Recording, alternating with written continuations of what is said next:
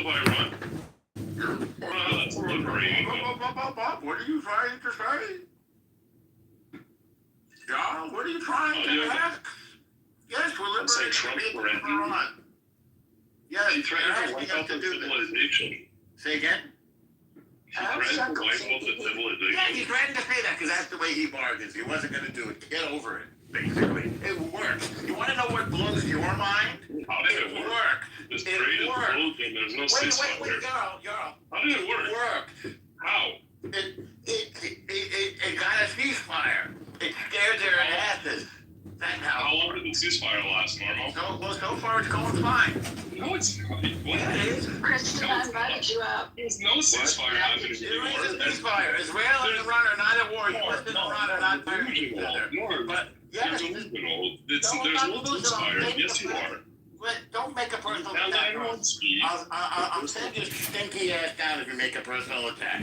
Rico, you should seriously be questioning your judgment. You're 100% Team Jarl. Serendipity, this is where you should really just... Serendipity, a little piece of advice. We care about you. You know, Serendipity, save your voice, Serendipity. Don't even do it. Why are you doing this to yourself? You're a masochist. You're a mad woman. Love yourself. Take care of yourself. Wait, do you want to get back to the ejaculate, Serendipity? No. You sound like Leon from Curb Your Enthusiasm. Oh my God.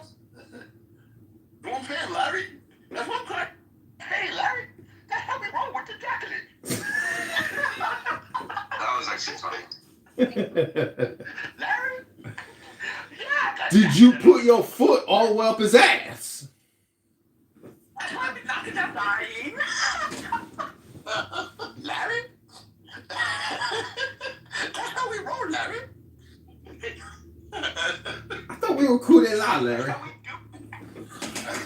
But it's like, what is that experience? Like when you're getting ready to get intimate with somebody and you realize that you can't get an erection. Like, is there laughing? Is there I mean, I personally have never had that problem, but, you know, and I certainly have never had that problem. And then have somebody go back to the internet to tell everybody on the internet that I had that problem. So, you know, I've never been in that position, but I'm just curious, Rico, what exactly were those, you know... Rico, silence is the best weapon, Rico. Just remember, silence is always the best weapon. Well, of course, in this situation, because he can't use his penis as a weapon. Ouch. Well, you know, I recently bought a tape cassette, and I put it in my car, and it was blank. The whole thing was blank. And so I emailed the guy that I bought the tape from on eBay. I said, hey, it was all blank. He wrote me back, you know, it's not fucking blank, but it won't play. Kitover, we haven't gotten there yet. We don't know that Rico's shooting blanks. We just know, I mean, because again, you have to maintain an erection to be able to ejaculate. So again, we don't know that he's shooting blanks. We know he can't get hard. I get it, but doctor, there was a sleeve. There was a slip in the cassette player. You don't know what was written on it. Hold on, Kristen. You don't know what was written on the tape. Let's hear from the women. Let's hear from the women. Rico's only used to hearing from the women with the boom. That's what I like about you guys. You guys are such gentlemen. It's such a pleasure to be in the presence of such gentlemen. God, shush. So I wonder, I don't know if a few days ago, you guys, I think you gave me some interesting advice in the dating realm that Rico gave me. That was, and I find this very interesting because, you know, we all know that, she is very, we all know that she's very cerebral, and and she could probably have some discourse about litigation and things like that. And I recall Rico mentioning how, in the dating scene, maybe the reason why I'm not successful because I speak litigation, or I was speaking in litigation, whatever. And I wonder if that was the issue, that she was visiting, and Rico was speaking from personal experience that what he doesn't find attractive is a woman who can hold her own when it comes to conversation. So why have her jump on a fucking 15-hour flight after speaking with her for months on end. Because she can hold her own better than he can hold an erection. That's why, BB. You're right. You're right. Yo, when you're right, you're right. You're right. So she was just important, basically, Chris, is what you're saying. See, BB, you have to understand, and listen to the words that I'm saying. It's not that hard. This is abusive. It may be difficult for Rico, but it's not that difficult for us. This is So, abusive. I mean, it's not hard to understand No this. pun intended. You guys are attacking his ejaculate case. He's a racist, white supremacist bigot. Is that why you guys are attacking his penis? Well, if he wants to continue to say racist things, then we'll just remind him that there are women on the internet that have met up with him and have been pleasantly disappointed, okay, and have come back onto the app to talk about it, about how he can't rise to the occasion. So, I mean, it is what it is. When he wants to stop talking about things that offend us, then we'll stop talking about things that offend him. And the crazy thing is, she I think came what to a happened room. Hold on. The crazy thing is, she came to a room, and I'm like Captain Save a Jew. She came to a room and doxed the shit out of him, and I have it on recording. Well, I don't describe it like that. Rico, the big question is, are you getting a hard-on right now, or are you just flaccid right now? How is this conversation hitting your dick, Rico? So one of the things that is really interesting is, you know, I don't like to type, and I don't like to, but I also understand that if somebody is asking a sincere question about me and my machinations, whatever they may be, I'm happy to answer. But when they start attacking me because I have a thinking kind of brain and consider me less attractive because of it, I'll remember for the future. Yeah, nobody said that you're not because you're thinking. Nobody said that. Brains always remember. Like Pepperidge Farm. See, the brain is fully automated, and it's very flexible, meaning that it can change itself based on any impression or a changing environment. And so that's what we're trying to create with AI, is to create an actual sentient, living, type of consciousness that changes based on a changing environment, which is not homicidal, psychotic, angry, or hateful, that it wants to do good. The whole thing about being a gentleman is the act of beneficence, which is doing good, being good. And so even attacking Rico's scrotum, that's not being good. And I just want to say, be a saint, Rico, and you're going to have the best sex of your life. Be a saint. In a word, if you want the best sex of your life, the greatest ejaculate, all you got to do is be a saint. Be good. This is the universe. I am complete. We attacked his noodle, not his nutsack. The shaft, people make this mistake. There's a difference between the scrotum and the shaft, John. I'm sorry. Be accurate. We attacked the limp noodle. We did not attack the nutsack. Okay. And I think you meant benevolence. You said something. I don't know what you said. John, you have to be accurate when you talk about. I'm trying to be accurate, and the word was not benevolent, it was beneficence. You should learn English. It's called beneficence. See, and you know what the bad part about this? Not only the women hearing this are they laughing at him, but the gay men are looking at him like, oh, he can't get hard. That's a perfect bottom. So that is the perfect bottom. So again, Rico, I just hope that you would be a little bit more careful saying things that bother us, because we could just as easily say things to bother you. I see, it's a two-way street. Well, Rico, don't sweat it. I'm sure you're going to have a great summer, a great weekend. If you happen to come to Chicago, come to Chicago. And you want to go to the Windy City Rib Fest in July, I got an extra cowboy hat I can lend you, partner. It's not a two-way street with Rico, Kitover, okay? It's blood only flows one way. Blood in, blood out? After this conversation, he'll understand it's a two-way street. Shit.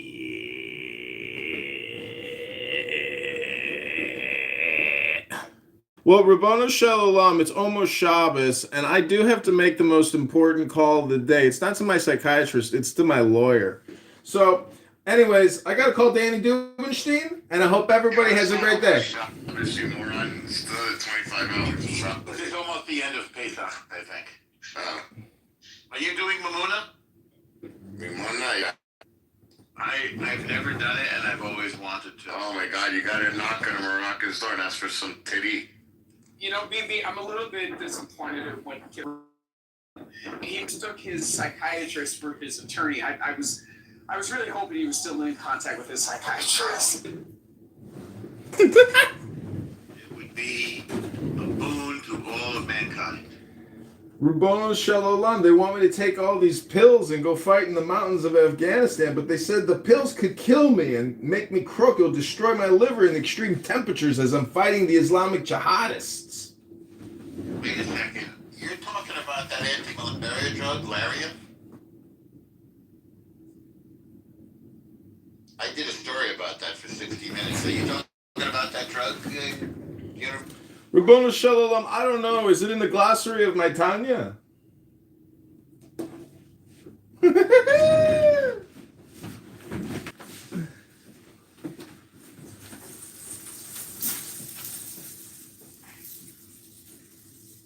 Yes, it's down a little bit again. you see? All because he threatened to destroy their civilization. Yep. This is why he's But it the was El a good move. Presidente. Was that? Yeah. With no cost. But he threatened us. He threatened us. Can you imagine this is the complaint? That the president is bargaining to end a war? And they're like, but the words he used, they were so rough. It's Well, genocide. I get why he did it, but he's calling them crazy bastards and basically saying he's gonna bomb everything. You know, it's a little much for a president, but I That's just true, yeah. It's entertaining. I concur, it's nonsense. And it makes us look so bad. It worked. But the president's not supposed to be entertaining. Right. He's supposed to defend our interests, and harsh That words is are okay. desperate. You see what we were doing in World War II, the way we were referring to our enemies then? I mean, very Yeah, I know, but that was Yes, just a different situation. everything is a Did different a lot of thing. things like that we don't do now. That's Well, maybe we should is the point. I mean, the president calling by the way, they are crazy bastards, which is great, which is the weird thing, and how he gets away with it is as outrageous as his comments are, he's also telling the truth. They are crazy bastards. Yeah, I just want to point out, yesterday I modded an entirely black room, and today I'm modding a conservative room. So I just want to say that I believe in DEI, diversity, equity, inclusion. That includes conservative women and black folks, Jews, and God help us weird Canadians and right-wingers. That's Rouse? just not important to me. I mean, I don't want to take him away from your entertainment, you though, in this room. So if There's a downside to that. You can't get an erection, unfortunately. But what if he has the most beautiful penis in the room and we were in a penis competition? He could win, and you wouldn't even have to get hard. Would that be a good reality show? After Trump is president, maybe he could have that reality show. You think flaccid that he could still have the most beautiful penis? This isn't girls. I don't fully understand what girls like. Do you only like them in one condition, or you like them in all their states? Well, they're used to this, aren't they? I mean, they can be admired. Well, Like you don't have to do anything with we don't boobs. admire penises. We don't admire penises. I didn't know. I don't know. The male form is quite gorgeous, but you have to think of it as like an aesthetics and art form orchestrated by. Is that a penis? We're gorgeous. Gorgeous. We're like. Are you talking about a penis? place for every. Even those. Are you talking about a penis? Yeah, even if Yeah, it's- mine's pretty fucking gorgeous. Yes. Gorgeous. gorgeous, BB. It's like Gorgeous. It is. I take pics of them and then send it out to people. Did you? There was a That? there was a famous Jewish moil in the Medici era who had a pet monkey, and he actually circumcised the pet monkey on behalf of the Medicis. I thought you were going to say he fed the monkey the foreskins, and I was going to be upset.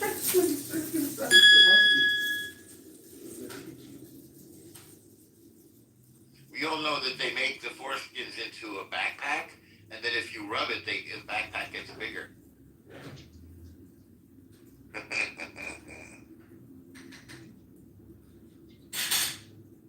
I need to get Bussy in here to quiet you down. You need pussy in here. Why do you need pussy in here?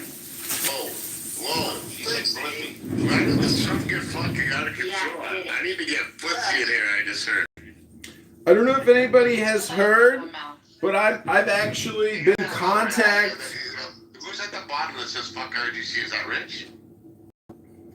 I'm busy taking a shower right now, faggot. Oh, it is. Listen, I don't know if anybody knows this, but every foreskin is saved and put into a depository in Israel. So when genetic cloning comes about in the New World Order and the Greater Israel Expansion Project, and we can clone babies, we're gonna recreate all the Jews through all the foreskins, and all these people who criticize circumcision, they're gonna wish they were cloned and recreated, because without that foreskin, we would never have been able to make this clone army.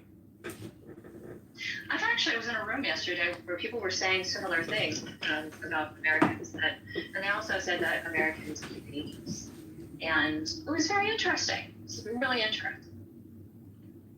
Look at Rico doing his crazy thing. What's crazier, me here making things up just for fun to try to entertain people, or you spousing hate, listening to hate, getting angry over people on this app, meeting up with a beautiful Guatemalan watermelon farmer and sports advertising industry executive, and not even being able to have a heart on?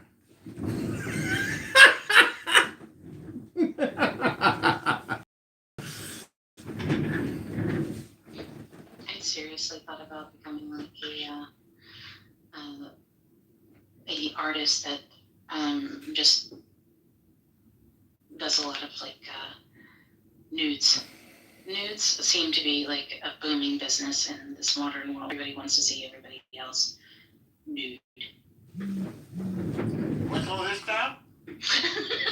I need an investor for an art project of basically a business doing nudes exclusively.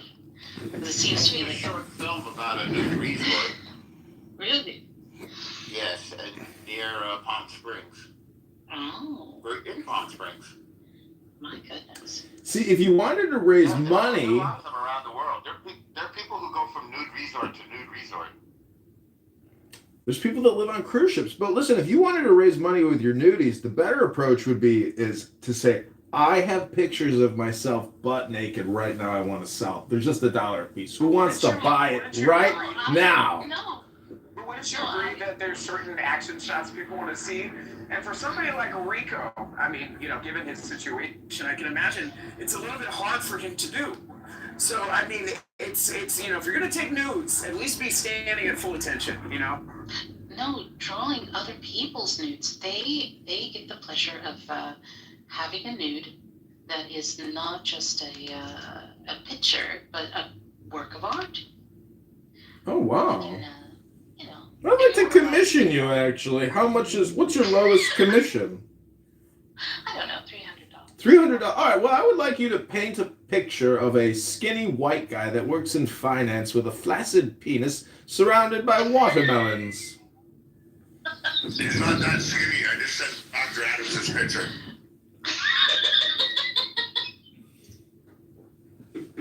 Who, Rico? We know Rico's not skinny. Rico got a saucy Santana body. Like, I mean, Rico got hips. He got a big old gadonk. Like, I mean, we know what Rico looked like. You got a dump truck? What? No. Oh, Honey Badger's here. Great, let the roast begin. Honey, what did you want to talk about with me yesterday? I'm so sorry I missed your call.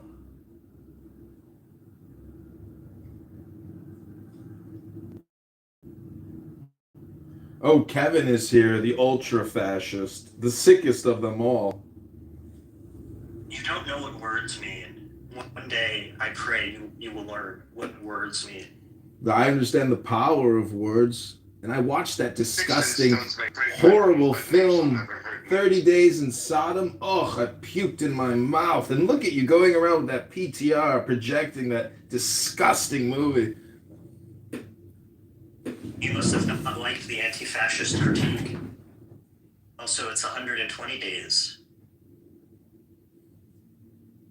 That's too many days of Sodom. Like, I would have been fine with like 50 at the most.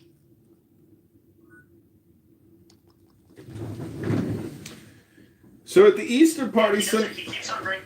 He always brings it up. I told him about this movie and he watched it. He brings it up now every time. it's because you make horrible recommendations. You almost make you make worse recommendations than McZed. That's pretty difficult to do. Wait, hold on. I'm sorry. I'm actually working right now. BB, I just.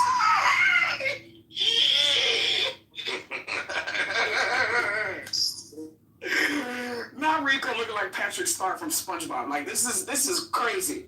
Like Rico, that's crazy work. Like Rico, you can't be looking like that and talking shit to people.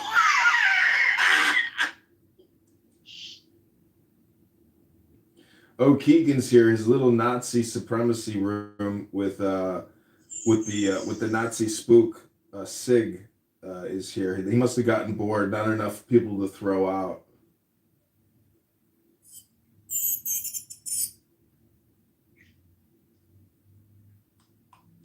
There's Lucy. I was just looking for you. Norm wanted to talk to you. Say again?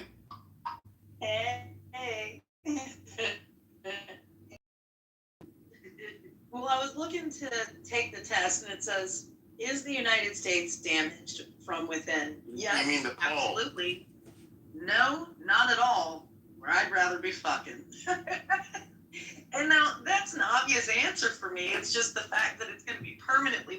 Yo, my sweetheart, click on my profile.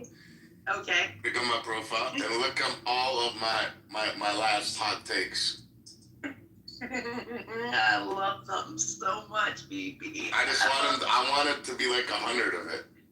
But it just said I see it. I responded. Kevin, how This much? is a sex positive space for those of you who are inquiring. Orgasm positive. Oh my goodness. There's no orgasm discrimination in orgasm. It's just bad opinions, right? However, we must warn you, do not get Jacqueline on the sofa. That's right. Put a towel down on that sofa before you ride on it. Por favor. Maybe it's just his profile. But before you can achieve ejaculate, you must take that flaccid scrotum and make it into an erect scrotum by putting blood in it. And generally, images or videos or touch communication helps arouse that scrotum into an erect phallus. And when you insert the erect phallus into a moist vagina, sometimes a woman failed to go to the bathroom prior to the sexual intercourse, and therefore a fart erupts. A fart is just air passing over a turd. I can't anymore. John, please. I was waiting, yeah. John, you gotta go right up to the edge of the cliff, but jump off the cliff. Do you dispute the facts that a fart is just air passing over a turd? All about innuendo. Is it just my opinion that a fart is just air passing over a turd? That's most of the conversation on Clubhouse.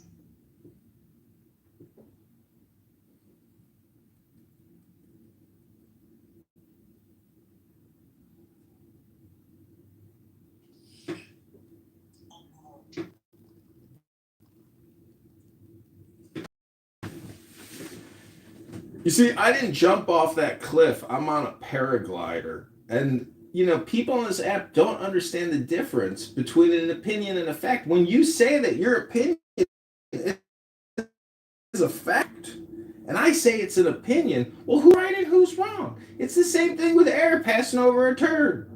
That's what a fart is. Stop. BB, can I change the poll? Yeah, but whatever, no problem. But just I'd rather be fucking as one of the answers, so I can. All right. And it has to be the same way it's spelled. I'd rather be fucking with the SC. So okay, I'm gonna put with the ceasefire hold. Yeah, exactly. And then I'd rather be FCKING. All right, as well. I want everybody to do it on Clubhouse. To have that, it should be mandatory.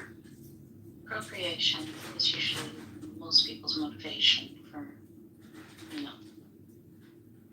for an area. That's a sick looking fucking piece of machinery there, Steppy. Wow. That's a beast. Yeah, it's what is it? Hold on. It's right out about 51,000 pounds. So yeah, it's taken down to the port of Miami, and What can you haul with that? 60, 70 ton? so I got the extra I axle. seen that. You got the so tri-axle, and then you have the tri on the trailer too, right? Right. yeah, so I can do right about 61 tons legally. Oh wow, nice. That's good. And what a nice truck. I used to have one of those, man. Does yours have hardwood flooring in it? No, I put tile in mine, so like, I mean, obviously, yeah, I did tiling, but no, it's nice. I bought it 2 years ago. It's a 18-speed heated cooler, so I'm not complaining. But hey, dude, this load, I'm getting about, was it $13 to the mile? I gotta What's go. it, an 18 double over? No, it's just an 18-speed. So Yeah, but you have an over and under if it's an even feeler. Yeah, I have an over and out and under, and then you have your thumb split. Yeah. So I can split my low side. So it's a double over. Yeah. No problem. I'd We rather be have fucking too. people agents on the ground. Where's the poll, man? It's coming. I'm gonna get a room where everybody'd rather be fucking, and then I'm gonna put an address and see what shows up. So you don't care how I spell. I'd rather be as long as I do. That's why I said it's got to be I, comma, like apostrophe D. yeah. Fuck. B. I'd rather be B, and then fucking is FCKING. Exclamation point. No. Okay, so everything is straightforward except fucking is FCKING. Yeah. Pretty easy. Yeah, BB, I'm getting 12 to the mile right now, and I gotta go 816 miles. Wow. Crazy.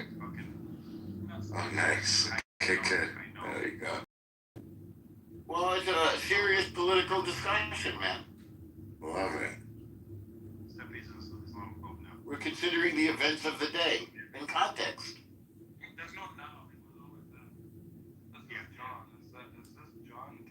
So is the ceasefire technically open because the Strait of Hormuz is not open? No, a ship just passed through. It takes a minute to get these things going. Oh, okay. So far, so good. But Hezbollah is not included because they have a date with destiny, and we've got to pound them until they're gone. That will happen. You gotta pound them really hard. You don't want them coming back. Hey, Pat, BB, I got a Canada question for you. Did you guys hear about that fucking warehouse that some douchebag fucking caught on fire?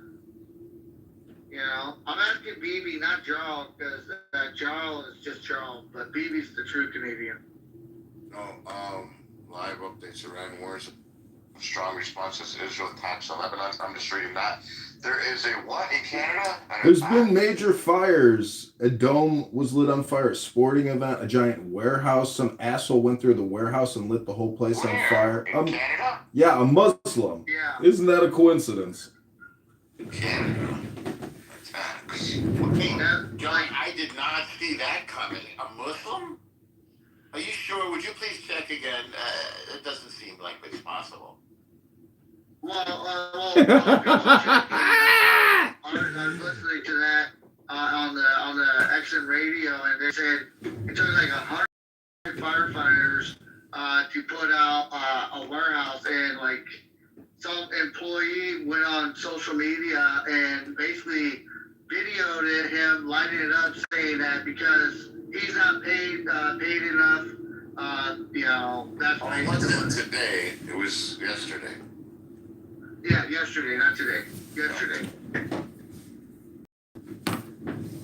Yeah, I saw the video of him going around to all the bundles and lighting it on fire. What a fucking asshole. Fires go unknown. A massive fire. This guy destroyed, $30 million, $100 million worth of stuff. This guy needs to be fucking executed, and his family needs to be lifted up and dropped off on the fucking shore of whatever piece of shit country they're from. Canada's got a big problem. What a response from Rico would be, but the United States has created over $100 billion in damage in Iran. That's a good thing. Rico's got frustration. He's got conflict in his life. That's why we went there. Oh, it's the resurrection. Oh, the rabbi's here, guys. How you doing, Rabbi? David, there are live maps of the roads. It is currently restricted. There is only 5 ships that have in the last 24 hours. All those ships are They either might Iranian work. or And why allies. we don't have So no, more of it's not them open, in the not United closed. States. We talked a lot in Dr. That's just James's entirely room, delusional and I bullshit. don't They're want opening, they're turning the ships around, they're getting, it takes a minute for duplicate that to what happen. was discussed in James's room, You're Dr. just James's room. spreading your idiot. Okay, no, I no, wanted we'll to- do it again tomorrow. It's No, I like can a talk little to you bit about talking now. Italy, because Italy, I The guess, deal, has listen, rules the deal is for the deal. You're saying that Iran can't be businesses trusted into a and we can keep bombing cooperative the living if day the like that? Is that employees what you're want to saying? buy it when the What are you owner saying, wants to Joe? retire. What So do we do this- if they don't keep the deal? Real quick, It's simple. It's Exactly, pretty we simple. don't use So that what from you can do in is the United Keep the deal, States. Joe. I'll try to keep I'm not up. saying Probably that those could people use it are- more, Yeah. because, Yeah.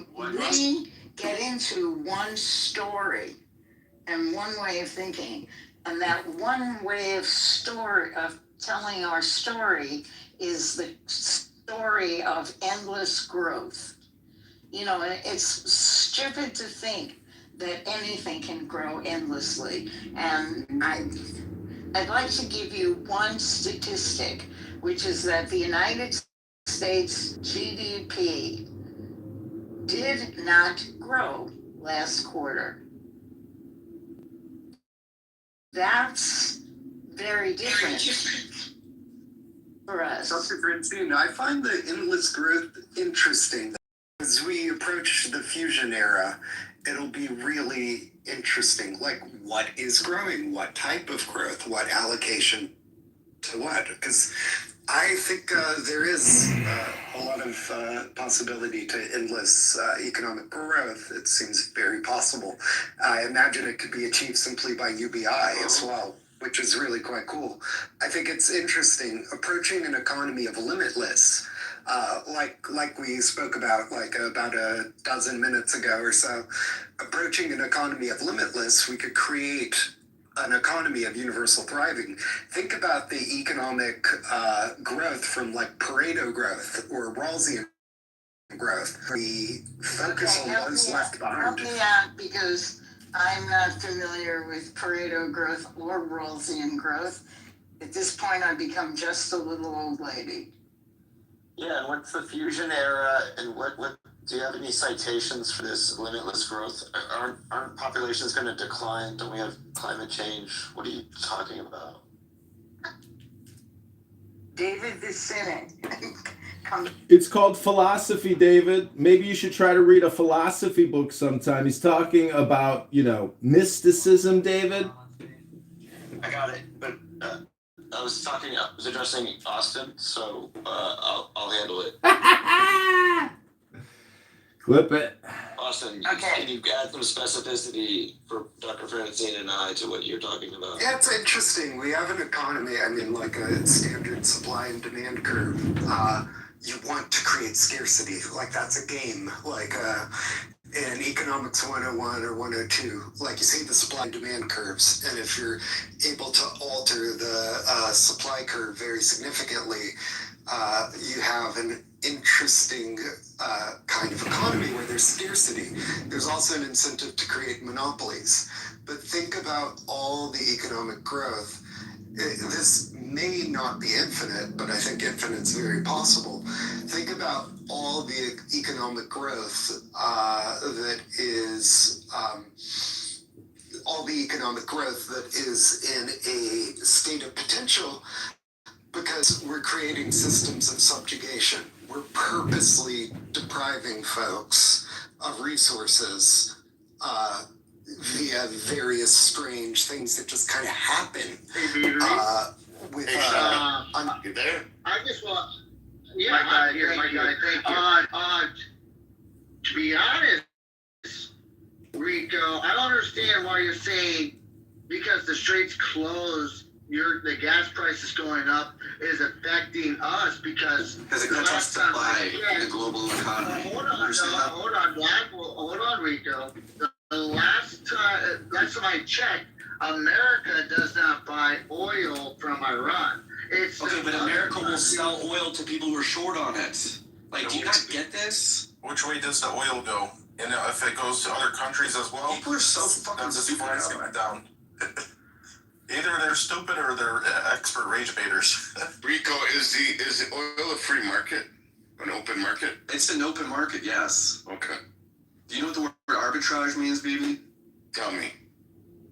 Okay, so if there's one country that is short on oil because the Strait of Hormuz is closed, an American firm that has excess oil will sell it to them. They're not going to sell it to an American for a cheap price. They're going to flip it in the global economy for more money. That's how business works.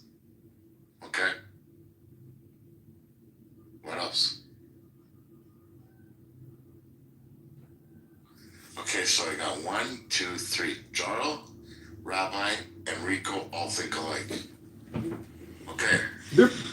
They're natural pessimists, these people. Why do you guys, hold on, universe, please.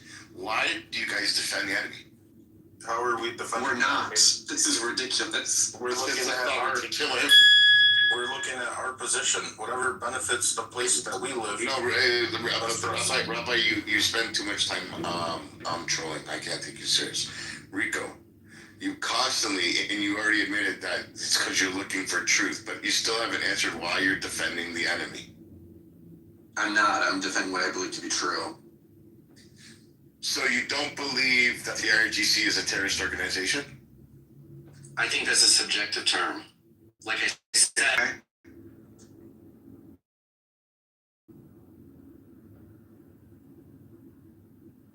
Sorry, I was checking my messages. It's not necessarily a fact. There's a lot of people in England that view them as patriotic heroes. That they fund, oh my God, sorry, John.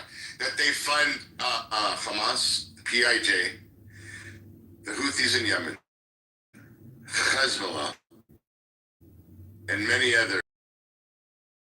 Do you believe that to be true, sir? Rico? These things depend on whether your perspective of what a terrorist or freedom fighter is. So, okay. Are the Houthis in Yemen freedom fighters or terrorists?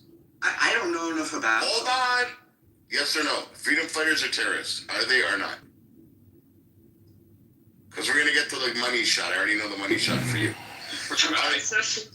Hold on. The money shot. Is the PIJ freedom fighters or terrorists? Rico, Phil. Yeah, I don't know enough about.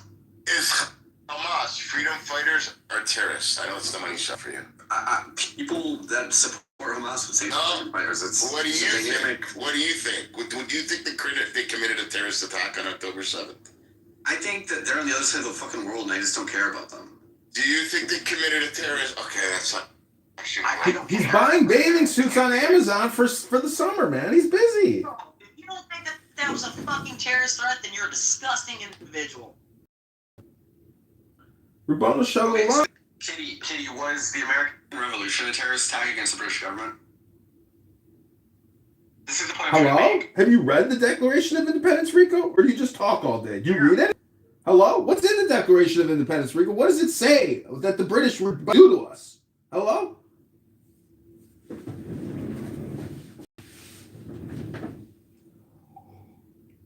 The problem with the argument that like we're defending the enemy or whatever is that there are plenty of right wingers and MAGA that are saying, Here we go again with the MAGA. There's no political party called MAGA, you fucking moron.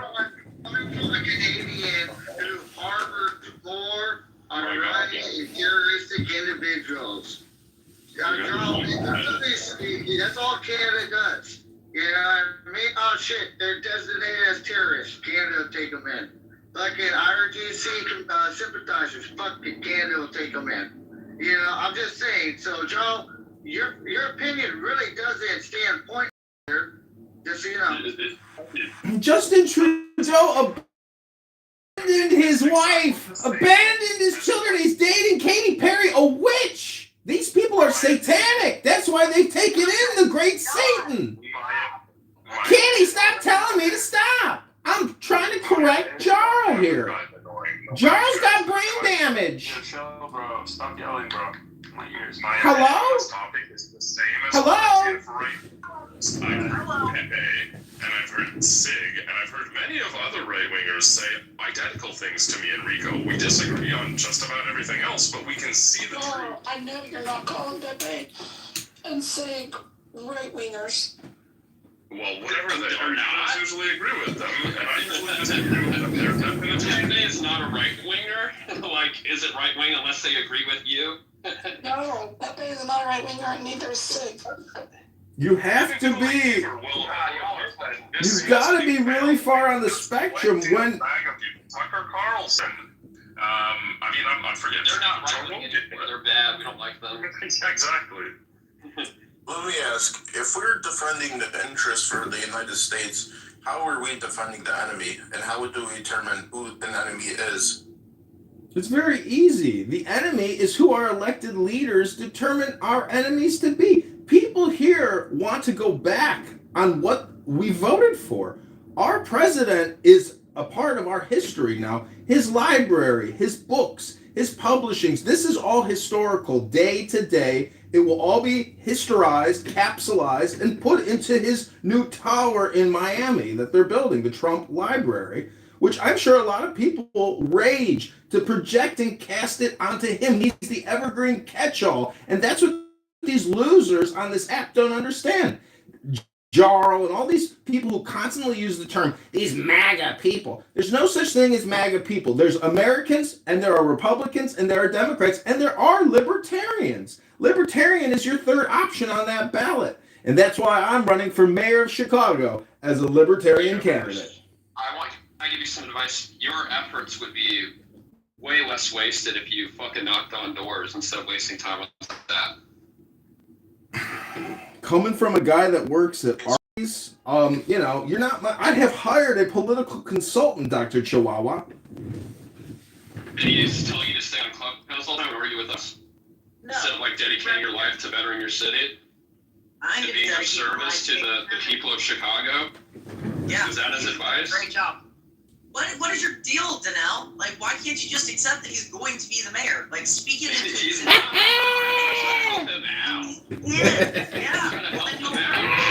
If O'Donnell Brandon Johnson can do it, anybody can do it. Churches and all kinds of shit. He's trying to run for mayor, man. Meet some old ladies, you know, go on, build a movement. In Chicago. But all he does is go in the app and say, you're projection, they hate the MAGA, liberals are stupid. Don't be mad. The truth is, if Brandon Johnson, current mayor, can become mayor, that means anybody can become mayor. And so I'm putting my hat in the ring because the odds are in my favor. Hello? I'm trying to be a friend to him. I respect him so much. I respect him so much, I'm trying to give him some advice. Let's say you go to the election ballot and you have a few choices. And you hear maybe so-and-so did good for the community. And then you hear the so-and-so, this other person's, it just goes online yelling at other people around the world. And he's a writing candidate too. Aren't you a writing candidate? I was a writing candidate for Congress because the lawyers and the judges are so corrupt. They accused me of fraud when they actually committed fraud and projected their fraud onto me and slandered me, defamed me, libeled me. But now, as a libertarian candidate, I figured out a way to get on the ballot. That's the challenge, ladies and gentlemen. Election fraud doesn't begin at the voting system. It begins with the petitions. And that's what everyone fails to understand, that your roster of candidates is completely determined at the petition cycle of the election cycle. So until anybody here understands the problem, which is vast, there's so much fraud and controlled political machinery in this country by lawyers and judges. It's the same thing. If anybody here has ever had to deal with the judicial system and you had to bow your head and shut your mouth, there is no constitutional rights in this country, in my opinion. We don't have due process. We don't have transparency. We have censorship. We have control. And a lot of this goes back to... There's hope for you, Don. Well, there's hope for you, too. I have a great orgasm every night before I go to bed. You, too, could have a great orgasm before you go to bed. If you keep taking finasteride, pretty soon you'll never have a hard dick because you think your hair's falling out and you've been fed a bunch of lies from Big Pharma telling you got to keep your hair. You can still get laid and be bald. Go to the gym, fat ass. John, let me ask you this. You were pretty much, let's say you're at the election, and the election is a steak, a nice T-bone steak. One candidate offers a nice steak knife, and you know, you're bring a Brits knife. Now, we don't even know if this Brits knife is used. It sure may cut the steak, but does the candidate or the person voting, do they want a steak knife or a Brits knife for a T-bone steak?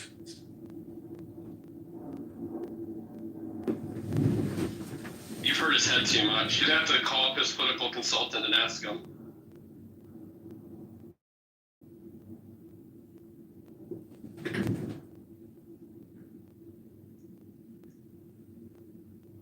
I say go to the Hare Krishna temple in downtown Chicago, get some blessings, hope wish you the best. Ribbon Shalom, Hari Hari Hari Rama, Rama Rama Hari Hari. I'm in the Hare Krishna temple right now, Ribbon Shalom. This is. We're gonna pray. This is the fun work. Everybody here should be having fun. If you don't like my nasally voice, think I'm annoying, and you hate me because I've recorded my life for 5 years using this app, that's a you problem. Not a me problem. Some people say, what do you call your show? I say it's called The Aristocrats. Hello? I love you, John. I love you too, but you should try reading a book sometime. You know, a lot of people here who talk all the time, you should just create a room called, I'm reading a book. I come and listen to you read a book. But I don't want to come here and listen to you talk anymore. Hello? You can follow me. I sometimes read.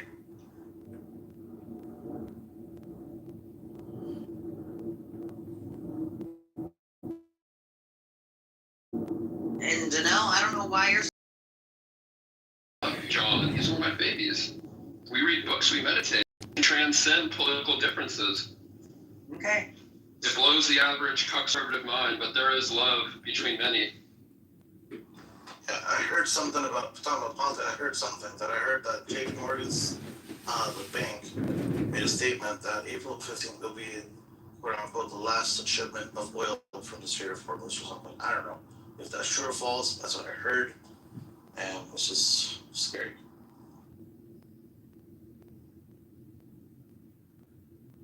What up, y'all?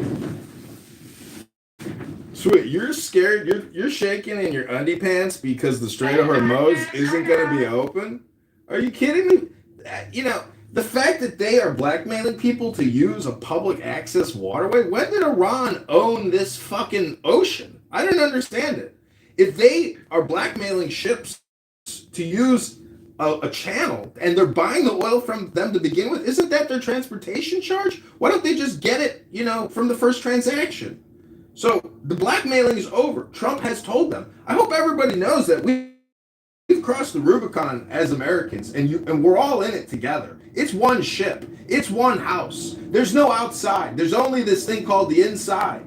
And we have crossed the Rubicon and pledged ourselves to regime change against these cocksuckers. This war isn't over until all their leadership is decimated, and these nuclear bombs that they have been completely ripped from their grasp, and all possibility of ever recreating it completely eliminated. That's the bridge we have crossed, America. Wake up! Hello? Get back on the boat. Hello? I'm gonna have to go you. Nothing. Go on mute for a minute. The reason why no one's talking. Lots of people have been talking pockets. Oh, no, they're starting to feel their anxieties, babe. They can't none of them get old. Who wants to fight in here? I'll fight all of you. Just for fun. Get him, girl. Who wants to fight? Put him up. Put him up. Joe, you want to fight? Did you guys see the new law about the drafting that people are going to get automatically registered for draft? And starting in 2026 in December. You see that, Norm? It's always been that way. The fake news just puts out fake news. It's the selective service. Oh my God, John, she asked you to go on here. Isn't a draft tyranny though? No. No, it's automatic registration, so it's supposed to help with the sign up because I get to sign up as too hard, even though there's recruiters at malls and at McDonald's and shit signing people up on a piece of paper. So it's very interesting to see why they're doing this. To automatically register people ages 18 to 26 when we're about to be in the middle of, I don't know, World War III. Very interesting. We haven't had this since 1972. We don't have to have World War III. But we haven't had this since 1972. I'm wondering why we're getting it now. Because it's an honor. But I'm wondering, it's always been an honor. It's called a pussy pocket. Is it just automatic selective service registration? I believe so. Let me go to the law. One second. It's called a pussy pocket. It's called selective service, baby. Oh my God, John, I'm totally gonna goo you. You should goo yourself and go take a hot bath and have some lemonade with some tea in it or some shit instead of talking to me and destroying your throat. I love you, but I don't love you that much to kill yourself by talking to me. Hello? No, I've got bronchitis, which is turning into laryngitis. I'm so sorry. It's fine, I have drugs. Do you smoke? No.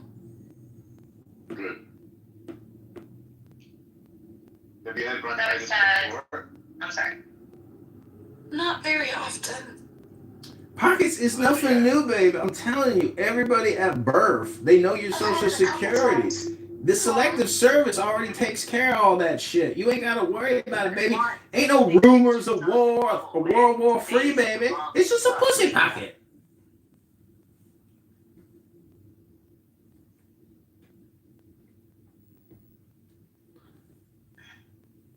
He's a lot. Ain't gonna be no World War III. The Ayatollah's dead. 1,000 of his top executives dead. 100,000 other Iranians dead. They shit in their I can't pants. say nothing.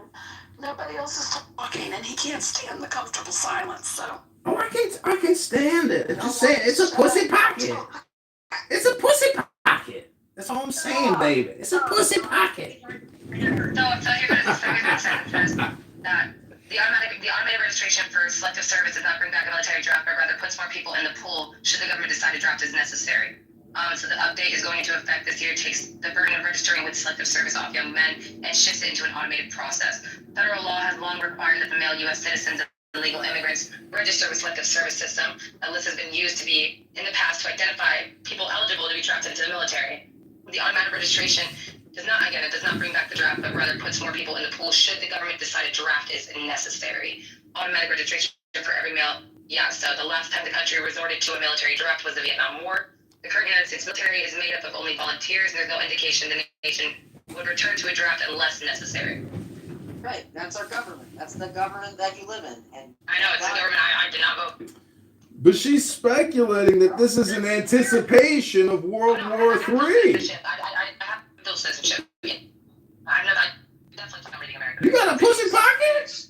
I got my citizenship in Sicily, so thank God. She's a Sicilian. I never said I hate our country. I never said I hate our country. I am not allowed to like whatever's in our country. That's my right. The military fights for my right to fucking disagree, Kitty. Shut the fuck up. We ain't in North Korea. I'm allowed to disagree with my fucking country. There's that pussy pocket. So shut up. There's that pussy pocket. Shut up. Shut up. I am able to disagree with my country. I can disagree with my country. I have military soldiers that fight for my right to disagree. Pockets is right. I am very fucking right. I can disagree. Shut up, motherfucker. Hold on, have some decorum. Mary, guys. what are you talking Sounds like a fucking loony bin. Like, come on, guys. Mary, who are you talking to? As somebody who has fought for the country, I agree with Pockets. I fought for her right to have her own decisions and make her own decisions. That's the American way. It's very libertarian of you, Shepwreck. And my father wasn't drafted into Vietnam. I assume you vote libertarian, Shipwreck? I'm just asking a question. Like no one said he was. No one said he was drafted. You don't talk about your grandfather. You're just a horrible person. I'm horrible. Why am I horrible? What did I say about America that was so bad? Damn. I fucking love my country. Yeah, no.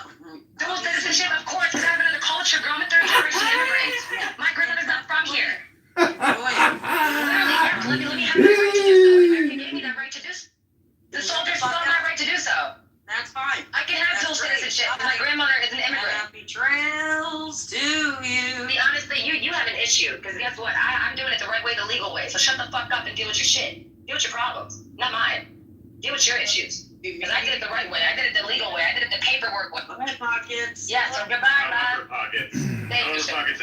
We do divert there, though. I don't think you should hold dual citizenships. I think. Oh no, it's if just. you're going to be an American, you should be an American. But America gives me that.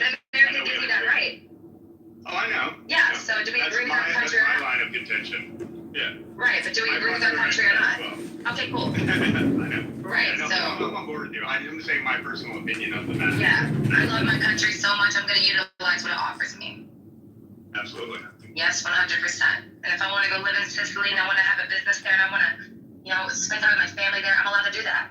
I'm allowed to do that. And the U.S. has no problem with me doing it either. So if you love your country so much, you should love what it supports. You should love what it offers. Which is the fact that I can have dual citizenship. Keep your ass over there. And then you keep your ass in the gutter over here. That's fine.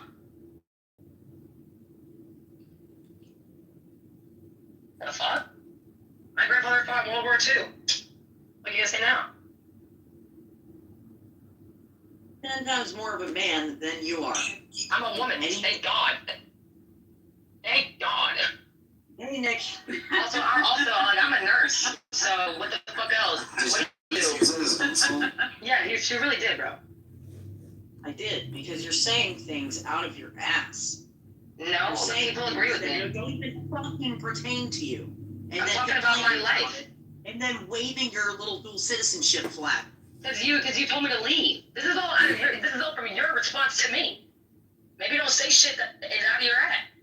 What? You told me to leave, and guess what?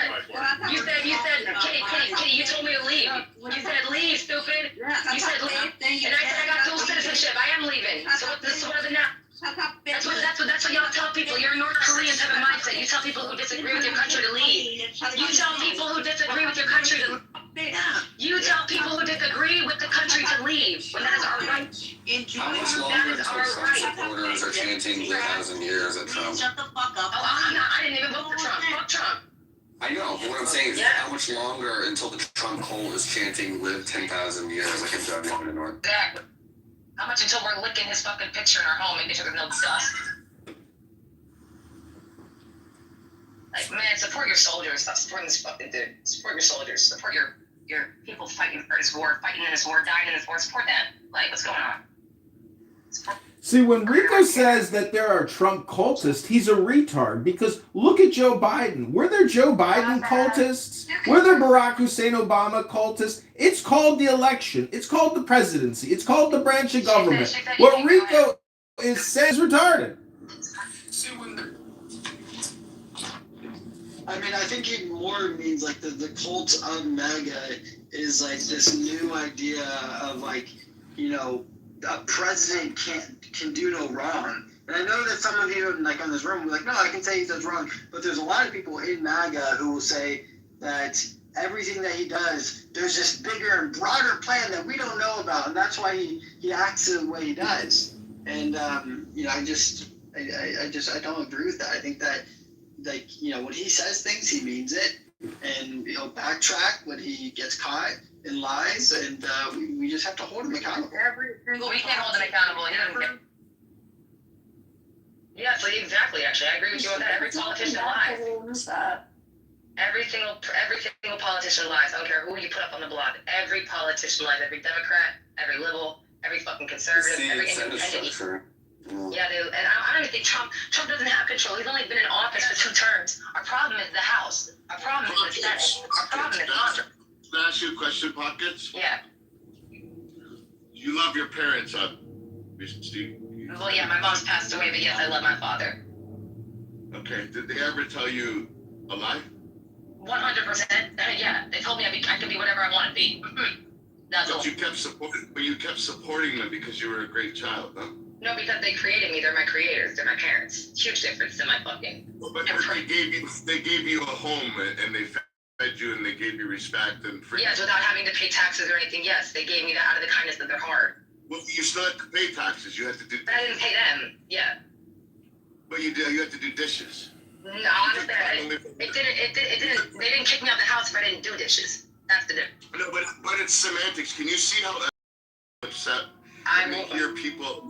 Well, hold on. Your thing is semantics. Hold on. No, it's semantics about taxes. Hold on, man. Can you see how other Americans can be upset when they hear Americans saying, "Fuck Donald Trump, fuck America"? No, because people were saying fuck Obama and no one had issues then. No, but why people were saying fuck Biden. But everybody that I notice that's against the American government always does comparison. Listen. Well, you just did a comparison with the president and my parents. We're doing the same shit, baby. Come on, be honest. Because I'm trying to draw with a crayon, so. And I'm trying to draw it as well. The analogy, the comparison. Don't do that with me. And then say I have a problem doing it with you. Don't do that, bro. This is where I don't get. If we're gonna be fair across the board, let's be fair across the board. You're gonna compare. Well, if you support your parents, you should be supporting your president. No, I don't have to support the government. That's what's beautiful about this country. I have a right to protest my government. I have a right to bear arms. Hold on. I have a right. Hold on. I have a right to bear arms against my government as well. I have a right to bear arms against my government. I have a right to bear arms against my government if I need to. No, you don't. All right? What? Against tyranny? That's not our Second Amendment? Yeah. What the hell are you talking about? What are you talking about, baby? We have the right to form a militia. We have a right to form a... For Second Amendment right. It's not for me to be able to shoot you. It's against the government. Well, good luck with forming a militia. That's not my point. You're a straw man. That's not my point. My point is we have that right. That's my right. Okay. I have that right. Because the government gave me that right. But if you believe in democracy and God gave you that right. I do believe in democracy. And you believe in the system. I believe in voting our people out, yes. So then, I guess you didn't vote for Trump. So I did not vote for Trump. I didn't vote for Biden either. So then you have to accept. I already did. I never said. How can I not? I'll tell you what, I'm me being here, BB, is accepting the outcome. I'm in the Capitol. I'm not fucking breaking shit or breaking laws. Doing shit. I'm going to work and paying my taxes. Not yet. I'll tell you what, I'm gonna vote Democrat in November. I'm allowed to say I do not like Trump. But you shitting on him is not. I'm allowed to do that. That is my right. Free speech. I'm allowed to do it, BB. This is our country. And it's a beautiful thing about our country. Shipwreck really set the button. He fought for our right to do that. Really, nearly died for our right to do that. So for me to even be like, oh, I can't know. We got soldiers out there right now, dying. For our right to fucking do that. Since other people, they're motherfuckers, are gonna boot from the stage to the room. Of course. So, Why not? Mute up, please. Because I you're a support. disgrace. Please mute up unless you have something intelligent to say.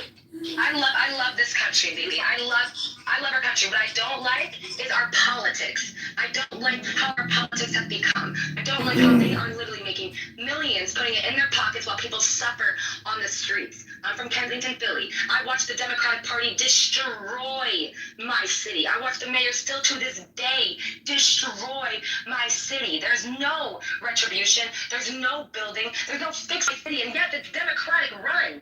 Fuck that city, bro. Pennsylvania, I feel like. Sorry. I mean, no, you're good. Sorry for. Yeah, it's awesome. I think. Because that's what they're doing in Chicago. Yeah. That's exactly what they're doing. And So I've seen the gutter. I've seen the true gutter. I've seen the true ghetto. I'm not privileged when it comes to that. I was walking over dead bodies going to school. I was watching people with children, bro, walking around with needles in their fucking arms, bro, and no one was doing shit about it. Like, I watched cities be destroyed, and then I went to California and watched how that shit was run. You know, it's just, to me, I have a real problem with politics. I really do. When it comes to Trump, he's a businessman, so I don't really see him too much as a politician. I see him as liking one color green. In respect, he is consistent with money. I will give him that. But when it comes to politics, when it comes to setting a precedent, if we get a crazy Democratic president after him, guess what precedent he set for what they are able to do now?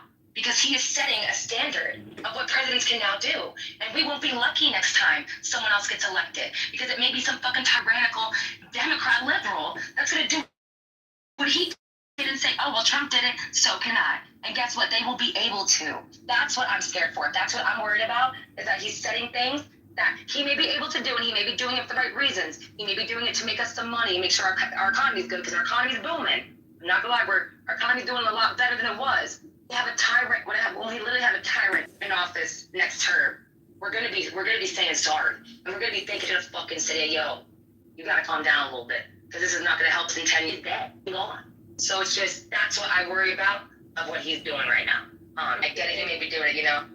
Okay, that makes sense. Pockets, a lot of the people in this room are not going to be in the U.S. when that happens. Like, they don't really care about the U.S., you know what I mean? So. No, a lot of people do, though. A lot of people do. I mean, well, yeah, you're right. Maybe it's a small portion. I got my dual citizenship. Who are the people in this room that would apply for? Who would that apply to? I know Jarrell's Canadian. BB's an American citizen either. I don't know BB. I'm not sure. You know. BB is not an American citizen. But I mean, who else? Like, I don't know who you're talking about, Rico. Wait, hold on. BB's not an American.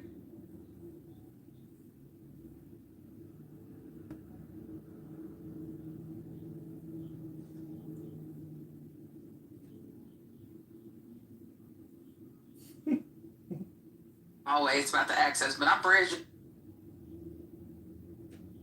This alone. Yeah, I'm not sick too. Big man.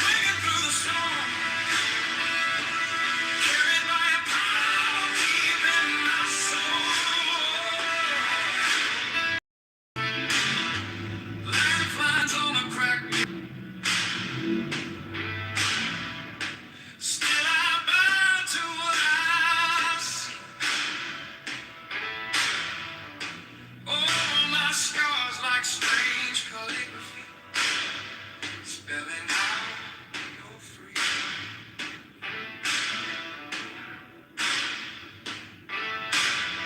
Street noise humming in the distance, in the sound, everything slow. I touch the space between two heartbeats, somebody bigger.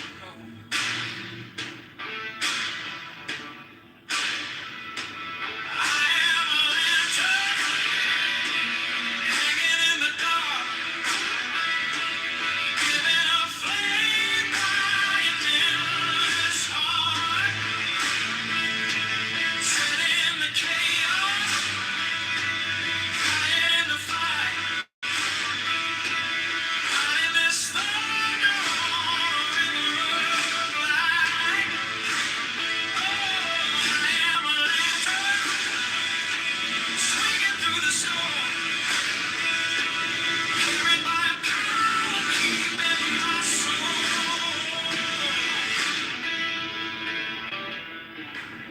Eyes wide open in the silence. Oh, yeah.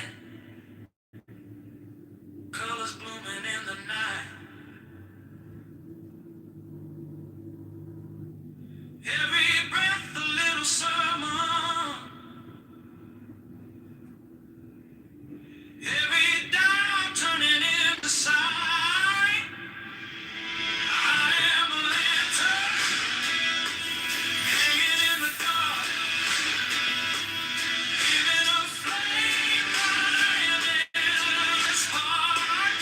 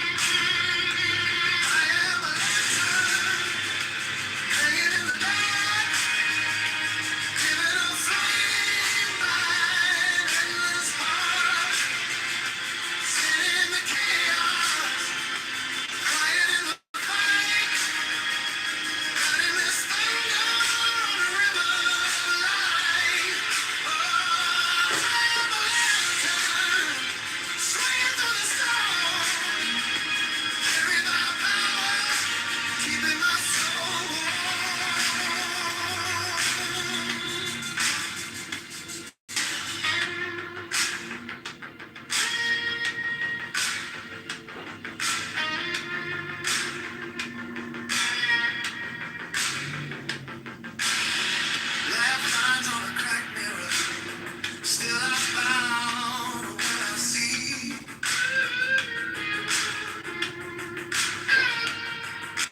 All my scars like strange calligraphy, spelling out you're free. Street noise humming in the distance. Inside, everything slows. I touch the space between two heartbeats. Something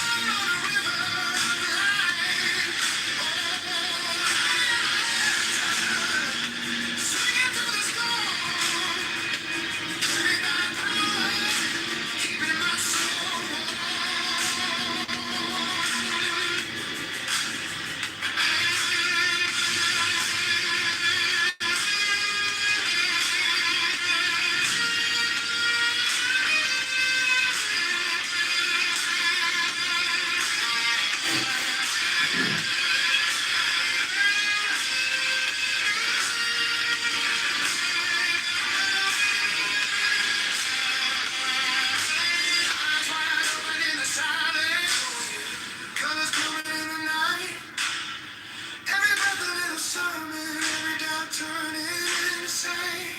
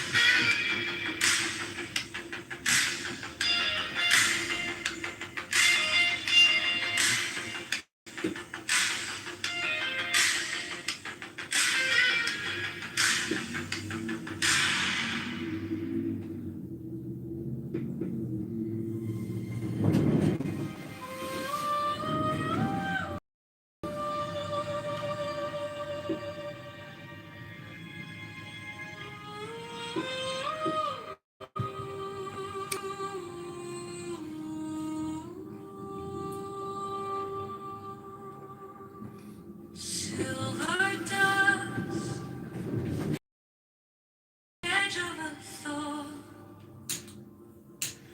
I taste the stars on the tip of my tongue. Ancient doors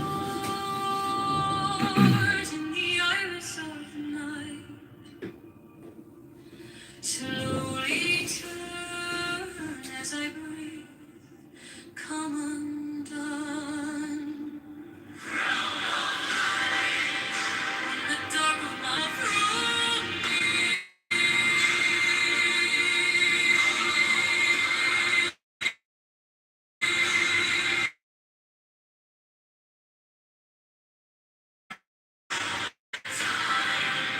like a halo that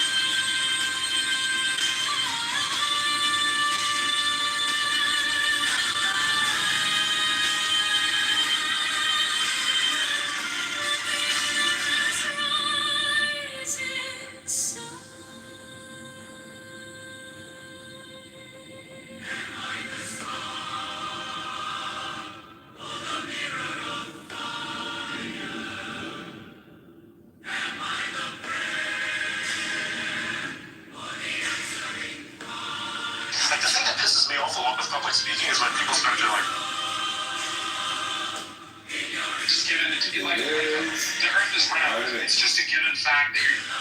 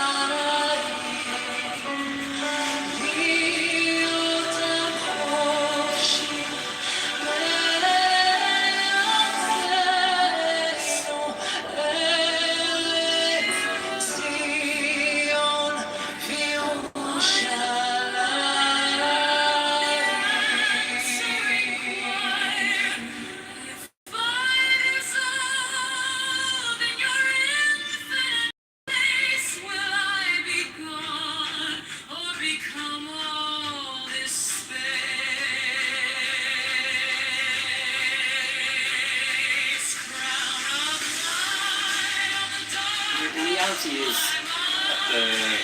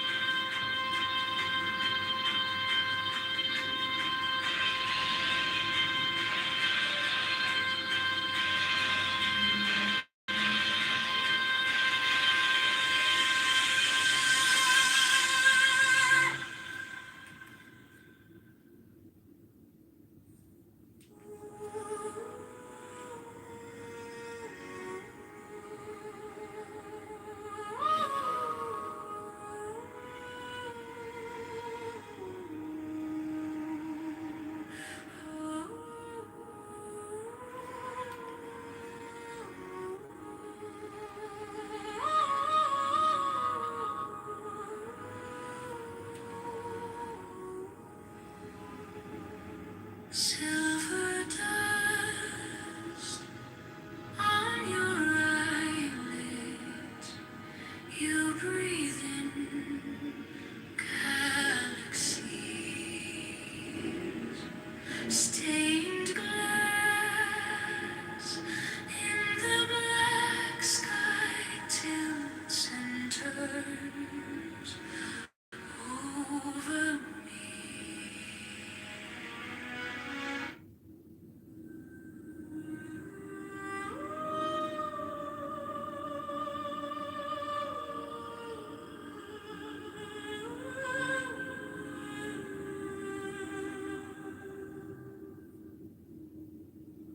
silver dust on your eyelids. You breathe in galaxies. Stained glass in the black sky tilts and turns over me. We are cathedrals in the cosmos, arches of color in the dark, ancient halos made of photons, blooming wild inside the.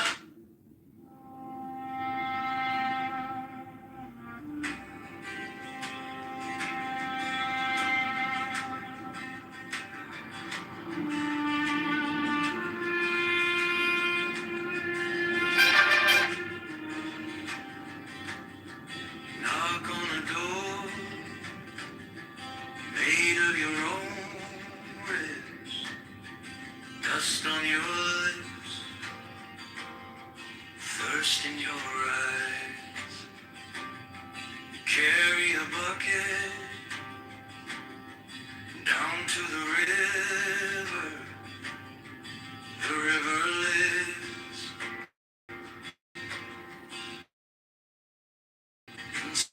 From the comfort of the sky, my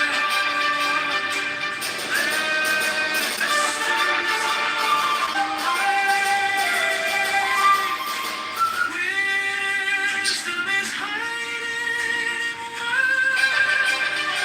worlds apart. Dance in the ashes of your pride. From the cup of the sky, reed is hollow. That's why it sings. Says not mislead is spent. Bled for the blade. Out. That's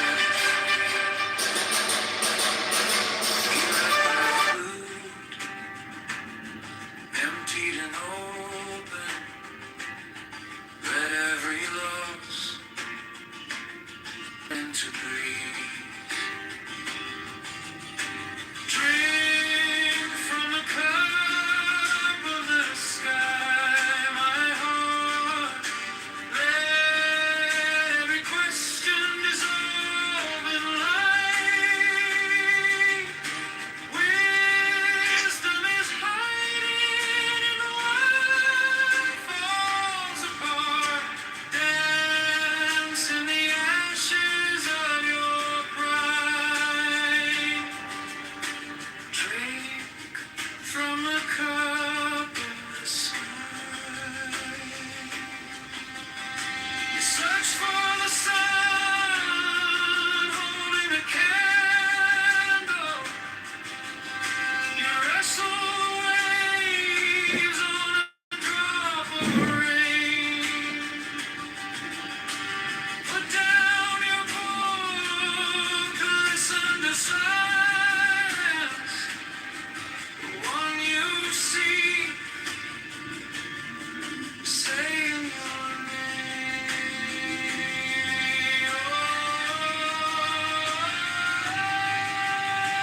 Drink from the cup of the sky, my heart. Let every question dissolve in light. Wisdom is hiding in what falls apart. Dance in the ashes of your pride. Drink from the cup of the sky, my heart. Drink from the cup of the sky.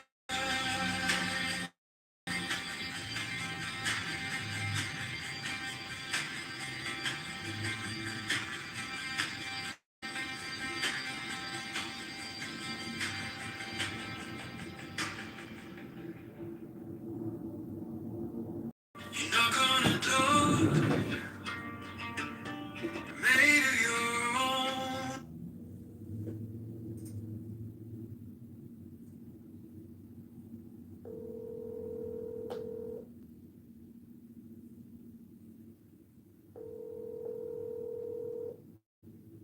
Sorry, the mailbox is full and there is not a...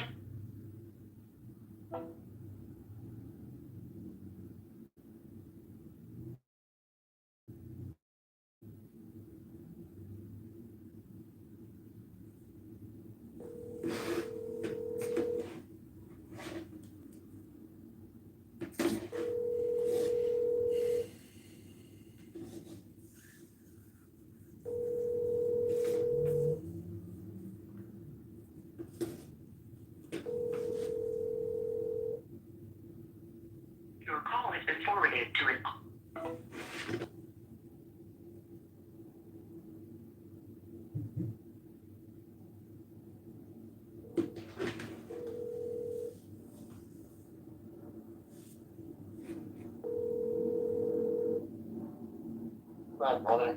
Hey, how's it going? Well, good. How's everything? Things are good. Hmm? You know, the last chapter says, in a word, be a saint. Huh? The last chapter says, in a word, be a saint. That's the good news. Be good. Well, how's everything else? You know, you got to check all the calls coming in and out of the house, and whoever sets up that meeting with Barzini, he's the traitor. Well, how's everything else? You know how to work Chat GDP? Huh?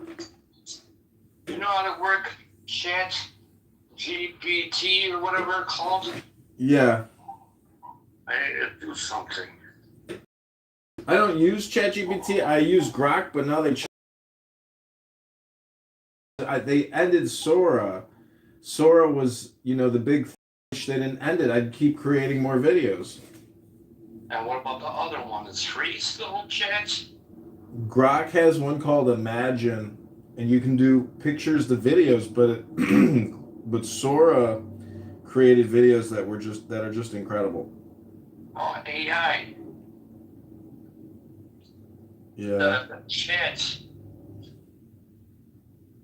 Use Grok. Just use Grok, and then you have an X account, right? Yeah, that's AI or what? Yeah, it's AI. But I mean, if I want to do something, it will type stuff out. Yeah, you can ask it to draft you documents. Well, Yeah, you can just say, write me a press release on lowering the cost of car ownership in Chicago, and put that press release out. New content. Talk about the permits. Talk about the stickers. Talk about the city sticker tax. Talk about the bullshit amnesty program. Talk about ending all debt associated with your vehicle. You know, there's a lot of headlines you can put out because your budget's over $100 million a year. That's why your position is so important. You're in charge of a huge tax revenue. I'm not either. Hold on, we got our campaign manager here. Hey, 30,000 for a line. Are we breaking? Are you exciting some flower tonight? Well, you should never talk, because especially thinking about our ancestors, what your Y chromosome went through, John, is pale. What? What the hell are you talking about, Max? Are you not aware of saying that the last night of Passover? I'm almost disappointed that you didn't even know that. What? Yeah, it's up to the ninth. What? On the ninth, right? The last day? Who the fuck am I talking to? I'm not talking to John. Walter. Oh, how the fuck does it say John? Am I not from both of you? Ribbon Shalom. I merged the calls. Okay, good. I merged the Okay, calls. I'm like John. I'd be very disappointed if you know today was the last day of Passover, John. Ribbon Shalom. I'm preparing for it right now. 100% chance Walmart gave up on the flower history. Going for Max Solomon. What was that? Well, me? Oh, who? You? I like fucking around, man. I'm fucking around. Okay, clearly. Clearly. I got a question. Do you guys do those little tops still, or no? And did you believe in God? Oh, yes. Do you not believe in God? No. Yeah, the tops. What are you talking about? It's like a toy game. Oh, the trade over? Yeah, the pet. We're not doing that shit right now, man. I know. John, are you going to Lakeview anywhere to break the... No.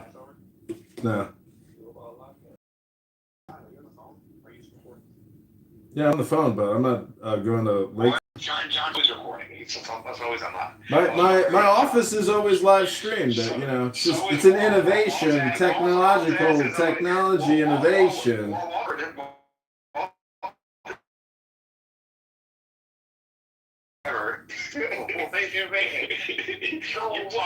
can call a bunch of people and you report back. What kind of food you making? Pancakes or what else? There's anything with yeast in it. This entire week, Belgian waffles. Live and bread. And so I can't say that I'm excited, but I'm trying to tell John is that you should. That's just went through so much more. We should actually in this entire week I've not thought about how much I regret not having yeast. But afterwards we will be allowed to eat that kind of thing. And you know, it is what it is. Actually, I've never missed it. What kind of food you gonna eat tonight? Do you know what the fuck yeast is, dude? Yeah, but the other thing, lamb. Do you guys eat lamb tonight, or it doesn't matter. Just the only thing that we've not been able to eat is yeast, and you can add bread to. But like, what the fuck? Like, I've not had pizza or hamburgers. It doesn't matter. Does a hot dog have a fucking bread on it? Like, what the fuck are we talking about? So, no pizza, no nothing. Yeah, well, matzo pizza, which is great. No pasta, right? No. But you can have matzo pizza, or you can have like the pasta that doesn't have yeast in it. Like the bonza, but like the But, matzo pizza is really good, and I put barbecue sauce on it. Really good. What's that matzo? You read matzo? Yeah, matzo ball.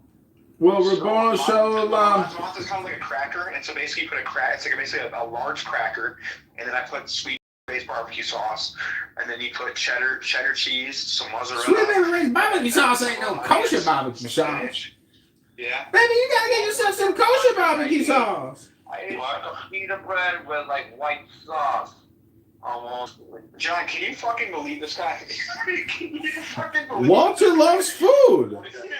I once had bread with white sauce. Walter's good dinner. Who doesn't love a good dinner? This is a community, man. You represent like 40,000 people. John, he's an elected official. 54,000. 54,000 people. Bread with white sauce on it. What's that called? Accident. You like Canadian, man? No, I'm just making fun of you. So, how's your day going? Amazing. So, I haven't seen them, talk to them afterwards. Because honestly, the wrong person won on the Democrat side. Is that his pathway to victory was like Junaid winning, and like Melissa Bean, I think is unbeatable. Yeah. And so he's gonna save a bunch of money and time, and he's gonna have to spend less time with people like the Illinois GOP. John, Walt definitely is not gonna. He's definitely going to Moretti's. You're not gonna pass up the free food. Definitely going. Yeah, Walt. Fucking going. And then you're 100. Oh, you're really? I was gonna bet money that you go there and then vote for the fucking worst candidate.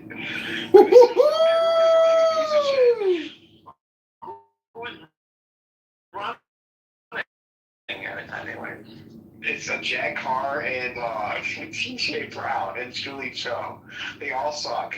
Like the only do is they're not good about. With you. When? I thought she was with you. When? Who said that? When? Never. It's 0 points. She's plagiarized me before. She's stolen my shit and copy and pasted it and then put it in emails and stuff and like has pretended. But at every point, I've always thought she was a scammer. The second I thought she was scamming on the yard signs, and I've been very vocal about it in group text with you. You're all just like, ooh, the bread has white sauce on it. Personally, I like the garlic sauce. You're an elected official. You represent 54,000 people. No disrespect. Yeah. No, but John, any plans? I like garlic white sauce. I prefer garlic white sauce and the spicy red sauce. How did I laugh? Wow, what did anything like lie. What?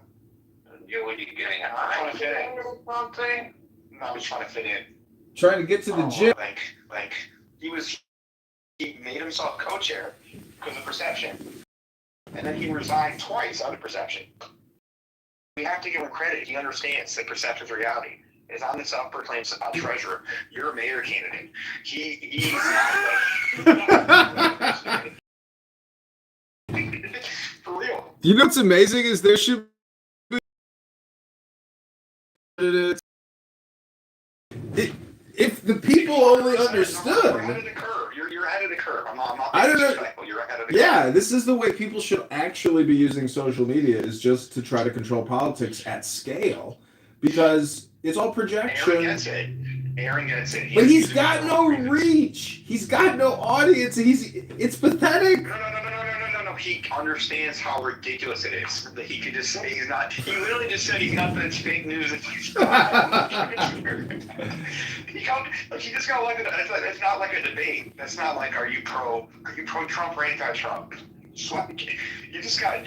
You're the highway commissioner. It's on the website.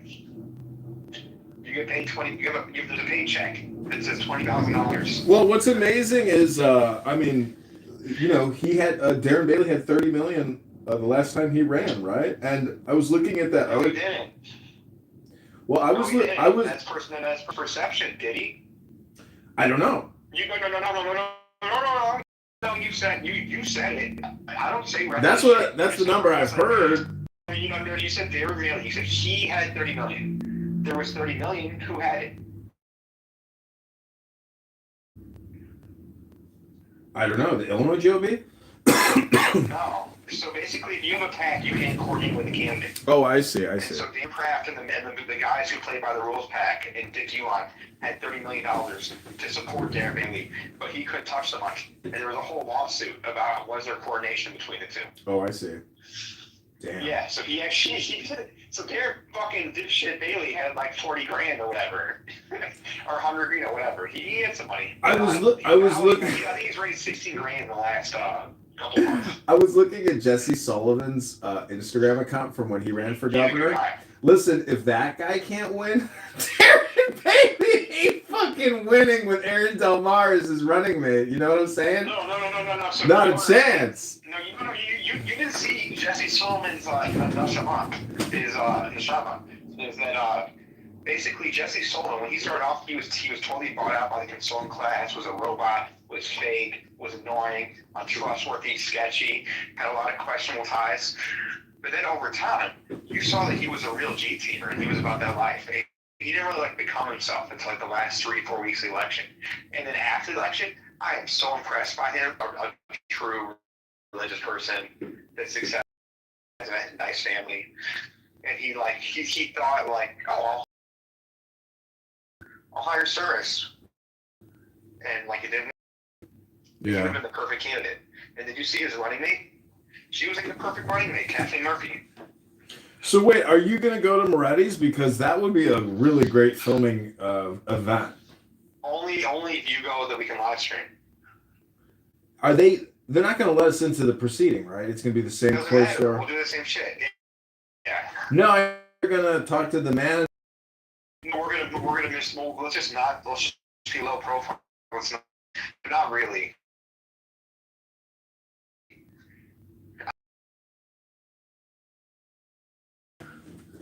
We just hang outside. It's like we can hang out by the doors and try to get interviews, or we can sit downstairs. But I'm already perma banned from Moretti's, from a separate event. Yeah, I ate a piece of pizza. On the patio. I ate a piece of pizza. I only had that kind of problem at one other place, and I might not even have that problem. The manager. No. This bouncer, son. This bouncer, literally, our company had a private event, and we were running out of food. I get an argument over this guy over French fries, over taking over leftover French fries, and it literally was he was just being so petty, and I'm just you know what? Doesn't even matter. Have the French fries. Oh yeah. Even though we paid for them, it was private. Then I leave, and then my brother's telling me to come back. I come back, and that guy tries to kind of start some shit with me too, and I'm just I'm not trying to have it. And this other guy, they were just mad at me for no reason almost. Mm-hmm. And the guy, the bouncer tried to attack me, and I reversed that shit real quick, and I'm oh fucking whatever. I said what I said, but and I reversed it because he was smaller than me. It was crazy. Mm-hmm. And then he tried to play victim immediately. Yeah, but nothing happened. It was just a fucking squabbling match, right? No, I think the ownership was on my side. Apparently, they told because honestly, I could have called him. He literally attacked me out of nowhere. Yeah, that's what bouncers. You gotta remember, a bouncer doesn't have anything to lose when he attacks a customer. He doesn't give a fuck. No, but I defended myself, and I could have taken it further, but I reversed because he basically tried to tackle me, and then I it, and then I was in a position where I really could have just fucked him up, and I didn't because there was no need to. I was defending myself, so I did I have nothing to be wrong. I did the right thing. But then it was just wild to see someone do something that's illegal, assault, and then immediately cry victim. But it sounded like the establishment was on my side. But we're talking about places I can't come back to. I get it. I think I can still go back there. Bro, you can't come back to Moretti's. I mean, I can maybe if I have glasses on, but every time I've tried to go in, for some reason, I'm always immediately ejected, and they say you can't come in. They know. Okay, that's a problem. They know me. Like I'm the one guy. I'm probably the only guy. That's fucking wild, John. That we have that problem there. It's all because of. You stole a pizza one time. No, I didn't steal a pizza. I bought a piece of pizza. It was like the fourth. It was a 4th of July party, and I bought a piece of pizza, and they had a door that said employees only, and it led to the patio, and so I ate my pizza, and I'm a former employee. How former? Years ago, I worked there for 4 days before I realized it was a waste of time, and I wasn't going to get laid. Dude, that's insane. Anyways, that was funny what you just said to Walter, bro. That was some funny shit. Was that on video? Yeah, he is that fucking rat who, as soon as he gets a phone call, he calls it. I mean, which is funny because he's like the node. What did I say that was inaccurate? I'm trying to think of one thing I said that was not 100% accurate. Who? What?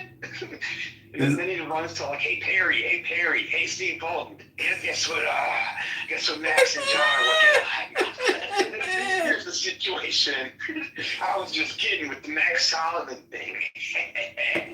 You know, I gotta do my thing. I'm Wally the Win. Dude, how did those people? I saw Blagojevich at breakfast 3 months ago.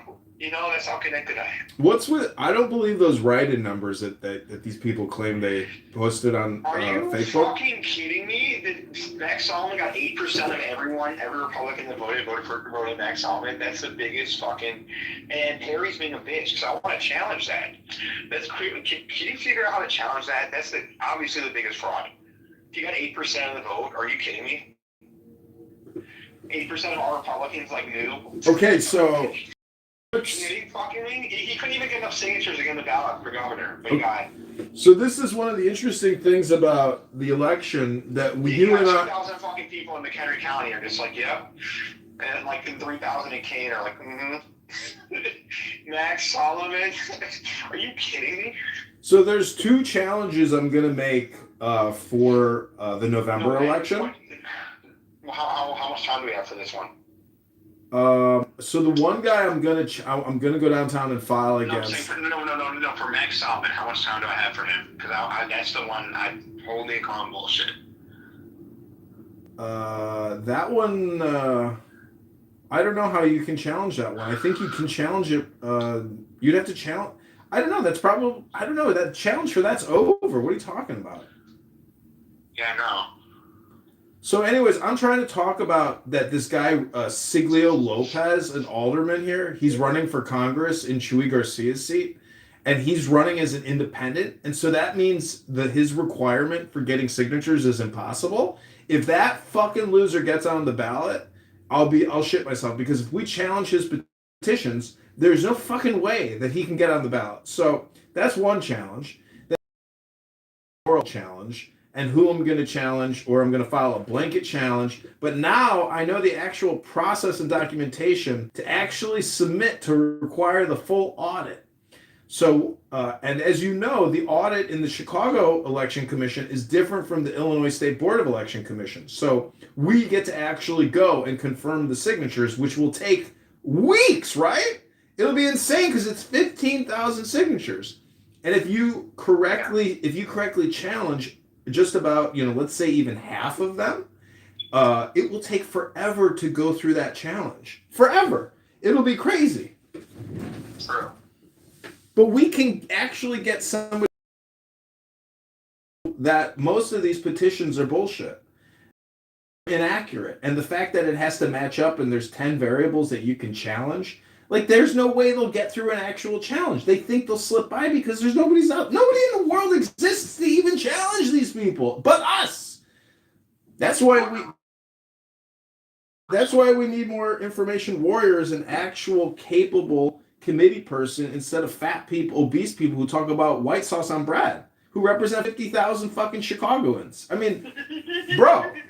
It has white sauce on it. It is a peanut. Female voice. That immediately hypnotizes the person from the first 0.01 seconds.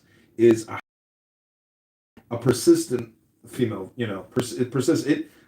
There's ways to get people to watch videos. People hit bells in the beginning. It's Pavlovian programming. Interesting. Yeah, and guys like guys like Aaron who go to the gas station and say, "We gotta repeal this gas tax." Like, dude, we gotta repeal this gas tax. Like, dude, do you go look at his anyways, you've already proven that it really just doesn't matter. The social media stuff is like bullshit, but I don't know, man. Have you seen my 3-day plan as the mayor? Day number 1. Thank you for posting my day number 2 plan. Bicycle, like this guy. So I did rag ride, the ride to Iowa, the bicycle ride across Iowa. Mm-hmm. A lot of fun. I highly recommend it. But they were all very angry. But the whole thing is like they don't understand the deeper issue about like the parking meter situation. Yeah. The it's clickbait. They don't even live here. The bike lane is clickbait stuff, but the lawsuit against the Abu Dhabi Investment Fund. That was so funny though. Rips out the bike lane. Take the parking meters. You start from the extreme to be in the middle. It's negotiation. You get it. All right. Well, I got to go make some white bread with some white sauce. Put on my little hat and prepare for my Passover. All right. Well, good talking to you. I'll talk to you soon. Yeah. Okay, thank you. Sounds good. Okay, bye. Bye.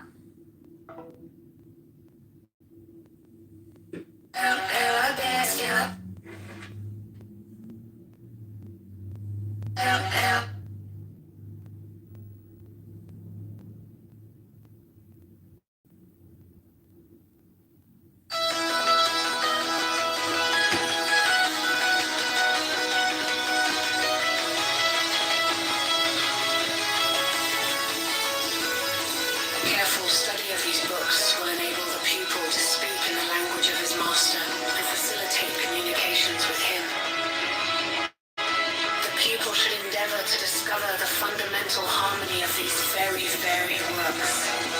For this purpose, he will find it best to study the most extreme divergences side by side.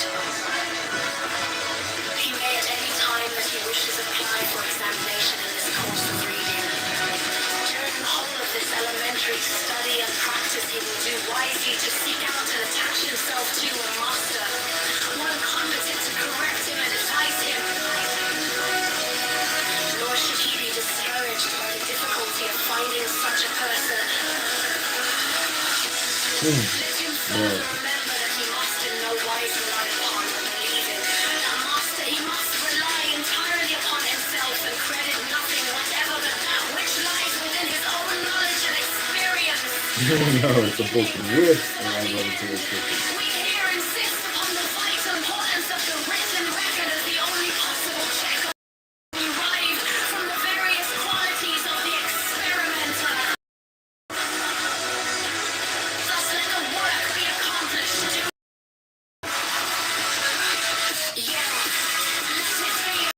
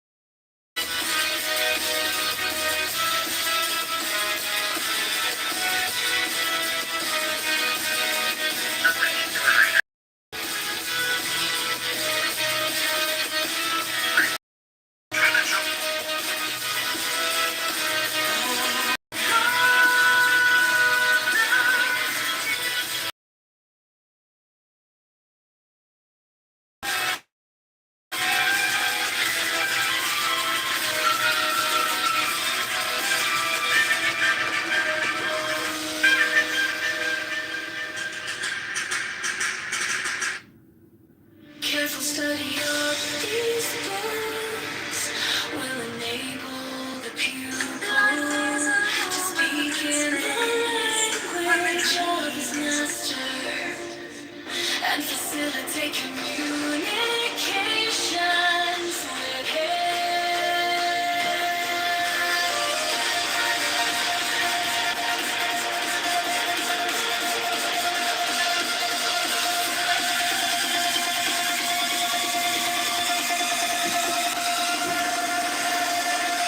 People should endeavor to discover the fundamental harmony of these very varied works.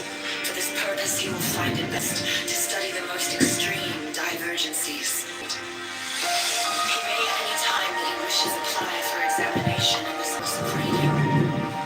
During the whole of this elementary study and practice, he will do wisely to seek out and attach himself to a master, one competent to correct him and advise him more. Should he be discouraged by the difficulty of finding such a person, let him further remember that he must in no wise rely upon or believe in the master. He must rely entirely upon himself and credit nothing whatever but that which lies within his own knowledge and experience as in the beginning. So at the end, we hear insist upon the vital importance of the written record as the only possible check upon errors derived from the various qualities of the experimenter.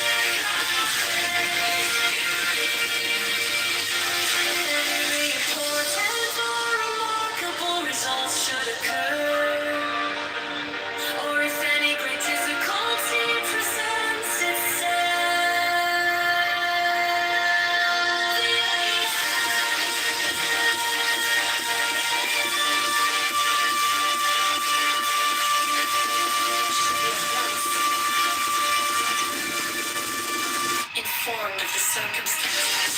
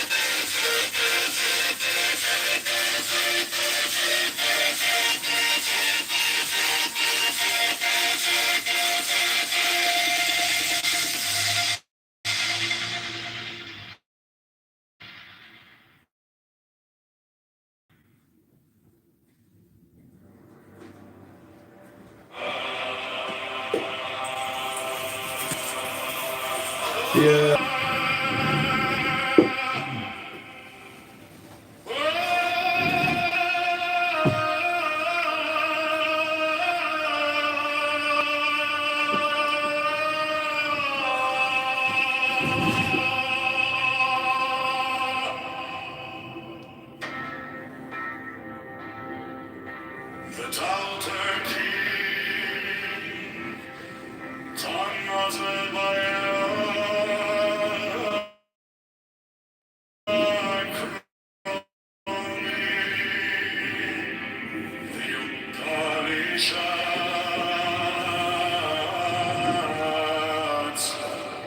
the Bhagavad Gita. Raja Yoga by Swami Vivekananda. The Shiva Sanita, the aphorisms of Patanjali, the sword of song, the book of the dead, ritual the book of the sacred magic of Vegamer in the mage. The Goetia! The Hatha Yoga Pradipika! The spiritual guide of bodiness! History of philosophy!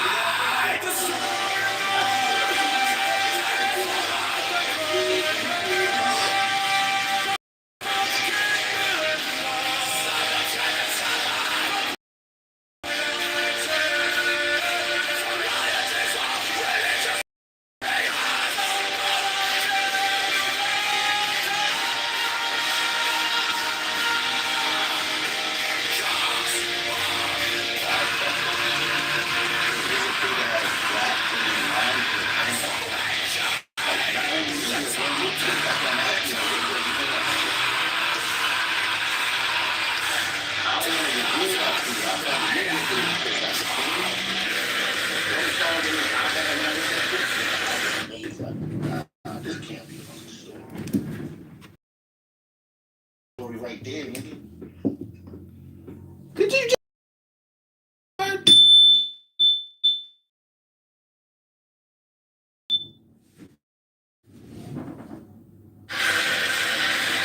say the N-word, N-word?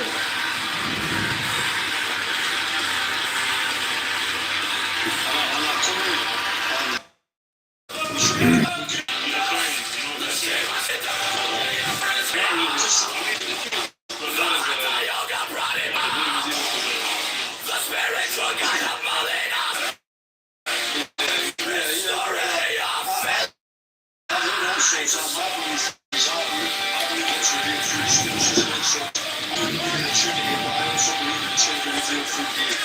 History of If you believe in the Trinity, do you believe that Jesus had a soul? My understanding is, so Jesus being God in the flesh, like John chapter 1 verse 14, the word became flesh. So Jesus was God manifest in the flesh, is what basically said. Yeah, you know, soul. If it's a problem for you, that is Jesus is 100% man.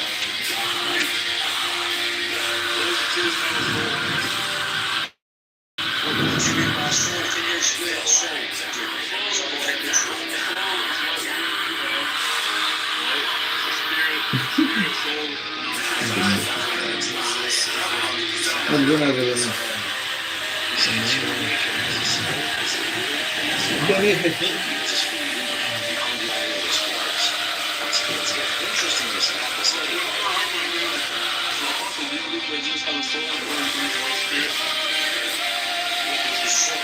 So Jesus was God in the spirit, and his being soul, as in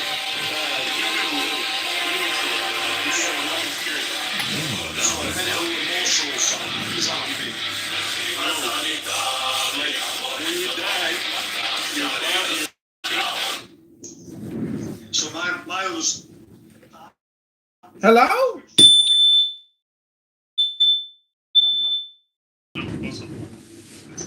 my understanding is that you can have a personality and have emotions. That's how I understand it. the Hatha Yoga Pradipika!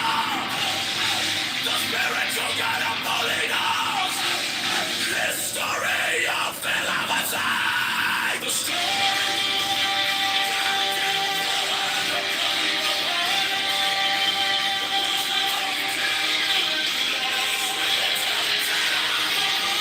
Hello?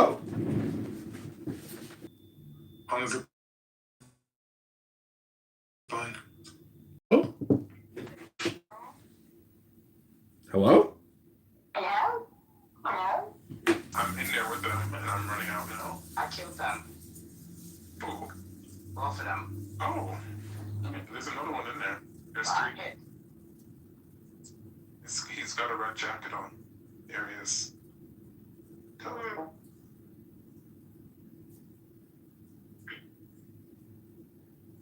Alright. Somebody else is coming. We need to heal. Oh shit, I'm healed. I'm not. You should have came right here. For fuck's sake, dude. There's a shield and everything. Look. Oh, right here. Look, health and shield, both please. Hello? Hello? Hello? I came to get my hormones straight. Oh. You're in the right place, honey. It's been flaccid for many years. A Guatemalan watermelon turned it permanently flaccid with a concoction of finasteride. Oh. Finasteride. What? That's right, the finasteride powder to make my hair grow. It's shrunk my scrotum. Shut up! Hello? Hello? Sorry, this finasteride has shrunk my pituitary gland. The finasteride has shrunken my sphincter in my anus. Okay, Alistair. Okay, I'm going to take a break. That was great. Yeah, me too. It's good to take a break off. I know. Can't you make it straight? Can we get things all straightened out? Oh wow, we have even amount of kills. Hello? 7. Hello? 7? We're just taking them out, huh? Hello?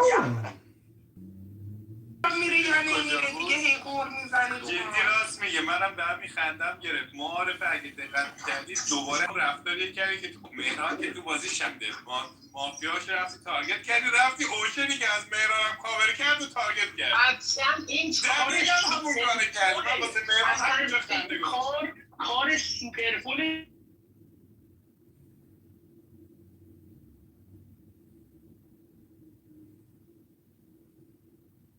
that there are people, then there's property. So kind of, in a way that we have trouble confronting.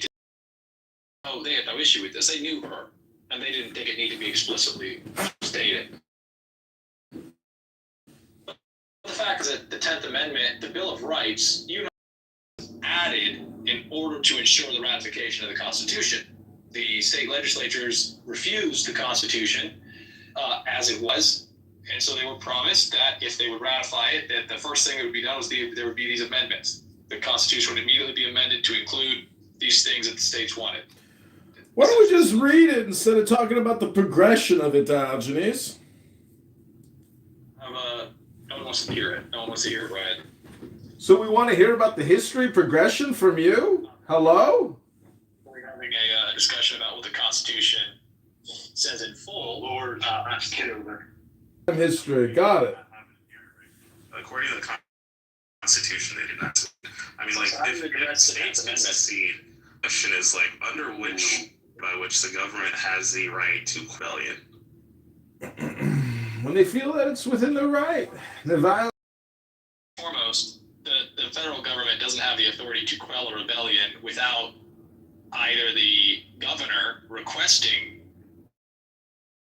federal government, where belonging to the federal government, if you're the federal government and everything else is one of the most misunderstood clauses in the United States Constitution is found in Article 1, Section 2. Representatives shall be apportioned among the And at states any old time, by they adding to the whole reserve the number right of to free reclaim that power that has been persons, delegated to the state, and from the state known being as the delegated 3/5 to the federal compromise. government. It The raises Articles of an obvious Confederation failed because there were many problems, not the least of which was representation. The little states and the big states were at odds. They said it's not fair that states with massive populations have just as much a say as states with tiny populations. That's not representative. And so one of the first changes they make in the Constitution, Article 1, Section 2, is to lay out, okay, here's how we're going to address that. We're going to have a bicameral Congress. One part of the House will be based on the actual number of persons in each of the states, and one part of the House, one part of the Congress. I think you're just kind of going. This is kind of long-winded, man. There's no process. If it was allowed for states to secede, it would seem that they would have mentioned at least a mandatory word permanent. So it's not implied. No, it's not implied at all. I think the fact that they removed those details from the Articles of Confederation would imply that. No, what you're arguing the opposite of what is fact. The fact is that the Article of Confederation explicitly contained the wording that was dropped entirely from the Constitution. That argues in my favor that ultimately they decided that they didn't want that explicit in the Constitution.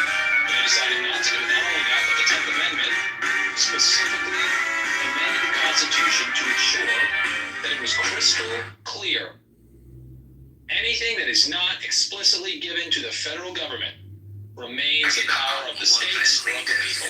So where the power of secession is not specifically acquired by the federal government through the Constitution, it remains within the state's power. Not only this, the several states explicitly made clear that their agreement, their participation was predicated on the recognition of their right to secede if this union no longer served their best interests. And this is in keeping with the entire American political philosophy. And what is your point, Diogenes? Do you actually have a point, sir? No, my point is to try and understand how people who conceive of the Civil War so wrongfully go about their lives.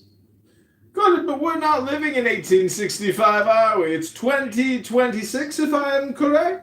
I'm just wondering what's happening right now in the world. Dr. History Professor's wasting all our time with this endless rambling about nothing. What a pointless point. Like, do you think the country would be better? Do you think the country would be better if we had split? I'm sorry? Do you think the country would be better if we had split? I think that the country would be better if people were allowed to go their own way. Absolutely. So if the Confederate States won the country, the two countries would be better off. So I don't think that there would have been essentially two countries. I think that what would have happened is that if South Carolina seceded, it would have only been a matter of time before it would have been brought back into some other confederation.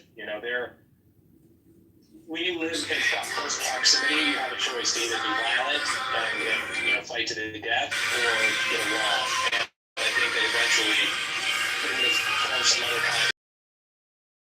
It was in everyone's best interest to form some kind of agreement. So it's going to be multiple countries, not two. Not multiple countries. No, I think that as a matter of fact, look at the European Union, right? Look at Switzerland, for an example. Switzerland is a great example of what would ultimately happen. You would have cantons, and you would have more states' rights, but there would still be a federation. And there might have to have a reconstruction of the terminology. The Constitution probably would have needed to be seriously because they were clearly very. The only way to do that. I think you're kind of you're opening yourself up to the most ideal scenario that would fit your morals. No, I'm not opening up myself to that ideal. Yeah, because you're saying that you think it would end this way because you like it that way. No, I'm saying that because you asked. You asked what would happen. But I don't care what happened. Realistically, that's just not what the Confederate States were heading towards. They were actually going to establish a much more tyrannical government that forced certain rules onto states. And they literally did states. They put it out that states did not ban slavery. They said states cannot ban slavery. As a matter of fact, as a matter of fact, Virginia had shown the template for what the federal government should have done when they allowed West Virginia to secede, a secession that was recognized and codified by the federal government. recognized and codified. That's not true, sir. That's just an opinion. That's not a fact. Well, let's be clear. Support for the Confederate States of America because I live in a fantasy, or I'm familiar with a fantasy where the Confederate States of America would have reformed some kind of contract with the North. No, it's what the law said. And if we are going to live by the law, consistently and uniformly applied, we have to be fair about what happened during to call it like it is. Well, what about the Revolutionary War? I feel that we should go back to the very foundation of the country and discuss the revolution itself. Come on. Oh, I know you hate to be interrupted, but since you're not a moderator and you would kick me from your room because you're a fascist censor, I figured I might as well talk about your bullshit and interrupt you, because let's be honest, if we're going to spend an hour of our lives listening to you talk about the Civil War, we might as well discuss the Revolutionary War since we're at it. What do you think? We have people here whose throats are about to dry out, and they're about to dry out and die, and they're sitting here arguing with Aleister Crowley. Ha ha ha! Just mute me or kick me from your pathetic waste of time room where you platform this Nazi low IQ vagabond whose wife is disowned about constitutional law all day. What a waste of a man! Ha ha ha ha ha ha! Somebody kick him. Are you? Somebody kick him. Are you dying? My voice completely gone. Why did they kick me out of that room? Why did they kick me out of that room? Hello? Hello. Hello.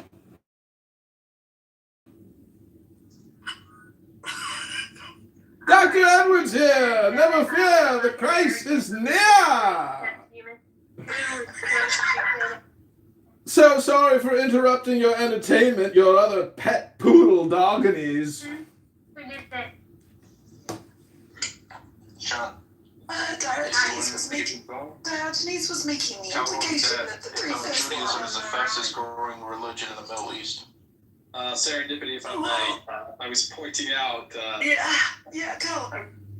They'll tell her. Clearly recognized there being multiple classes where we say people and we interpret people to include those people from Africa, those people from China, those people from Ireland. We consider all people. The Constitution editors did not. They had in mind, when they said, I think it's very clear when they say that we, the people thing or that thing, they meant to exclude what they considered property. They did not consider Africans as people. Until? I'm sorry? Until? Until, I don't know, you tell me. They didn't rewrite the Constitution. I mean, probably to the day they died. Actually, a lot of our founding fathers are anti-slavery. Several of them wrote about that in their document. Well, fantastic. The compromise was in order to form a more perfect union. And the Declaration of Independence outlined what should have been, with all these truths to be self-evident, that people are endowed by their Creator with these inalienable rights, among them life, liberty, and the pursuit of happiness. And then they had to do the three-fifths compromise to get the Southerns that were enamored with slavery for capitalistic purposes on board. I think there is a fan fiction book called The Underground Airlines, where they posit what the present or future would look like had this been successful. It's pretty bleak. I don't know why you have no manners and can't mute up when people ask you to share the misogyny. It's just a flaw. Perhaps you'll examine that behavior later. I have so much respect for you guys, and I want you to hear all of the little intricacies, comings and goings. I do not wish to hear them. So, in the Jumbotron is PragerU video done by Carol Swain, which promotes the idea, and with some credibility, I think that the Three-Fifths Compromise was an anti-slavery document, because when you read the verbiage of the amendment, well, not the amendment, when you read the verbiage of the Constitution, it says all other persons for the purpose of representation will be free this. And, you know, that's important. Well, thank you so much for clarifying that. Anyways, Dope, you were saying that you think that the Union was perpetual. What are your feelings about the 13th, 14th, and 15th Amendment to the Constitution? Are you familiar with those? What about them? Do you believe that those? I just want you to get your points out. The law is more important than feelings. What about the 14th Amendment do you disagree with? Let's just get that out the way. I disagree with anything that is illegitimate. I disagree with illegitimate law. So, if somebody came to me and said, "Hey, this law says that all this property belongs to me," and I'm like, "That's a fucking Sharpie you wrote on a napkin with. That's not right." And they said, "Yes, it is. It's lawful. It's mine." I would fight that. Obviously that's an extreme example, but in that example, I hope you understand that legitimacy has to be predicated on an authority that is valid. The political philosophy for valid authority is consent by the governed to the creation of a government, voluntary delegation of authority. So when we look at something like the 13th, 14th, and 15th Amendment, I allege that these are illegitimate. They did not follow the lawful process established in the Constitution. Do you think that it's just the process, or it's the actual thing that's allowed by the amendment something you disagree with? I have no interest in anything that is illegitimate. So the fruit of a poison tree is undesirable to me. I don't. Well, I mean, Diogenes at that point, it's just a matter of, the fact that I don't see it as illegitimate, and most Americans don't, and the Supreme Court didn't, and at the end of the day, man, like, okay, so you're kind of rooting for a world where you're idealizing the secession, and yeah, I'm not really interested in it. Not at all. Not at all. You could absolutely draw up a constitution. I'm actually advocating for a world of free association. Wait, you don't have a Diogenes constitution already fabricated? I'm disappointed and shocked and doubtful. I'm advocating for a association where people can draw up whatever constitution they'd like to participate in, ratify it, and live in that accordance, which is absolutely consistent with the political philosophy of this country, at least before 1860. So you agree? Another anarchist society. Not another anarchist society. The law is the antithesis of anarchy. Law, hierarchy. Be in law where everybody just agrees to respect each other and live in harmony. Not that everyone agrees to respect each other. My family can't even agree what's for dinner, and you. Well, you probably didn't make that a law, Monica. But what's for dinner is probably. Oh, well. Not on your old lady, baby. Bro, honestly, I was even looking and I'm like, who let the old lady in the house? And then I'm like, oh my god, it's poor serendipity. Alright, Bibi, you're next. I'm gonna have to stay on mute. Yeah, you don't want people confusing you with Joby. Oh my gosh. Not Joby. Well, Dope, you say that the 13th, 14th, and 15th amendments. Rebel Shalom, we're just a day away from Shabbos. Maybe we could change the topics because Diogenes here has a tendency to dominate the stage with his bullshit. This is great.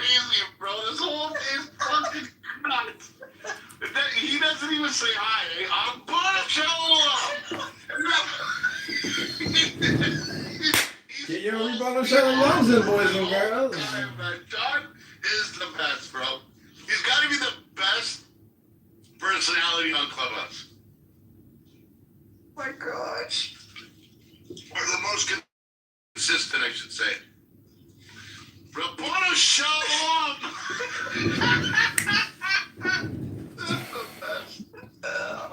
Get your Rapona show the lungs in, boys and girls. Sorry. Holy shit. Alrighty. So,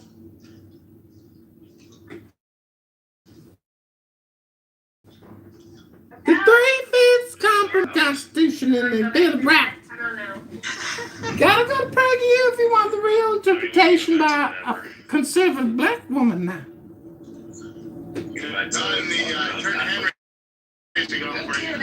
Y'all can't have an eschatology conversation right now because I can't talk. Oh, you're such a gentleman, baby. The truth is, if you go to PragerU, you can learn the truth about the 3/5 compromise by a conservative black woman.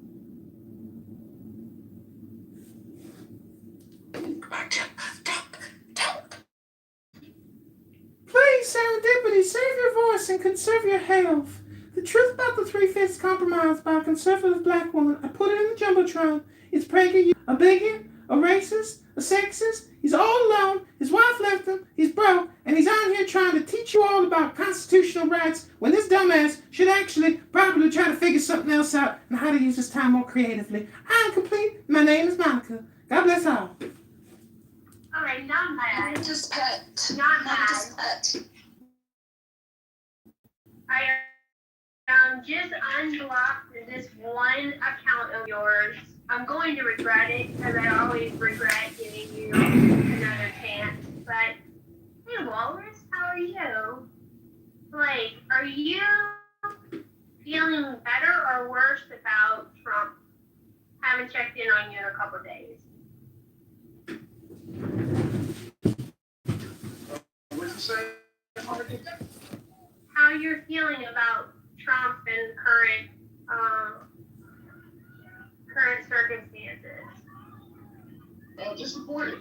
Like, okay, I didn't know if that. I know you're disappointed. I didn't know if that had changed. No. Can you share why you're disappointed? Like, I think I can express that.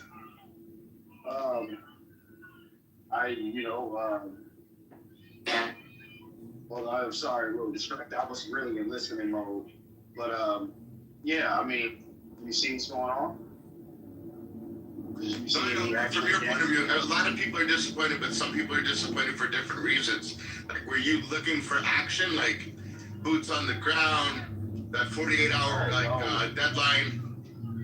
Like, no, I'd rather be bombing. I'd rather be bombing fentanyl folks right now, if you ask me. I think that's the most pressing thing for Americans right now. One of the pressing things is the war on drugs. Do you believe in preventative medicine?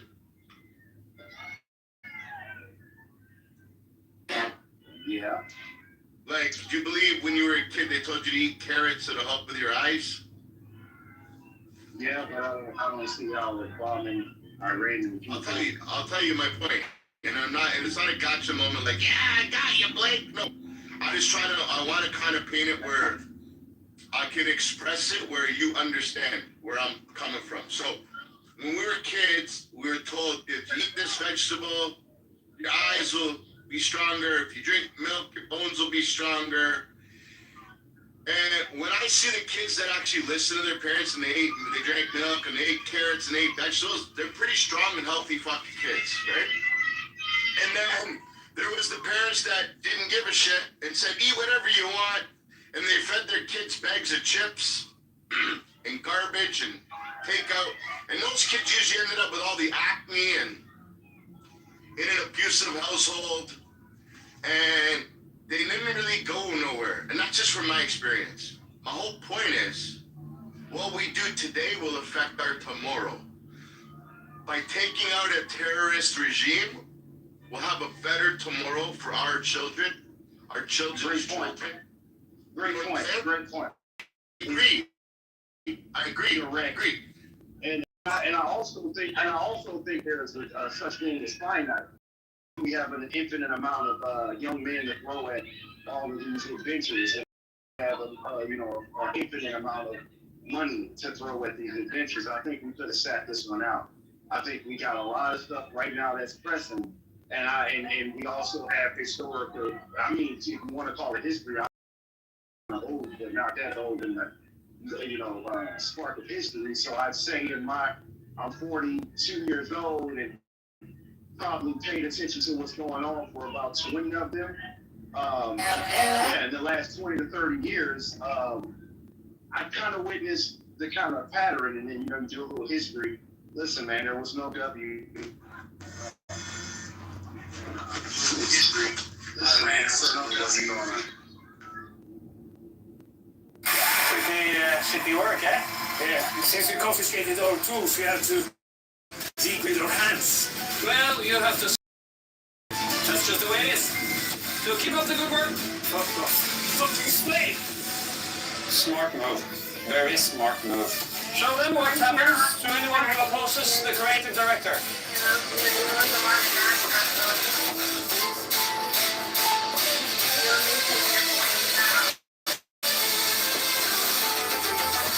That's what happens. Come get away, my son. Listen, I don't mean to tell you how to do your job, but I was expecting something more along the line of a slap. Okay. Or maybe like an Indian burn or something. So next time, maybe it's best if you double check with me before you brush someone's skull. Great. Good talk. Sorry, I fight handicapped people.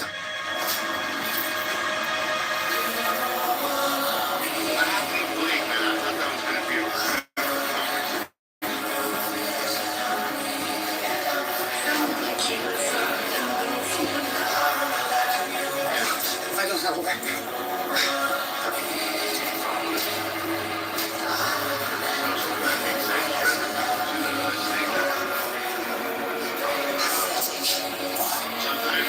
Anyone else? Don't do it for every system in it. This is for everyone you have sodomized and killed in England. And for what you did to Arvid? Well, you can't say that. America they're so strong, but they only have enough attention to focus on the car. We've made It's the Fun Network. Every easily voice, and you get annoying, and you hate me because I recorded my life for 5 years using this app. Well, that's a new prop. You can put me out here. We'll go to the gym fast. Boom the room, Monica. Good orgasm every I'll quit talking about this. Keep taking from that. Good orgasm ballot. And that's why I'm running for mayor of Chicago as a libertarian candidate.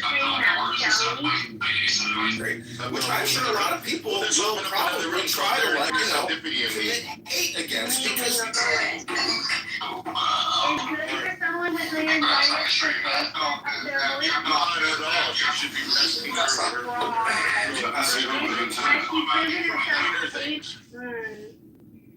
like being Yeah, able to there's no talk orange. Like, too bad there's no orange story.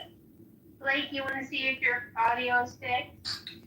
That is how I saw you to be. Remember? What else do see you to be? Bro, it sounded like your phone's shorted out, man. That's weird. I was on the telephone and I heard you guys in the background while I was on the phone. That was kind of weird. So I'm like talking to my daughter. Wow, that was crazy. Yeah, it's kind of freaky. I'm talking to my daughter while over the phone while you guys are in the background, like late in the year. I'm like, yeah. Thank God we didn't have Man, it's all good, bro. You got a long line. I'm joking, bro. Trust me, bro. You see what I was saying, I'm like, oh, where did Blake go? I'm like, that sounded like this was gonna be a great conversation. But do you understand like where I was looking at it? Like, hey, America's so strong that we were able to take out the cartels and take about one of the biggest funders of terror in the world that would kind of make the world a better place for today, tomorrow, and in the future. I mean, I totally understand preventative maintenance, but I also see finite. Like, I think we're running out of time, resources, and people to throw at this and energy. On top of that, I don't think we're hitting cartels hard enough. I don't think the government has taken a true effort to do anything about drugs on the streets. I don't think they've done enough about education. We're so dumb, in fact, and I think we need some major reform here. And I'm a nobody, so ain't like I'm gonna be able to turn this shit around anytime soon. But I honestly think that we're really wasting our efforts over there. Anything we gain from that is not going to benefit you or I. It's going to benefit stocking bombs and shit. I also, and then on a humanitarian issue, like I'm no freaking bleeding heart, but for fuck's sake, man, like, I'm tired of seeing blood poured all over other people's streets because we're just running around bombing them. I ain't seen a terrorist organization do anything to the amount of damage that our military has done alone in a decade. So, all this talk about preventative maintenance, I get it. You got to do what you got to do. Spend billions of dollars. Really, brother? Bro, come on, man. Really? In Nigeria, in Boko Haram, in Syria, in Iran, you don't think that that's devastation? Over 100,000 Christian Syrians got murdered. In Nigeria, over a crazy amount of Christians got murdered from radical Islam.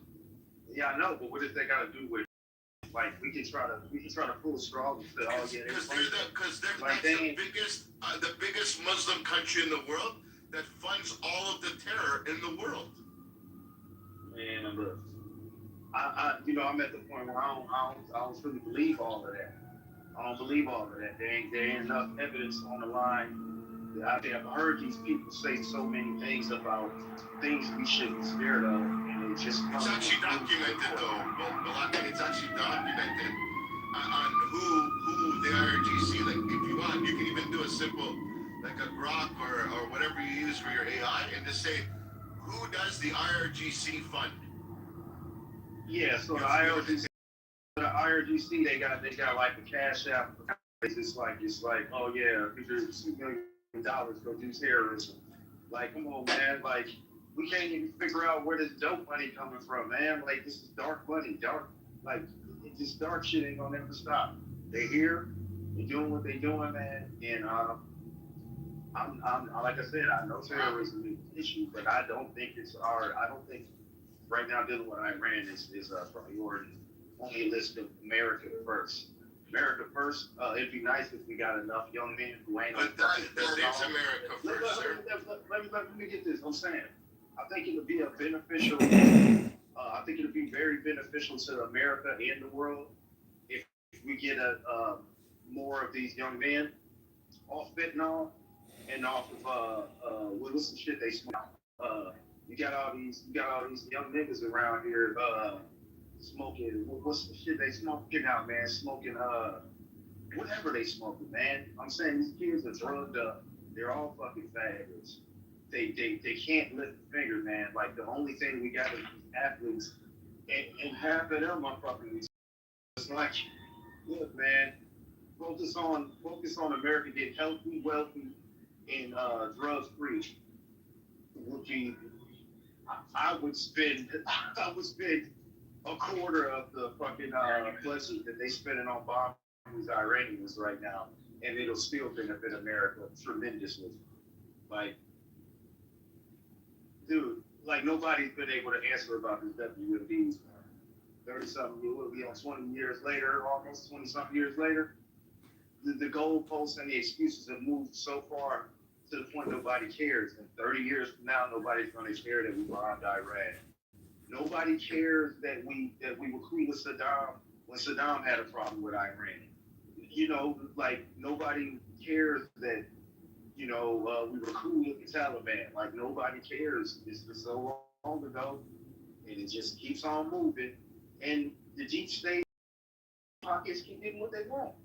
You call it conspiracy theory if you want to, but a pattern is a pattern. I ain't gotta be a freaking mechanical engineer to know that if your car is continuing to misfire from cylinder 1, 2, and 3, you might want to start with checking the spark plugs. And I'm just saying, a simple audit of how we spend our money and how we, our young men and women and what those causes are. I think we're at that point where we need a pause and a stop and say, hey, he's sending you another red cent, and I'm sending you another young hair to go down in that field.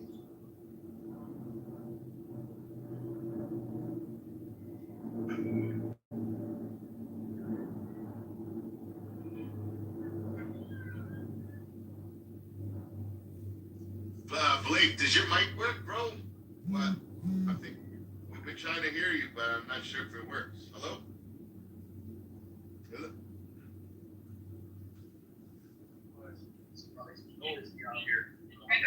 Hello? Probably some noise from where I'm at.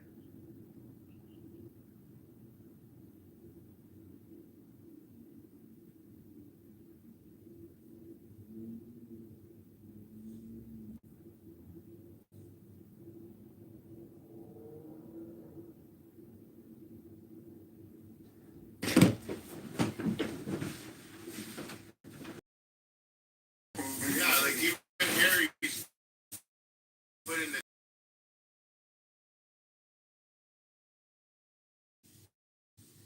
those are good to friggin' click. I think that we're foolish to think that Iran is not a threat. I think that's actually scary as fuck. People that come on here, and I don't want to insult anybody today. I've insulted enough people in 1 week for a fucking month. But I'm foolish and not thinking correctly whenever they come up here and they want to take the mic and say, you know, we need to be worrying about America first. If you really cared about America first, you to make sure that your president doesn't try to get murdered by a terrorist from a declassified intelligence rulings, sanctions, designations based on verified financial trails, and public statements by the groups themselves acknowledging Iranian backing. The pattern has persisted for decades, with the IRGC QF as the primary executor. Governments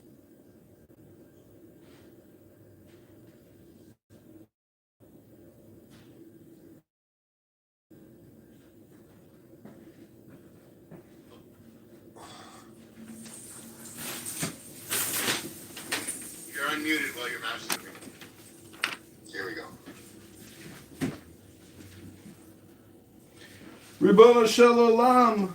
Less than 24 hours to Shabbos, and we've come to no new conclusions other than Clown House is supposedly an innovation in technology and communication. But why do so many people come here to just crash out and cause a lot of friction in their lives? I'm still trying to figure out just how sadomasochist most people are. It's terrible to hear people destroy themselves on this app by screaming such vulgarities and profanities and wasting so much time talking endlessly without making any points whatsoever. Did anyone see Trump's post just now about Tucker Carlson, Megyn Kelly, Candace Owens, and Alex Jones? No, what was it? What did he say, brother? Okay, so let me read it to you, okay? Now, I'm still validating it, but it says, I know why Tucker Carlson, Megyn Kelly, Candace Owens have all, hold on, let me get the full one, but, because this is you guys here, hold on, just bear with me. I just read the whole thing and then someone else, here we go, okay, here's the full one, alright. So I know why Tucker Carlson, Megyn Kelly, Candace Owens, and Alex Jones have been fighting me for years, especially by the fact that they think it's wonderful for Iran, the number one state-sponsored terror, to have a nuclear weapon because they have one thing in common, low IQs. They're stupid people, they know it, their families know it, and everyone else knows it too. Look at their past, look at their record. They don't have what it takes, they never did. They they've been thrown off television, lost their shows, and aren't invited to TV because no one cares about them. They're nut jobs, troublemakers in all caps, and will say anything for some free time and cheap publicity. Now they think they get some clicks, in quotes, because they have third-rate podcasts, but nobody's talking about them, and their views are the opposite of MAGA, or I wouldn't have won the presidential election in a landslide. MAGA agrees with me and just gave CNN a 100% approval rating of Trump. Not hard, flailing fools like Tucker Carlson, who couldn't even finish college. He was a broken man who got fired from Fox, and he's never been the same. Perhaps he should see a psychiatrist. Or Megyn Kelly, who nastily asked me the now famous only Rosie O'Donnell question. Or crazy Candace Owen, who accuses the highly respected First Lady of France of being a man, which she's not, and hopefully wins a lot of money on the ongoing lawsuit. Actually, to me, the First Lady of France is far more beautiful than Candace. In fact, it's not even close. Or the bankrupt Alex Jones, who says some of the dumbest things and lost his entire fortune, as he should have, for his horrendous attack on the families of Sandy Hook shooting victims, ridiculously claiming it was a hoax. These so-called pundits are losers, and they'll always be. The now fake news CNN, the failing New York Times, and, of course, other radical left news organizations.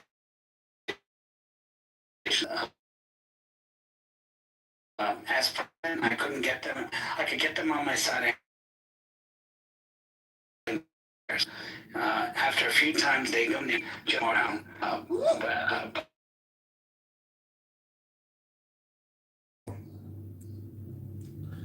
What do you? Says I got Donald Trump elected. Alex Jones is just an outlier orbiter.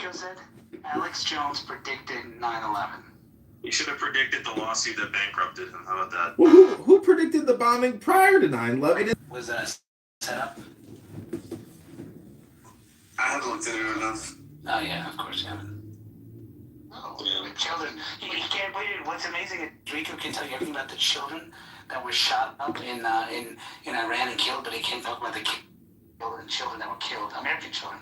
Naveed, are you at least making money off the Trump? Well, I'm just curious, but Rico, why don't you care about kids that were killed by domestic terrorists in your own country? Can you imagine? If you glaze Trump this much, like you're making money off of it. That has nothing to do with Trump, dude. That was way before Trump. Can you imagine?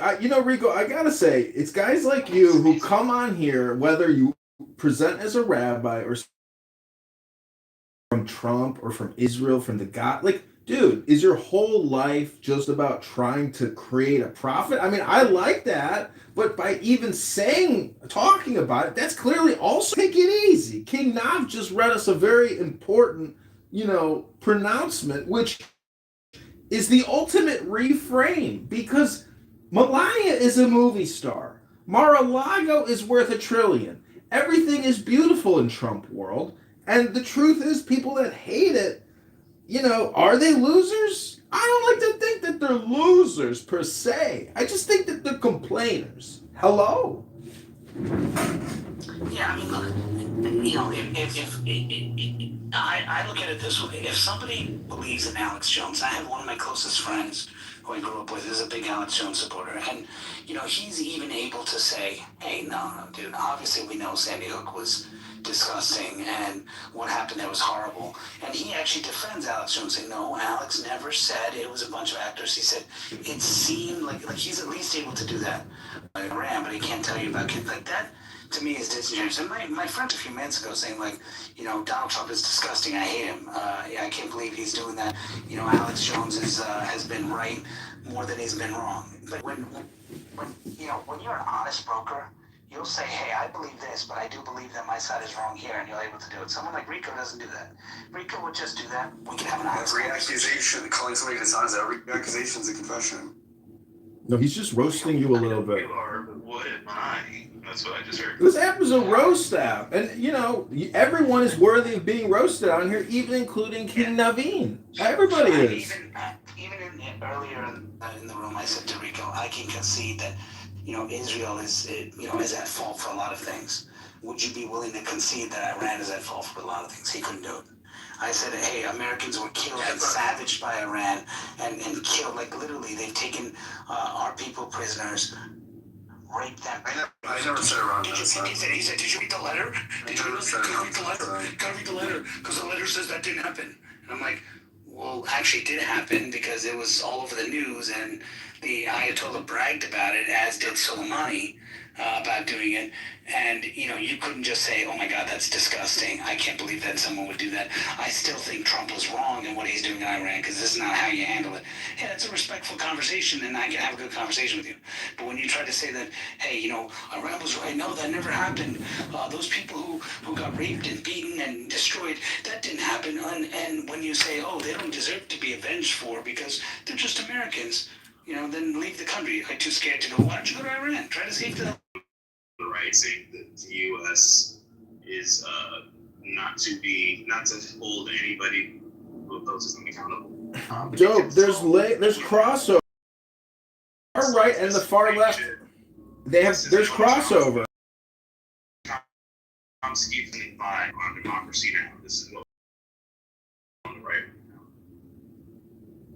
Well, Noam Chomsky proven to be also a serial P word with best friends with Epstein, but his anti-war activism in many ways is just like his spam and his brand and his money-making, you know, operation from MIT. But you know, there's not a speck of dust out of place in the universe. The fact that Trump roasted everybody in that statement that King Naveen just read can't go without some consideration of what you would call the J-word conspiracy.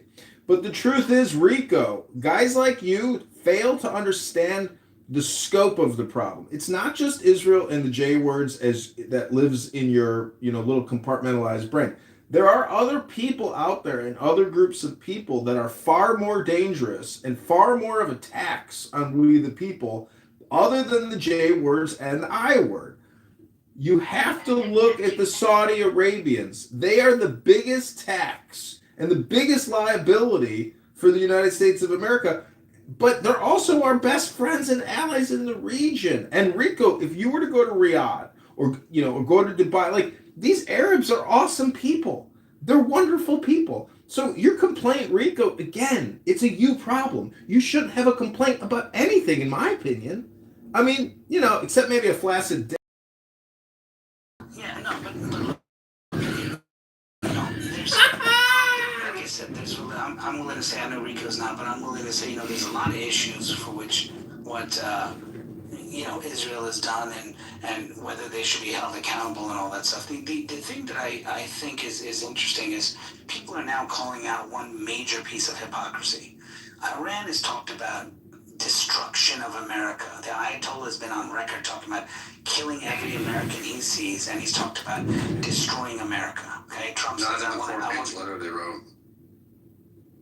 Okay, who wrote that four-page letter? According to you last week, it was like, let me pull it up.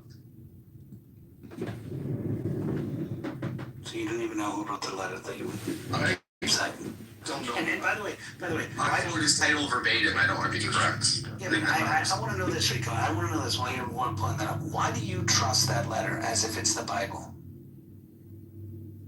Because I don't trust our media and our government. Okay, fair. Do you trust the Ayatollah from the 80s? I don't know anything about him.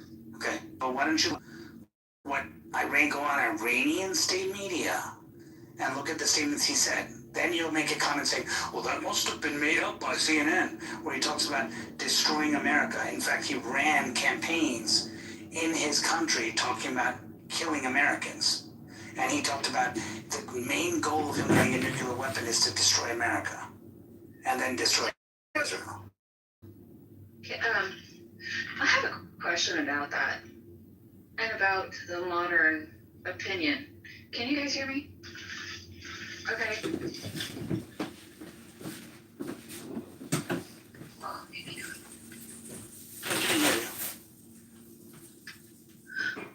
Okay, because I'm in a garage and I may get cut out. But so I was in a room the other day. I actually it was yesterday, the day before, and I mentioned something of that sort. Like, there are people who want to kill America, like want to take America off the planet.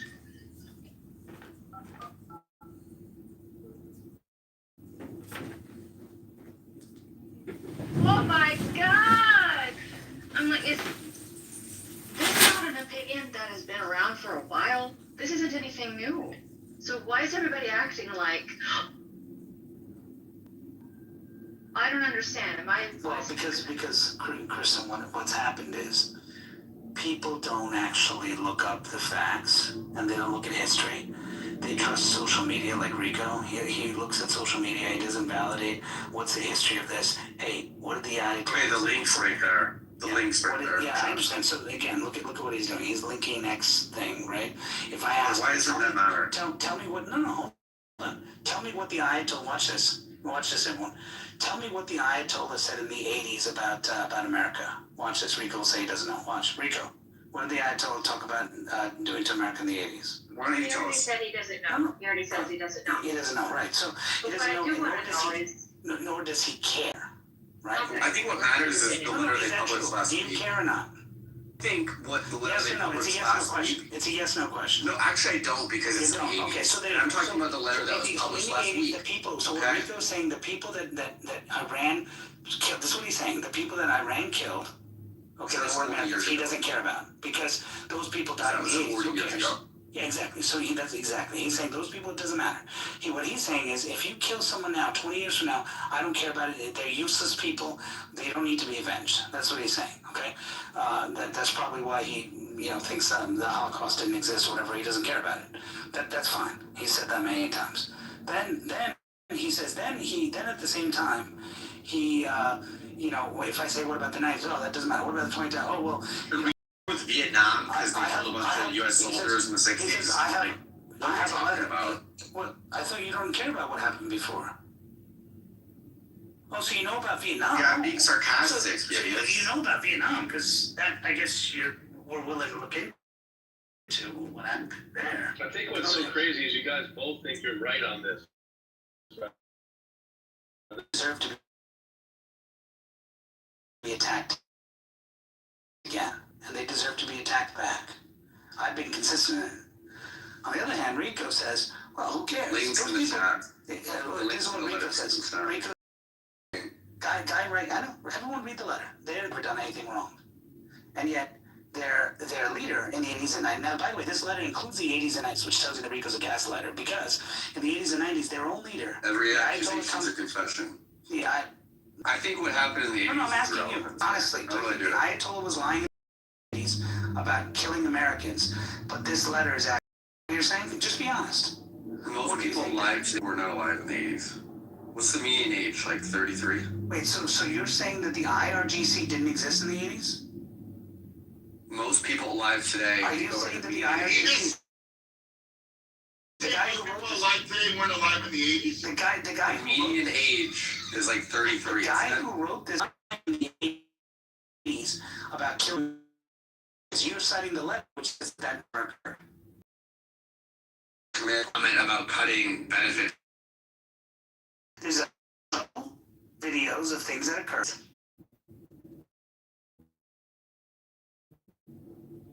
Hence what they call peace negotiations. Right? That's what's going on with that. It's a fucking comedy show. I can't wait to see SNL take care of this. I'm so glad to me, just my voice is better though, right? It feels like it's easier to talk. So that tweet that's posted in y'all's chat there, there's a couple things. It was asked about daycare and the federal government providing monetary values for daycares across the U.S. and running a federal program, which again would involve, I don't know, building another agency, more tax dollars, but budget proposal did not touch Medicare or Social Security. So his proposal was there. He's also made the claim, and he's never touched Social Security or Medicare. He's not done. He's gone after fraud. He's snapped to make sure that people are eating healthy and not just selling it on the street corner. He's taking steps to do that, which literally everybody didn't include the context. So he just posted a tweet as a god was, but he's wanting to take care of old people. If you didn't, he would have, and that budget would have been freaking decreased, and he didn't do it. But I guess those facts don't matter. Yeah, not yet. We don't have a real ground truth war yet. So just to be clear, that budget was passed for this year, and it was passed after the Iran began. Wait a minute. I thought it was told that it was proposed to Congress, sorry, but is going to be Supreme Chancellor of Canada. Which I would be okay with some people. I'm not even the only people you're saying go down with the Trump shit. Honestly, going ahead, but they don't realize that catered to you. We don't want. If you run. I mean, Rico, we're just trying to point out to you that truth. I mean, Rico, we're just trying to point out to you that truth. Doing the hard jobs, making the tough decisions. So start out with being grateful that you fucking have the idea, the premise of being able to have that opinion. Good God. Yeah, but the world, I hate to boost rings who are teaching all the children and all the schools are working in all the hospitals. These people absolutely all the hospitals. These people absolutely gaslight moment, and they melt and erupt into a volcano of road raging anger. Bro, this guy is so corny. Like, shut up. Hi, Galaxy. How are you? Like a fucking horrible since this fucking corny ass nigga started. Projection alert. Projection alert. I gotta go to the gym, everybody. Back to my attorney, Rabbano Shalom. Have a good workout, John. Thanks for contributing. Appreciate you. Was that too abrupt?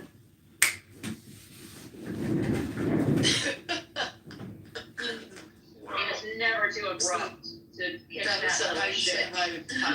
Voice. And, I screenshotted Brad participating in our room, Tiffany. Which is usually pretty benign, and it's how. What's your job title? I'm a professional clipper. What do you mean clip? Oh, clip ya! Put you on YouTube and clip ya! They're gonna clip me on YouTube. They're gonna clip me on YouTube. That's a job. That's why, isn't it? Do y'all know Jen Wallace? I like, she's got a good head on her shoulders and she contributes well too. She can answer for herself. I'm asking her, and I think she can. Because y'all all are a bunch of racist fucks. There you go. Fuck you. Fuck There you everybody. go. Fuck I saw that coming. So here's the thing, Marshall. Next time we block, there's a reason, or remove some. Don't worry. But I mean, come on. She showed her color, her. I say colors. I'm going to be accused of like lady. You're going to be bought out too. A different person. People.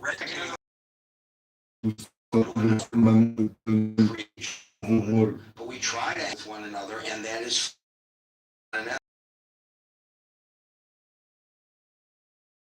Your settings set at anyone can join without you allowed, but you have to rest the come out. It has, you have. By Scott.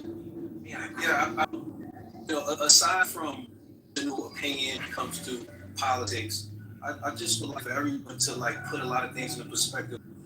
The average empire of civilization in global, right,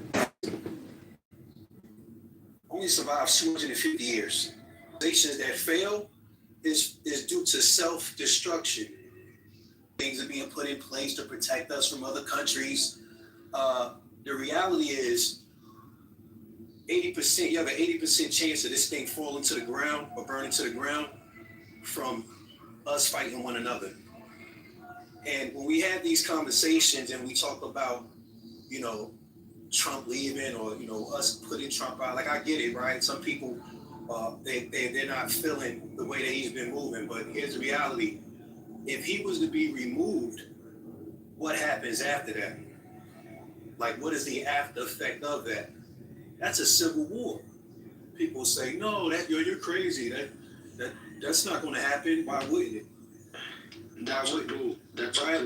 Well, mind your business. Mind your fucking business, because you're not. I'm moderating the room, RJ. I do. We are adept at moderating the room. When you respond to them, you are feeding them. Do not respond to them. Let's throw you off track. Don't let them do that to you.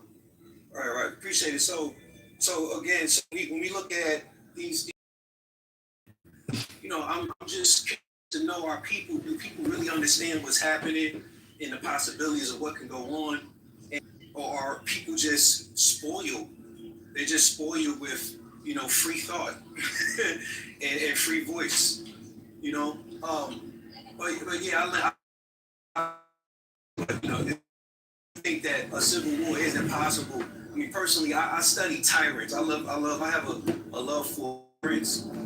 He sounds like a tyrant. And how that works and how that grows. I don't, you could demonize a guy like Hitler, but you have to see, damn, well, how did they grow into an army to take over regions, right?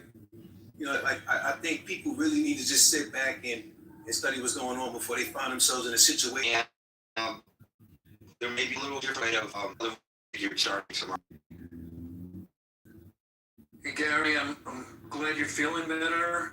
I don't think there's a right answer to this question, and I've learned from every. No, it's not if the president's really unfit, and that are left out.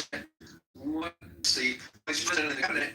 My patients in the it's a right or wrong end hour, and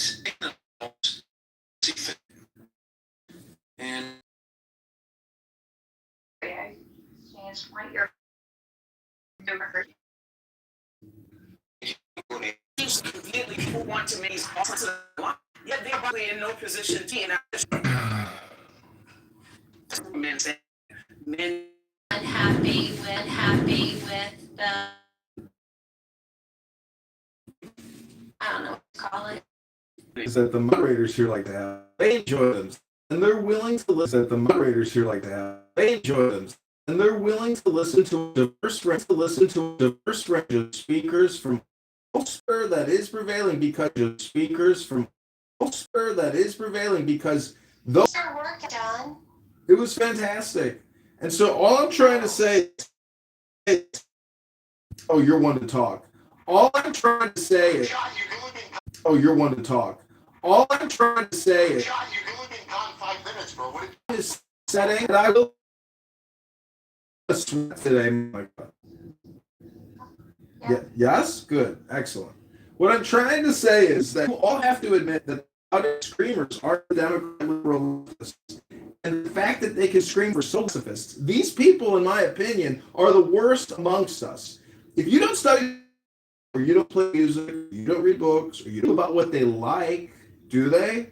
I mean, occasionally, but for the most part, they're very subversive, manipulative political people. But my synthesizer's better than her pussy pocket. Hello? She's very talented. I believe that we're here to support each other, not to compete. Service and when we should or superiority over Tehran right now. We have superiority over the and we've spent all I'm trying to say.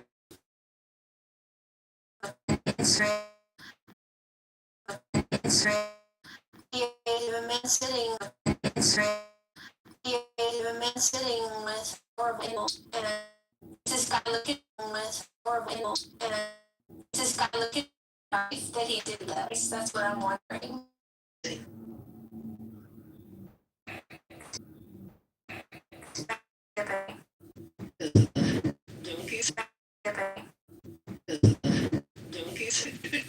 That's right. I just don't know. Most like this. If you can't love a girl's cat or love a girl's dog because they love that dog or cat for Trump and what he's writing is so fucking powerful and gets translated around someone who wants to liberate instead of censor.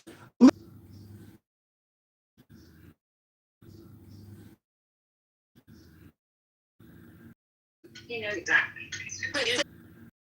You know exactly. Wait, you say that with Monica Preston? Yeah. Yeah. That with Monica Preston? Yeah. Yeah. Tell me how you can tell.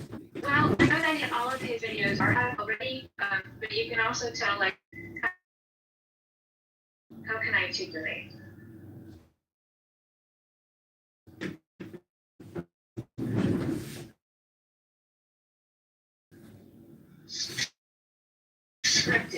That's the only thing I can say is that there's a guy who tells dad jokes to his dog, who is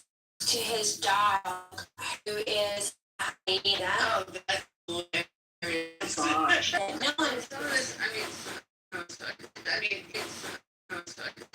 Yeah, if you know that Zudaga, the only one that looks really sus to the only one that looks really sus to me is the black and white lambs, because they're all like perfectly black and white, but the other ones look, I mean, I don't see like something will glitch, like I don't see anything weird like that. Yeah. I'll look. I'm driving, but I would look. I'll look. What's up, see if there's top to Let's go to this page, see what else he's up to. Monica, so you're saying just because this guy posted this, he's a chick magnet? Is that kind of what you said earlier? yes. Unbelievable. That's great. Good to know. Get you a Highland pony, Albert. Get your Highland pony. Wait, the Highland cows. The Highland cows. This is a mini donkey though. That was so cute. Yeah, they're now that I'm up on the shoulder is kind of as cute animals. Oh, I. One shows up, she's gonna be like, why do you stop me? But if he's looking, She's gonna articulate that. I thought this rooster Articulate that. video was only for pick up the banner. Alright, please continue with the videos. And the army. I'm kind of a little bit with it on Aaron. I had a conversation with Nathan Holly about white privilege. To me, it's so hard. I think there's white privilege. I think it's just like there's pretty privilege. I think it's a privilege that you can never be called racist. That seems like a privilege to me. See, I don't think that seems like a privilege to me. See, I don't think there's race privilege. I think there's majority privilege. And if you consider majority privilege, then that could be, I guess, in America at least, since we're the majority, a white person thing. But you go to Japan or China or Iran, there's no white privilege. Oh, go ahead. I was going to say American privilege. I believe in American privilege. I think there's a lot of privileges Americans have, especially in relation to the rest of the world. Privilege, but there's a height disadvantage. Like if you're the tallest person at the grocery store, people are always coming up to you asking you to get the stuff off the top shelf. If you're pretty, you're going to have unwanted attention by men, unsolicited unwanted attention from men, and it can get a little intimidating and scary. Like, so those are privileges / disadvantages. Yeah, but the privileges outweigh the disadvantages, I think, in those instances. It was funny, I was in the store, and so to the guy, well, at least that's who I look. He was actually shorter than the woman, so I'm kind of like, and I don't think he could reach, and I kind of like, oh my her God. cheek around, and I was like, oh, That's God. funny. That's funny. When I think about racial privileges, I think about it is a privilege to be able to walk around a new neighborhood and nobody is looking at you as though you may be casing the place. Whereas now if you're a black person walking around in a black neighborhood, that probably wouldn't happen to you. And then if you're a white person walking around in a black neighborhood, they might just think you're there to buy drugs, maybe. But they probably aren't thinking, are they casing the place? Even that. So I do think there aren't some justified reasons for this. There is a criminality component that is tied to the Black community. That's just a fact. But that is a racial-based privilege that we have, that we get to walk around in stores and I don't get side-eyed.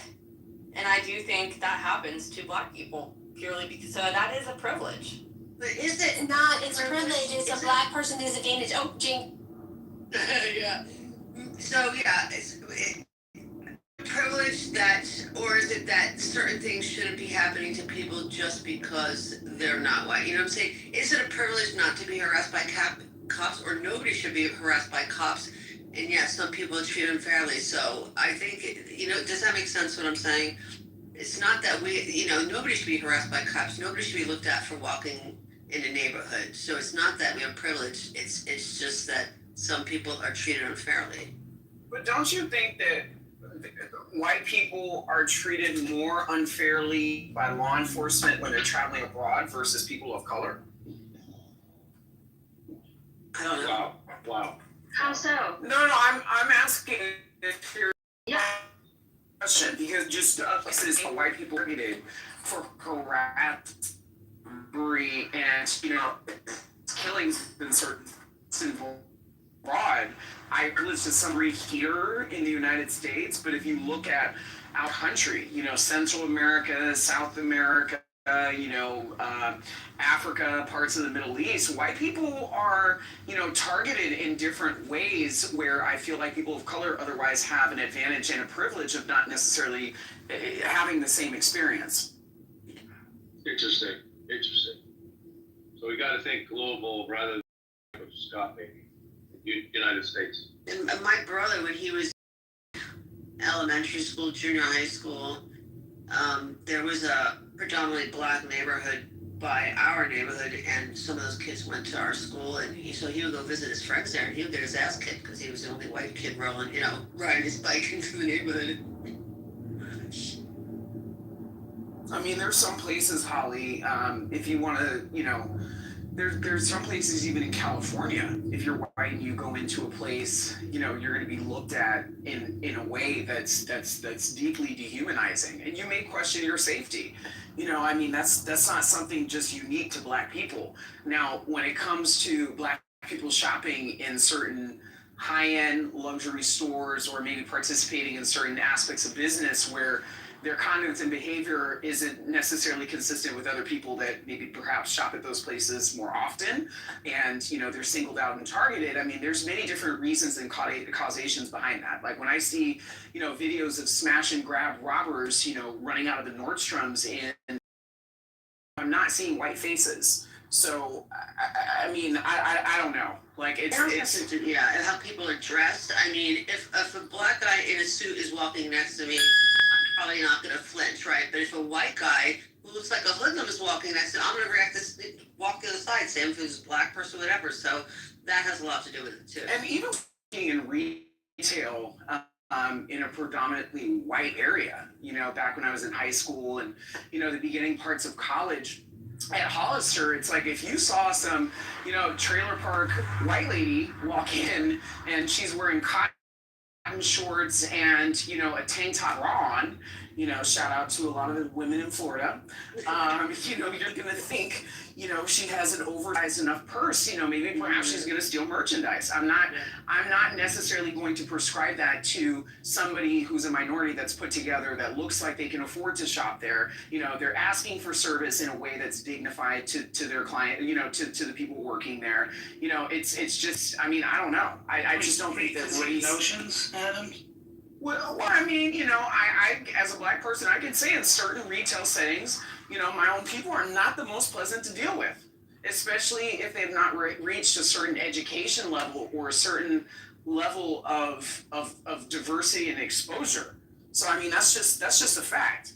So Adams, does that also, and I'm glad you brought this up, because I have this conversation a lot with friends. And by the way, you'll find that one of the most racist group, or quote unquote, in today's world, racist or preconceived notion group towards others is Indian people, because that's very true. Go to different areas. We'll go to different areas and they'll lock their door, and it's like, why? Oh, I those Spanish people here. They'll get me, and it's like, dude, just leave your door unlocked. No one's going to come up to your door and do anything. And then they'll hear one story of someone doing it, and they immediately assume that everyone, oh, look at that guy, big black guy. They're terrified. And so there's no, and it's like, okay, well, he could be the nicest guy in the world. So, pre-notions, I think a lot of times people mess with and confuse for racism, but really it's rooted in, I think Edie said it earlier, is, it's rooted in kind of societal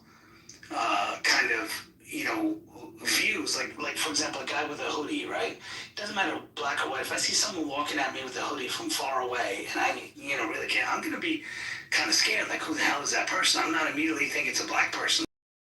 So I'm gonna be scared. Like late at night, guys walking, he's got the, I can't see his face properly. Whatever, I'm gonna be terrified, right? In certain areas, depending on where I am. So circumstances matter. The other thing is, a lot of this stuff also, if you look at it, people comments also having to do with this stuff. Like when the previous president made a comment saying, like, people, he said poor people are just as good as white people, right? It's because in his preconceived notion, most of the poor people he saw were black people or people of color in his district, in his area. So, sometimes it doesn't necessarily, does that really mean it's racist, or is that based on the person's point of view, right? Or their preconceived notion? I gotta think that comment you referenced had to do with racial identity. I mean, he made flubs all the time, but that is a clear sign. But Albert and Holly, I do appreciate where you're coming from. I really do.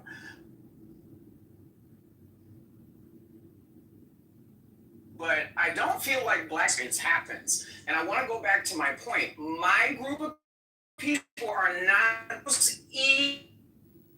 easy. They're the easiest people to just situations. It is a fact. People getting loud. You have people threatening hostility. You have people giving themselves permission to do certain things that other groups of people just aren't simply willing to do. So, that's a conversation that needs to take place within Black America. I don't even really like having it, in front of mixed company, because it forces me to hear the reality that, Black America is not the easy people to do business with amongst a certain ilk that does not professional fine tuning. Mm-hmm. Yeah, and I was just going to say an example of where it feels like racism, it's just a natural protection thing, is where I live is, there's very few black people where I live. And we have had situations where cars are being stolen by gang members who come up from Atlanta. They come up here specifically to steal cars from grocery store or the outlet mall that a lot of them come up here for. But it's like a thing. I mean, that happens occasionally. But it's a thing where it's posted on social media. And anyway, so that's that. But so because of that, and they're always black. I mean, they just are. And then every time I see the cops show a social media post about a thief that they're looking for, it's pretty much usually black person, and they don't live here. They just don't. And so I'm not gonna lie. If I'm in the grocery store parking lot and I see a couple black guys walking up to my door, honestly, they could look like the nicest thing, but I still instinctively go to lock my door. Well, if you keep seeing videos of black knuckleheads stealing cars, we'll park somewhere else. I understand where you're coming from, and one of my biggest frustrations is the lack of ability.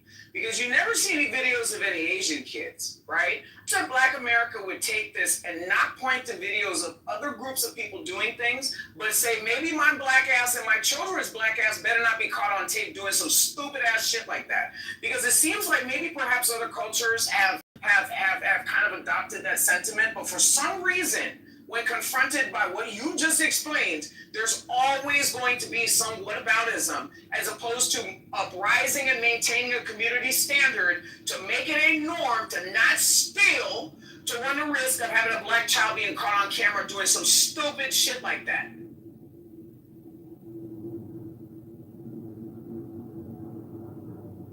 mean, yeah, and I don't like want to feel that way. You know, I don't want to. I feel like I don't feel like that's really my fault either. Like, because it's not like I'm just imagining it. It is, you know what I mean? Like, and that is racial profiling, but it's also it's a means of protection, and I can't do anything about it.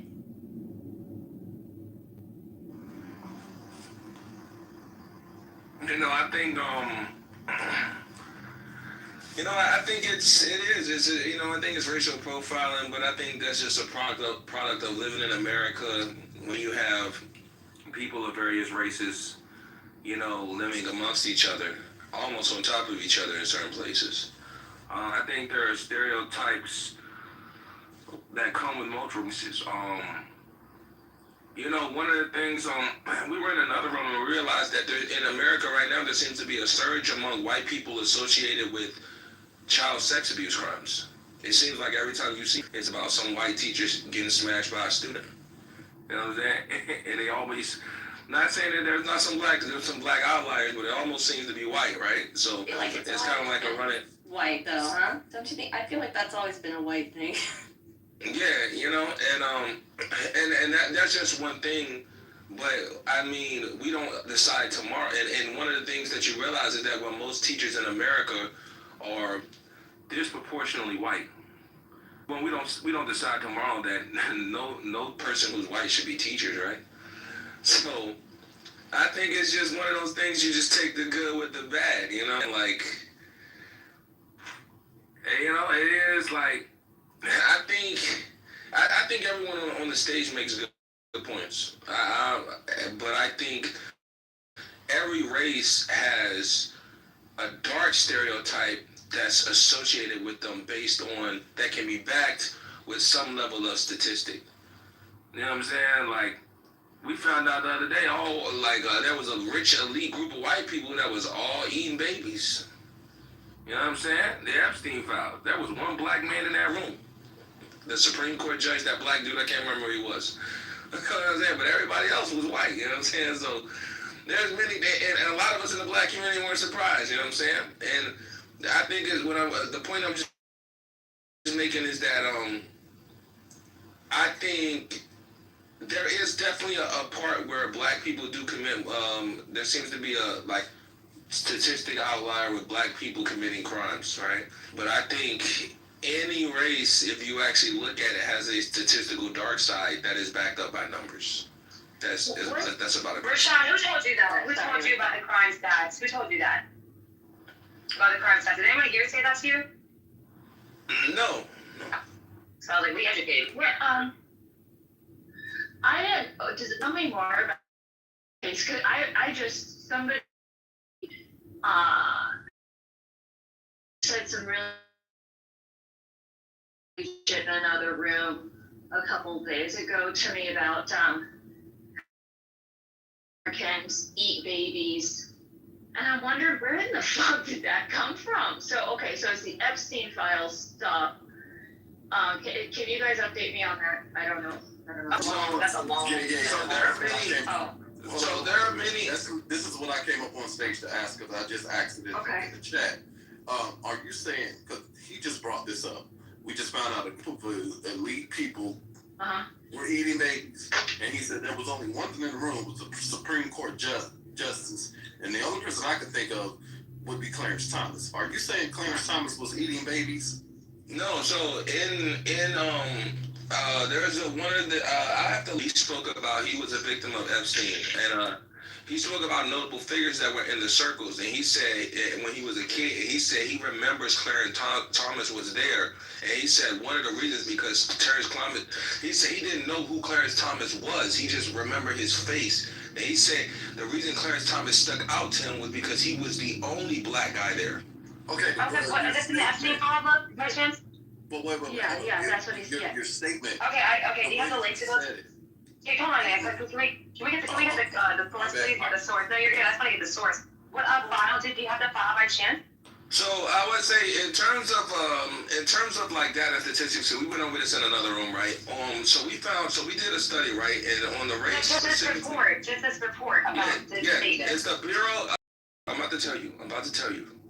The Bureau of Justice Statistics, a study found that nearly 70% of violent offenders who had victimized children were white, but that study was based on a 1991 state prison inmate, not the current affixed race, and not just child abuse. So we were using, but we're also looking at other different statistics. And for the FBI's 2025 Child Victimization Special Report said that for violent juvenile victim offenses, it analyzed the most common reported offender demographic was white male, 17-year-olds. But that report covered murder, kidnapping, abduction, and aggravated assault. So there are some numbers. It goes back to what I said. I don't really want to go down because I'm asking where did you get this story? The story of this person. Right. Because I'm still Yeah. stuck on that part. Well, I just want to go back to the, I want to go back to the, tell this story, right? If you're gonna bring up Epstein and the people who was in the rooms and stuff like that, the way that you framed it or the way that you said it made it sound like Thomas was in there eating babies along with other elite white pedophiles or whatever the fuck, right? I want to go back to just I'm not speaking. I'm not speaking. Adrian, 1 second. Yeah. So just back because I don't want to forget. Oh yeah. So that. Rashad, Eddie. I want to go back to what you said about white people committing the most crimes against children. And that's actually not true. Most crimes against children, when you talk about sexual assault, it happens within the homes. And if you look at CPA data from Child Protective Services, Black and Native American have disproportionately much higher incidence of crimes Not true. against children and their families. Not true. I know I'll post my stats as well. Not true. Thank you. Well, I mean, this is the Not true at all. Not true at all. No, seriously, could you? Sure. Okay. Thank you. Yeah, because I would love to go stat for stat because when it comes to violent crime shootings, nice, stabbing threats, I'll give it to you. That's their community. But our community is prevalently known for child sex crimes, for having pornography. She's talking about more than just the child sex crimes, though, Pockets. This is specifically within the family, which is where most of these crimes occur. So child sex crimes, though, correct? She's not talking about sex crimes. She's talking overall. Child sexual assault. Correct is involved. No, Got it. that's not what she's talking about. Yeah. So child sexual assault? You guys are talking about. So she's talking about sexual assault, and I'm talking about all sex crimes, correct? This is maltreatment of children, which includes sexual assault. Okay, got you. Okay, so I thought we were talking about pedophiles. That's what I thought we were talking about. Was pedophiles? Was sex crimes? I think you mean it. Say slowly. I think you mean it. Adrian, thank you. That was so. Yeah, I mean, we just jumped over like a lot of different places. Like, holy shit.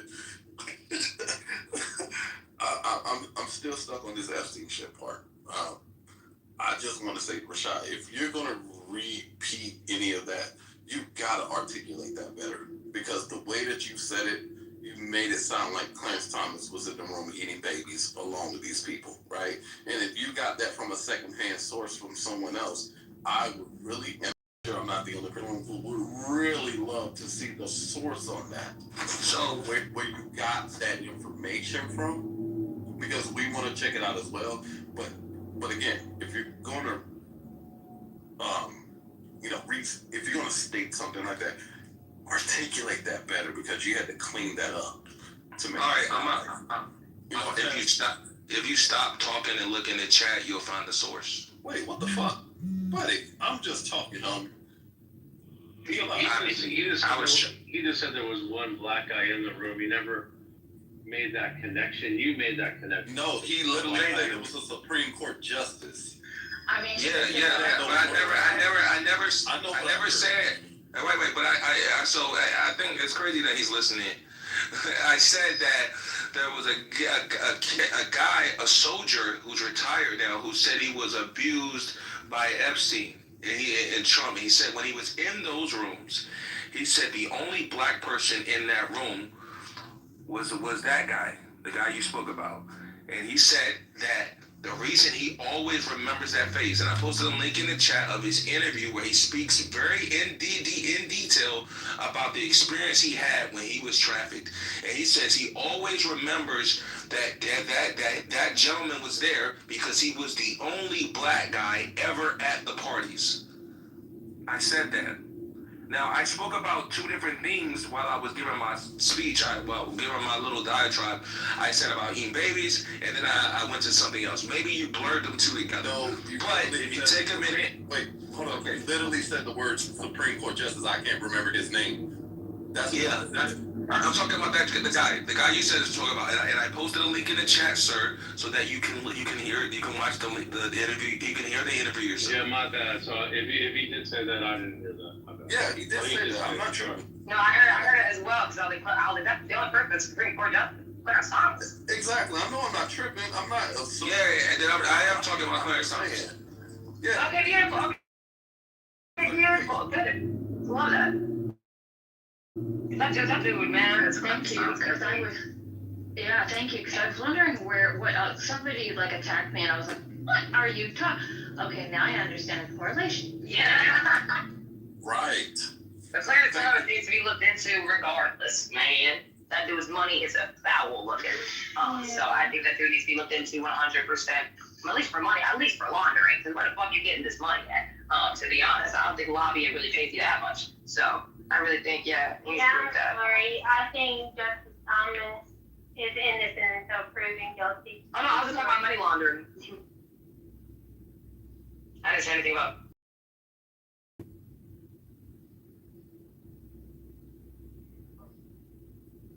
Yeah, I don't think anyone's eating kids until we actually see them eating kids, which is crazy. Because, you know, Monica, I have a question for you. I've been meaning to ask you this question for the last 2 days. All right, so with the high-profile crimes that we've been seeing being carried out by quote-unquote crazy people, I'm just going to say crazy people, with the hammer attack in Florida, the North Carolina train stabbing of the Ukrainian girl, I forget her name, Irina Zaruska. They saying that this guy is not even competent enough to stand trial, which is code of language that, you know, he's going to get off for this shit, right? So, and couple that with the Florida attack, when we see crimes like this happen and play out on the national stage, right? These become national stories and shit. And we see virtually like, look, a lot of this shit could have been prevented, but they're not being prevented. And when we look into the past of all of these offenders, and we see their extensive rap sheets, Monica, as a country, how do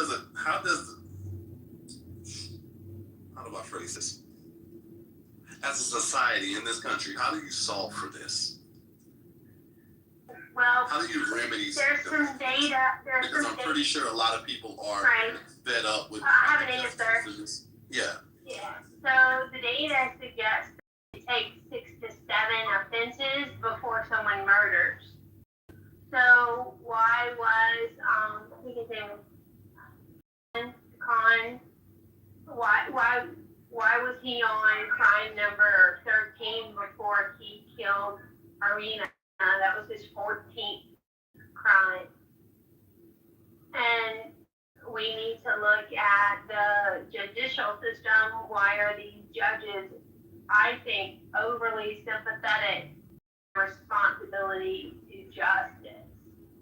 Like and we can have a conversation. Right. And we can have a discussion about restorative justice. I'm looking into it. It seems promising. I'm not a fan of sending kids to jail for graffiti.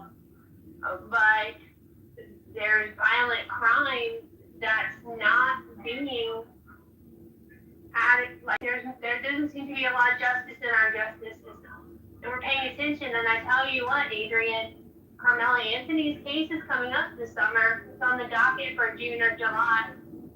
And there's not a lot of evidence that Austin Metcalf deserved to die. There's not a lot of evidence that Austin Metcalf deserved to be stabbed.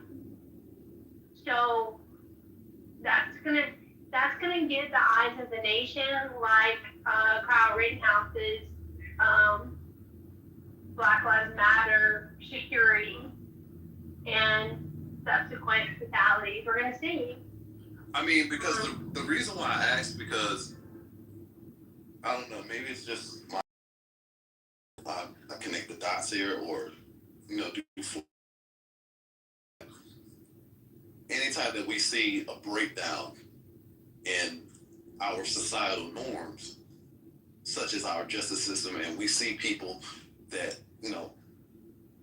countless times after act, crime after crime, suspect after suspect, and we see that the justice system is not doing anything about it. When people, society lose faith in these institutions that are supposed to be fair and balanced and law and order, when things like that start to break down and people lose faith in these institutions, I think we are going to see a rise in vigilante justice. Yeah. Because if they're going to rationalize it in their minds as, well, the justice system is not going to do anything about it, I have to do something about it. I think we're going to start seeing a rise in vigilante justice. What do you think? Yeah, and to your point, I saw on X today a father swearing to go after and murder the man who murdered his little girl because he only served half the time he was sentenced to in jail. And I don't like vigilante justice. I think it just is a domino effect to setting the world on fire. So I agree with your concerns. But this is what happens when we have unenforceable laws, right? We saw this with one of the school shootings. I think it was Parkland, but I think unenforceable laws. Then explain. Yeah. So so we saw this again. I think it was Parkland, but don't quote me on it. It was one of the Florida shootings where we have the person who. The gentleman here who did the shooting had, I think he had prior military service and a felony. I forget what it was, but he was ineligible to get a weapon basically. But he went through the background screen because it failed, right? So what we have are these and so I agree with all of what you're saying. Is like I think that what you're going to be seeing is people who are going to start taking matters into their own hands. And this is my issue with really, really broad laws, is that we see this across the board where they aren't applied, right? Like they're not.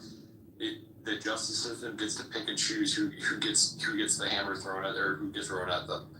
And like you saw it in California with Gavin Newsom and his administration, just during COVID, releasing tons and tons of people from prison and that kind of thing. Is like you're gonna see more people like this guy who is going after his daughter's killer. Like, because it's like, hey, look, you guys want to put all of these laws and all of this wide-ranging shit out there, and then you're not really going to enforce it, or everything is to me it's just a watering down of the system, and you're just breeding a system where, again, to the earlier points, people are just not going to take it seriously. Like, I would rather just a few laws or less laws that are more heavily enforced, of saying, okay, exactly to your point, Monica, of saying like, yeah, like maybe we don't have as high a penalty for something like graffiti or like, I don't know, smoking weed or whatever. Like even, I think weed at this point is kind of laughable, and like maybe we absolutely throw the book at other shit, So that's what I mean by kind of like, let's tighten this system up. We talk about like, the left always wants to talk about gun laws and, oh, we need more gun laws and less felons and like less people having guns when it comes to all these different types of things. And it's like, right, but then at the same token, you don't want to fund the police departments in order to actually enforce these laws. And so, again, you end up with this slipping through the cracks effect where the laws are not getting enforced and the public trust in those laws is eroding at the same time as well. So Ben, knowing what we know now, and and you make some great points. With the rise of vigilante justice, when we see people going to start taking things in their own hands, and I'm sorry to be hyperbolic or whatever, or to use a comparison like the movie Law Abiding Citizen. You remember that movie? And how he systematically went after the motherfuckers he felt was responsible because they didn't do enough, right? He did justice he felt he deserved. I think that when people start to take things into their own hands and they lose faith in these institutions, I don't think it's just going to be the criminals that they go after. I think you're really going to see a lot of these people in these institutions becoming targets. And I hate for it to get to that, but I feel somebody is going to do something to a judge or a DA, whatever the fuck, if they do not tighten up on this justice system issue that we're having in society, where they just keep constantly letting motherfuckers get away with shit. So also, and I'm sorry, the last point, and I think it's to start in blue areas.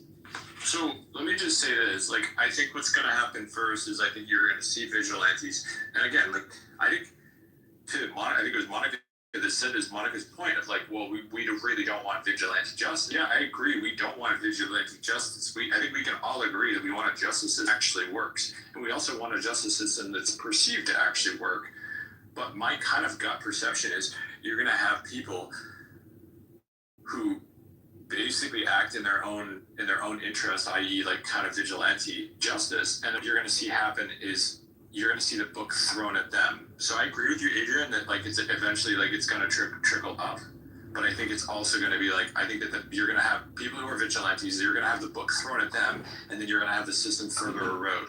Which again, I think to my earlier point, this is why I brought it up, is like I think that this to not have that happen is to recalibrate the justice system now, as opposed to going that route and saying, oh, no, everything is fine, and we're just going to enforce the laws against these vigilantes. It's like, no, now's the time for the justice system. But what will it take for the justice system to get the message? Like, holy shit. What does the recalibration look like? That's a really important question. Exactly. Sure. But that's what I'm saying is, like, I think we need to reevaluate things like, again, we're doing this with marijuana, right? Like, where we saw, like, marijuana is basically a slap on the wrist at this point, if even that, right? Like, and again, if we're going after minor crimes like graffiti and this kind of shit, and saying, okay, these either can be fines or whatever, where we're not necessarily involving the justice system to the point that we're not wasting a bunch of time or resources or jail time or a lot of this stuff with these kind of like ticky-tack type of stuff. But we're throwing that we're going a lot heavier on like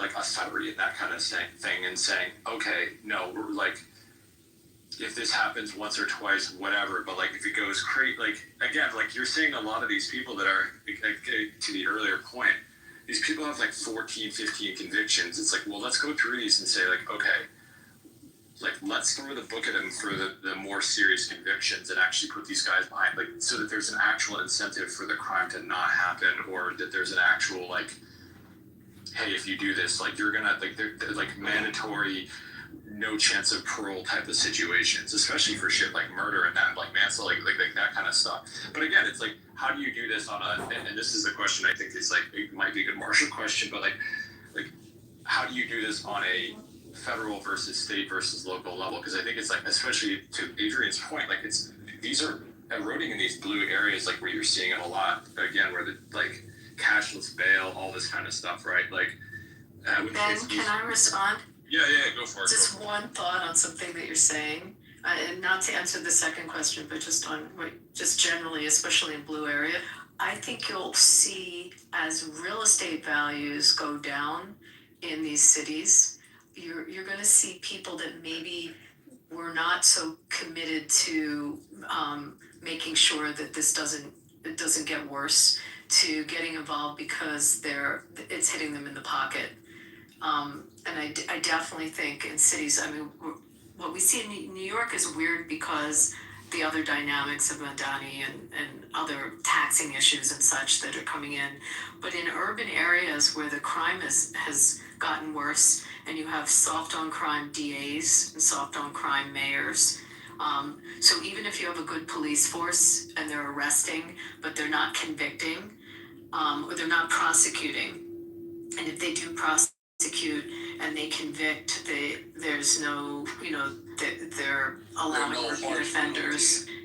Yes, I mean, eventually what's going to happen is stuff that happened like in San Francisco where they had a recall of the DA. And you're going to see, and I can tell you from one city in particular where it's an incredibly soft on crime DA. It's a big problem. He just got reelected again, but people are going to get hit in their pockets or pocketbooks via their real estate values, and so it'll bring in more of the electorate trying to change who's sitting in the district attorney seat. Same thing on the state level with the state attorney generals, where you have the state attorney generals that also are not pushing for stronger crime laws within their state. They're not enforcing the laws. You're just going to see a shift from and this is not necessarily a Republican Democrat thing. It can be, but it'll out of the electorate, if that makes sense, as they go on the.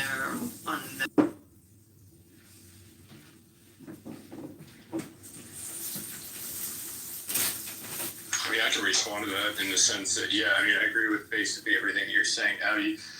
I also think this tragic part of areas like San Francisco is the fact that, San Francisco has a lot of rich people and a few wealthy people in it. A lot of these areas, I certainly know that from where I live here in Maine, a lot of these areas, the inner city areas, have certain policies that are applicable to them. Area where the actual wealth has a whole different set of rules that apply to them. Using the Bay, like we use again, San Francisco Bay Area as an example.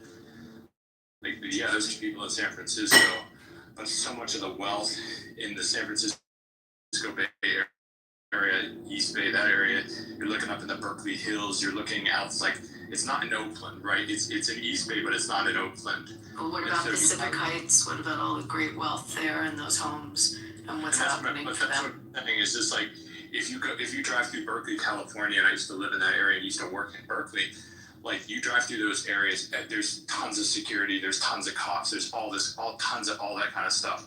And then you drive 20 minutes down the road and you drive into Oakland and it's complete night. They have the nicest equipment, they have the nicest everything. The schools are gorgeous.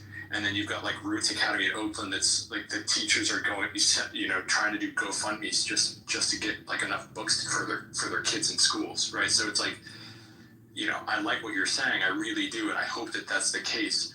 But there are rich enclaves that somehow, they vote reliably Democrat, right? And yet it's sad. It's sad. It's almost like a built-in immunity in a kind of way. But what happened there? They recalled someone that was so soft on crime. I mean, and there were enough intermixed communities that people saw their real property down. Some people, that's their entire nest egg, and that starts to become significant. And also, as I said, on a state level, when you see what's pushed on legislation, in the bail reform, I mean, people will start turning against it because naturally the thing that's going to hit them the most is their pocket.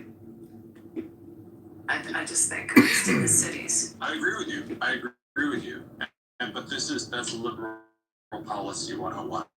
And I get frustrated about liberal policy 101. It's that's it right there in a nutshell. Is liberals in particular will vote for garbage policy after garbage policy until up into the point where it actually turns around in the butt, and then all of a sudden they go, oh no, we don't want that at all. We saw this with protests on college campuses and all this kind of stuff, And then it turns out, well, a couple of kids that were in well-connected families, you know, their kids got dragged away and they threatened to be expelled from the schools, and then all of a sudden they changed their tune on the, you know, these same things. Yeah. Where did it get that? Like, I'm thinking about a city like Miami that cleaned up a lot of their problems. New York. They brought in a Democrat mayor, but the guy that was there prior, the homicide levels went down, you know, and there was a great wealth living there. I mean, with Rudy Giuliani in New York, right? Like things right, okay, bad enough and bad enough, and then finally people are like, all right, we can't deal with this stuff anymore. So then you bring in the guy that's gonna crack some skulls, you know. It's never like, hey, things are getting bad, maybe we should do something about it. Let's walk some of this stuff back. Unfortunately, it almost always happens, or it seems to happen, where it gets bad, and then all of a sudden let's just completely throw everything out the window. So is Chicago next?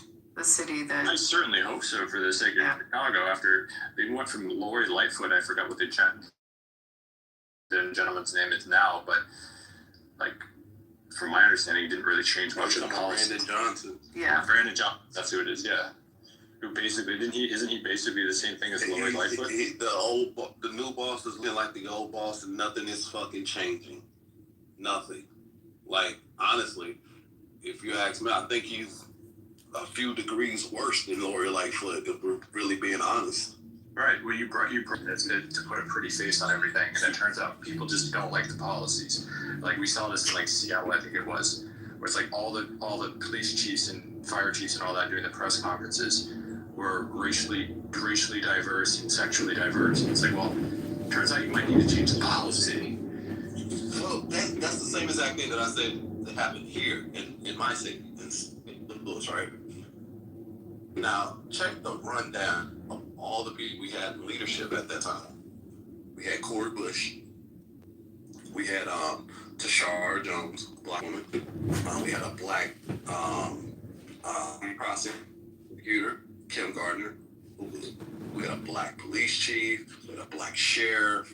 We had black county prosecutor at the time, who, ironically, he ran against Cori Bush and won her seat. Okay? like we had black every fucking time. Wesley Bell? Her constituent services and her, like... Yeah, Wesley Bell. Yeah, Wesley Bell. He's a good congressman.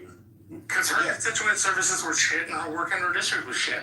I don't think Cori Bush managed to get a single bill passed while she was in Congress. No, she didn't. She didn't do anything, right? But for the sake of representation and stuff, everybody was like, yay, black excellence. Like, at what cost is black excellence treated us? Like, nothing gets done. And that's why I brought it up. It's like you have garbage policy, and then it's like, well, everybody's criticizing the garbage policy. It's like, well, maybe if we slap diverse, and again, this is not the playbook of the right, but this is certainly the playbook of the left. It's like, well, maybe if we slap diverse face on it, then maybe we get less criticism. Wasn't it Karen Bass, mayor of LA? Isn't she a lesbian as well? Or like, I know that there was like something there as well. Yeah. Like, and Ben, it's the same thing. It's just like, wow, you have really dog shit policy when it comes to how you handle wildfires, wildfire preparation, and all, like, everything in California when it comes to wildfires is mismanaged. PG&E, cough, PG&E, cough, which was allegedly bought out by this, like, was ran by the state of California, embezzling money. Anyway, don't even get me started with California wildfires and how so bad. But anyways. But yeah, you actually speaking on a point that I brought up to someone. You're actually speaking on a point that I brought up to someone earlier today on Facebook, because now our new mayor, which is a white woman, Kara Spencer, right? She is complaining about budget reallocation for the St. Louis Police Department, right? And basically, it's just that she wants to take control of the budget and all of that shit so that they can reallocate it towards projects and shit, right? But if a woman said, how do we goddamn get out of this bullshit and these bullshit policies? And I said, you get out of this bullshit policies by changing leadership. And what I mean by changing leadership, change the party. And another woman commented, which was fucking gold. She said, well, St. Louis is always going to be this way because no matter what party is in power, it's still going to be divided, blah, blah. It's been that way for 60 plus years. And I respect, ma'am, but the last time this that you're talking about that's been going on for the last 60 years has literally been under that rule. So all of your complaints is about Democrats. The last time St. Louis had a Republican mayor was 1949. So, ma'am, guess what? You wasn't even alive then. You ain't even been alive long enough to even experience a Republican mayor. So how the hell can you say how it's going to be under Republican leadership when you've literally never known what it's like? You've literally been voting Democrat your entire fucking life. And the situations that you've been seeing, St. Louis has literally been under Democrat rule. That's why I said you need to change policies by changing the party in charge. But y'all have been so and this is a black woman I'm talking about, right? My community has been so fucking brainwashed into thinking that, well, the Republicans ain't gonna do shit, blah, blah, blah. Well, how the fuck would you know? You've never lived under Republican leadership in this goddamn city. Never.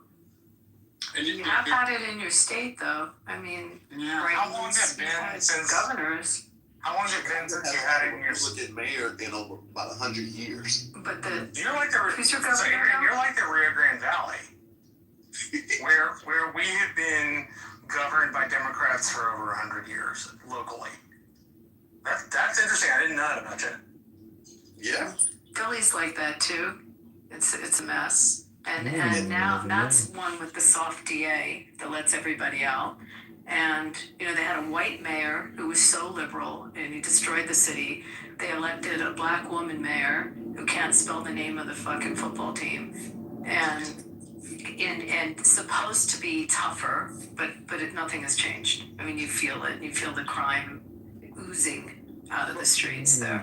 But when it comes to crime, when it comes to homelessness, when it comes to schooling, when it comes to any of these policies, it's really easy to, and this is something I think it's kind of sort of by the wayside when it comes to a lot of conservatives or just people in general. A lot of these policies, if you really, really look at them, they're very justifiable, right? Like I'll use homelessness as an example, or like drug use on the streets, and like you can look at a lot of the policies on an individual basis and go, okay, I understand why this is in place, right? Like any number of them. You can say, okay, having a place for people to get clean needles so that they're not spreading all of these different diseases, right? But the ultimate question has to be continued to be asked is, are these policies working, right? Like, not can you justify these policies, but are they working, right? Like, again, you're looking at homelessness in San Francisco Bay Area, booming, blowing up. Like, in the time that I lived out there from 2015 to 2021.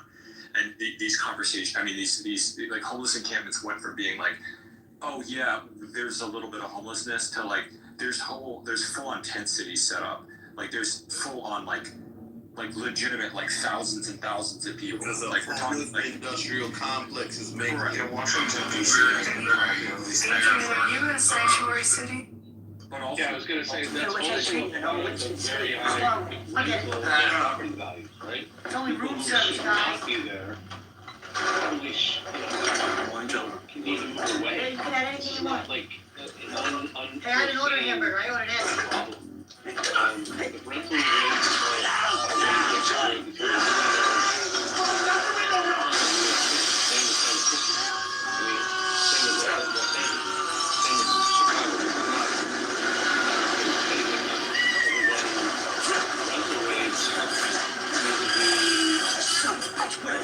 Hey, somebody stop that!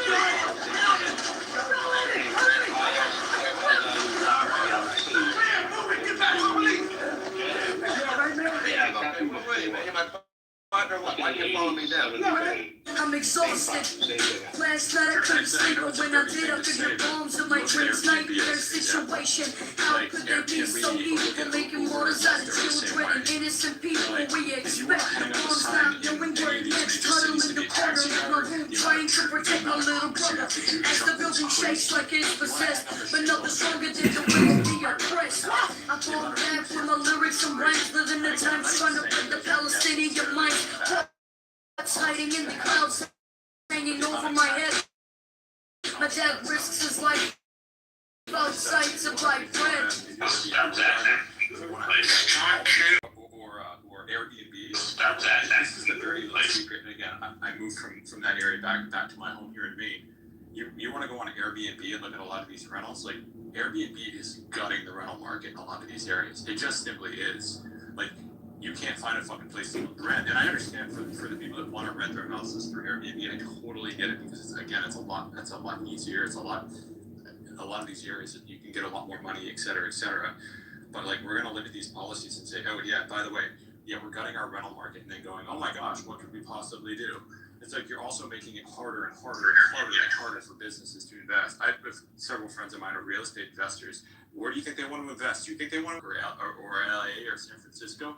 No, they're pouring all their money into Florida and Texas because they're going to get. You want to talk about tenants' rights? I really am. I mean, I wanted to go back to the point that we got in right away. But you can have so with respect to the homeless and the encampments, you know, the Supreme Court just ruled on this, that cities can restrict it. Cities can keep the homeless in one area. Like cities, the initial case, it was in the 90s, can you know, legislate that if they want. I was curious. But They thrilled.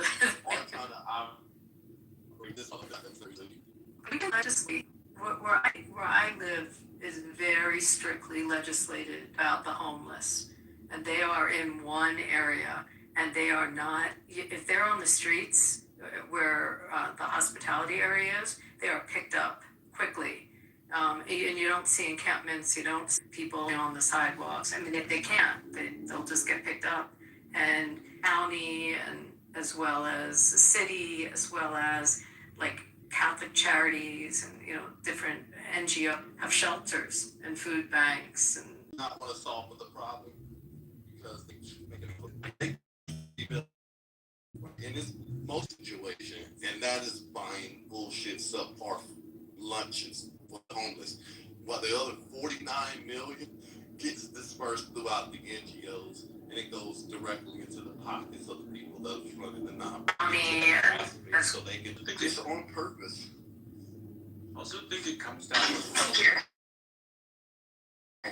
how we view business in America. Like if we're looking at the open athletics, which are now the Las Vegas athletics. So, sorry, this finasteride is strong. So the mayor at the time, Libby Shaffer, the mayor at the time, okay, we need X number of you need X of affordable housing units, you need this, you need that, you need this, you need that, you need that, you need this. Like you saw the same thing in Chicago with you're seeing the same thing happen in Chicago right now. The Bears want to build a stadium. Well, it turns out Indiana's really, really close to there, and there's a small town in Indiana right across the border. Yeah, we'll gladly have put the Bears stadium here, like similar to how the Tampa Bay Rays are not Tampa, they're in Petersburg, whatever. Like right, so like in this athletics, where how many freaking jumps and hoops do you have to have this owner have to jump through in order to keep the team in open? I absolutely by no means am I absolving the owner of the baseball team. Sure. I'm not, but I'm also saying that so are you looking at the athletics or the Raiders? Are you just looking at them as a cash grab? Like, are you looking at building affordable housing units in your city as a way to generate revenue for the city? Or are you saying, hey, it would be really great for our city if people had a place to live, right? So yes, it could be both things. Like you can also say, hey, man, this would be a great source of revenue for our city. But it's also saying, hey, if you're in, again, Florida, Texas, or one of these guys, hey, if we just open this place up for business and make it really, really, really affordable for people that buy here in these things, and everybody's, what did you expect? You want landlords to be able to push people, and I just get so frustrated. Like I get so frustrated because it's like I want real estate investment in my city. I want real estate investment in my communities. I want the price of rent to go down, and I want people to live here. I want the places I live in to be friendly and to be affordable for a lot of people, not just the extremely rich. But again, no, the powers that be don't look at it that way. They look at it as a cash grab. Yes, we're going to tax you to all hell. Well, we have this of all places. Pocket's alive. Can she hear me? I don't know even if she knows about this. So, of all cities with their team, I mean, the last team you would move is the Eagles, and how diehard the fans are and everything. But now there's this whole push to move the stadium across the river into Jersey. Obviously, there's a lot of pushback, and there's a lot of, that's how bad the city is to deal with. I mean, it's like the last team you would think that would leave a venue just because they sell out their games and, you know, how popular the team is. But when you have a city that's like the Oakland situation, and I remember when the Raiders, that was going back and forth, and that mayor you were talking about was having a Twitter war with the mayor in Las Vegas, back and forth to each other, trashing each other's cities. It was pretty crazy. Well, guess what? In the span of like less than 10 years, Oakland lost, or no, well, the span of less than 15 years, Oakland lost all three of their major sports teams. All three are gone. To each other. So you had the first one was, and ironically they went to San Francisco. You had the Golden State Warriors, who just went on an insane title run. They weren't relevant, let's be real, at all. I mean, you a little bit with Baron Davis, but they weren't relevant at all for years and years and years. You want to kick us out? Shut up! Yes and no! What do you want to hear, man? Do you want to hear that sometimes I think about eating a bullet? I do. I even got a special one for the occasion with a hard point flipper. Make sure it blows the back of my goddamn head out. Do the job right. Every single day I wake up and I think of a reason not to do it every single day. And you know why I don't do it? This is going to make you laugh. You know why I don't do it? Beautiful. The job, right? Doing the job. Now that's the reason. Take my gun. Don't live on that barrel. Pull the trigger. Be my guest. Go ahead if you're serious. You shouldn't tempt me, man. Put it in your mouth. Bullet might go through your ear, not kick your head. You're rooted in Oakland. Well, we're not rooted in Oakland anymore. And there's tons there. There's not a baseball stadium. It's just like, you gotta. You really are crazy. Really is it? Like, what are you gonna try? There was a big fight about bringing them here because Mark Davis despises the Fishers. They hate each other. So Davis was really hoping they wouldn't come into Vegas. And now the ballpark that they're building is freaking insane. I just went to the simulation of it 2 nights ago. Be the most expensive ticket in the MLB. Right. Coming to Vegas. The Golden Knights as well. That just won a Stanley Cup coach in Cassidy. Like, so. But what happened to will Oakland ever come back? Will they ever come back? Well, yeah, they're gonna have to have a Rudy Giuliani. Is what they're gonna have to have. They're gonna have to. It'll get bad enough, and eventually somebody will come along and be like, "All right, cool. I'm just gonna change everything," and people are gonna turn. We described all of human change throughout history. Right. Just wait for it to get bad enough, and we eventually do shit about it. Right. I mean, remember, anybody quickly off the top of your head who is California's last Republican governor? Arnold? Richard? No, Ronald Reagan. No, was it Arnold? No, you're right. It's not. So I mean, it's like things get bad enough, and it's so. But there's some cities that never recovered. I mean, Camden, New Jersey is a shithole. It never came back. They tried. I mean, shit, if you go around Rutgers University, like there's a fucking bus stop, like a city bus stop right around the corner from there, like 2 blocks away. Holy fucking shit. And if that's not bad enough, just go across the Ben Franklin. Kensington. Holy fucking shit. Blue areas, y'all. But Camden as a city never came back. Trenton, I don't know if they've ever done a re-improvement there. Now, Jersey City, like some of these the places in Jersey have had, revitalization and gentrification and have come back. But I wonder with Oakland, because it just feels like a sinking ship.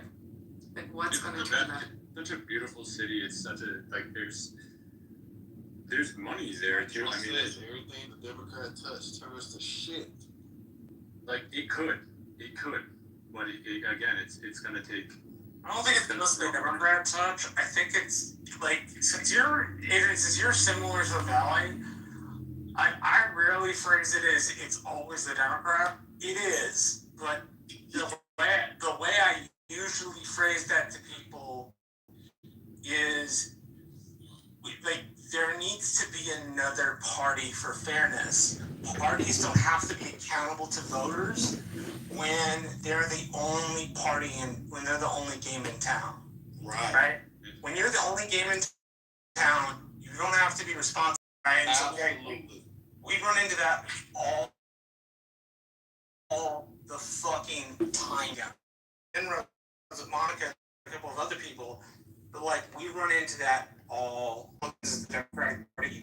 And as a said to me that the Democrats would be fine if they just didn't eat their own. And makes that shit possible is the fact that a party has been unchecked for such a long period of time. And then in Chicago and like the Greater Grand Valley, the like past the 50, 60 year mark, corruption is the highlight of the game. That's how they do business. It is public corruption all the time.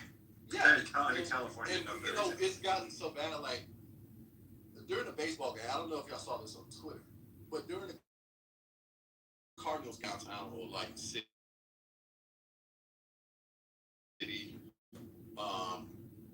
features and stuff like that, I think it becomes so unbearable. A lot of people do not like the crime that happens. CNBC. You said what? And I said it's like walking around in yeah. It's been great lately, guys. I'm not saying it hasn't, but when I was there with store with lots of different property problems, but the crime is really bad. Nicest fucking people. They looked like America. It wasn't just a group of white folks, right? And all they did was like, hey, be careful, or hey, if you have a question, you can ask us. Right? They're like auxiliary putting them going really small, and the city's really small. Like to other people. But when we made the Republican Party cool again to get younger folks, and right, like it really does do a wonder, Adrian. Like I hope you guys can get benefits from. If you're interested, I hope you can benefit from some South Texas training on like tactics you might use. It's become cool. At least the younger portion has, right? It was not cool for a long time in the Rio Grande Valley to be a Republican. Like in 2020, we had people, law enforcement officers, first responders, come in and donate money and like get a sign for their window. But their response to us was like, "Don't tell anybody we can't. Like we can't be seen being here." Is it cool on campus? Is it cool on campus to be a Republican? Yeah, go ahead. What do you think? Yes, there's no other real Democratic club on campus. So let me tell you all a really, I don't normally get in my personal life here, so I'll omit names and all this kind of stuff. I went to a dinner party a few years back in a very, very affluent city in Connecticut. It was at the home of my ex-girlfriend. It was her family's, like Greenwich. my girlfriend. Was that? Greenwich? Not Greenwich, but it's... So anyways, great pizza. Great pizza, anyways. Amazing. New Haven. So like a Christmas party. Good whiskey, some good scotch, a decent beer, whatever. Couldn't find anything. It was all vodka. It was all gin. It was all white wine. It was nothing. This is a huge Jewish Italian dinner, like Christmas dinner party. And Where's this ball asshole running for the mayorship of Chicago live on YouTube right now? You know, I'd like to buy that guy a cup of coffee. 14 years old. I'm gonna buy that guy a coffee. John Kitover. Rebel. in this affluent Connecticut family. Do we have any guesses on how he might do that? He became a Republican. He wore a MAGA hat. Right? So he wore a MAGA hat. And all God, that would have been an interesting thing. It was a phase, because I think this is the dirty little secret about the Democrat Trump is to a giant, huge room of people that agree with De Niro. Thank you. And it's like, oh my gosh, what a rebel you are, saying that you hate Donald Trump. Guess what? Now you go to be Republican. You should have complained about everything. Whatever era. I mean, you know, it's not really a flaccid It day. used to be that it was. Kitover, it's mayor.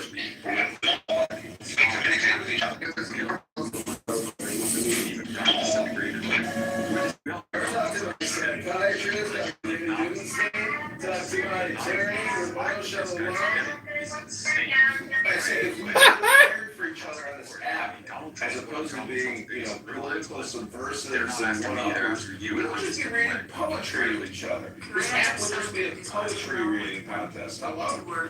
They think we're so bad because there's nobody in the world exists to even challenge these people. But us. After Kirkstad. That's why we need more information warriors and actual 50,000 fucking Chicagoans. I mean, bro. Russians. I wasn't necessarily referring to being pro-Trump as the tactic. Was in localities that have been controlled by one party for a long time. I realize my voice is not that loud right now. I'm sorry, that's my fault. I just did a search on trends. The first time in roughly 30 years, some major polls in late 2024 Every day. If you weren't paying attention, identifying as despite this shift, there's also been a record high of Americans now identifying as independent, suggesting that for many, neither party is particularly cool anymore. The last election cycle, we had 30% of our voters who were independent. I think that's you're right, that's the biggest trend. But if you look at the last voting cycle, the registration, and it was obviously a big push on registration, but in swing states, who's the guy that does the podcast? He used to be on The Circus. He's not on it. He was like the original cast of The Circus. I'm blanking on his name. He's done a lot of studies and talks about the circus that liberals People are becoming disenfranchised with both of the major parties. Yeah, but it's also a game of numbers too. You know what I'm saying? On average. Disenfranchised? You mean there's going to be something new on the ballot? Hello? Oh shit! Hold on, bro. Mark Halpern talking about Mark Halpern. Make this point. Look, it's just numbers that keep hanging on because they have to get their numbers to work. Just a matter of numbers, right? Just sheer numbers. The future is going to be. Yes, yeah, I agree with that. I agree with that. I think, and obviously that, like, there are some really, really concerning trends. And like, I think Zohar Mamdani should be a massive canary in the coal mine for conservatism. Trump had a resounding win in 2020, or 2024. And I think that we all agree that he did really, really well. Mamdani winning should be a massive canary in the coal mine. Like, yes, there's a lot of people that are getting disenfranchised with both parties. Like, that doesn't mean that they're super friendly with Republicans, right? Like, exactly that. Like, and they are offering. If you want to say, oh well, work. We all agree that socialist parties are polar. You don't like Donald Trump. You think that the parties, the Republican, palatable. You're going to look at a lot of these redistributionist type policies, and then he gets to go, oh well, look, I wasn't able to look. The only reason I wasn't able to do it was power, right? Like it's gonna, it's. Well, if you forget about the X factor here, Ben, college is becoming more and more expensive, and young people are not. Eventually, it's going to be unaffordable for a lot of fucking young people. So therefore, the college numbers or new recruits or whatever enrollments at colleges are going to dwindle. So yeah, what you're saying is, yeah, when you go to college, you come out of college, you're going to be a good little liberal. Significant. What's important is tariffs. Donald Trump is the enemy. We got Donald Trump and the Supreme Court justices. Can you imagine if we hadn't? Like, seriously. Like, We know what a woman is. We got Amy Coney Barrett, we got Brett Kavanaugh, we got Neil Gorsuch, we got, who's the other one? Am I forgetting? Alito, Thomas. Court is still like good because I understood that Amy Coney Barrett was a little bit of a disappointment. It doesn't have it on him, you know? They're brilliant jurists. They're both very brilliant. They're both texts at the time, but the other critical question she asks is, we're not that far away.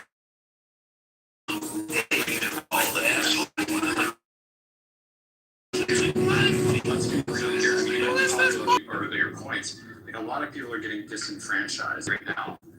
Is now saying like the Democratic Party right now, I think, is bought and paid for by the extreme wing of that party. Like, I don't know. We'll see what happens moving forward. But I'm not. I'm a moderate person. I want the United States to be more conservative because I think the left is the United States is moving leftward rapidly and in a really, really scary, terrifying direction. So I really want all of these. I hope that this also. I think it's bought and paid for by the radical left or whatever. You have to understand that there is a internal that is running within the Democrat Party, unbeknownst to a lot of people. To highlight this, Rico's win, the Democrat Party was saying that in order to win, they need a straight white man. This is the flown with the Democrat Party 5 years ago. Like the living shit out of her campaign. But wait, and they had not done that. Why are they pivoting on the identity of who work? That they need to goddamn try to get their hands back on the fucking wheel, the moderates of the Democrat Party, and return to some form of sensibility when it comes to the Democrat Party, because the wackaloons that are driving the party into the fucking ground. So this is because no one, y'all are forgetting, in the 2020 primary, the Democrat primaries, they had over 26 candidates, and none of them paid.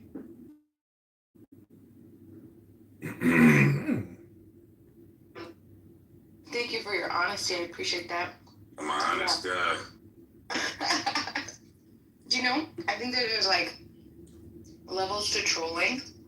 I came across this, it was so interesting, this really high, like serious room of like philosophical talk, but they were all trolling each other. Like they were like, but then an entire room won't understand and addiction. I definitely understand. Take it seriously. I might be taking a picture of my street sign and waiting for him, but I don't like to go to that level. Yeah, I'm on here for dopamine addiction too. There's different levels of trolling, but you are describing a philosophy of trolling. For this guy, for example, this is John Kitover. Palm, you know John Kitover? Nah. John, can you step out of character for just a second and describe John Kitover? John Kitover, 27 Chicago election, again, as a libertarian, because obviously the Democrats are just a clown party and the Republicans can't be trusted anymore. So Rabbanu Shalom will have to go in through this way, known as the libertarian way, which is liberty. And I will find my own way out on this journey. Thank you for allowing me to be a speaker here. Glorious green bean censorship mind control fascists. I am complete. I was about to say, just from the example, I understand he trolling, and he's just a guy that don't give a fuck about both parties. So he gonna live his life. I understand. See, I can see through the window. Facts. Oh, yup. I understand, bro. I be trolling too.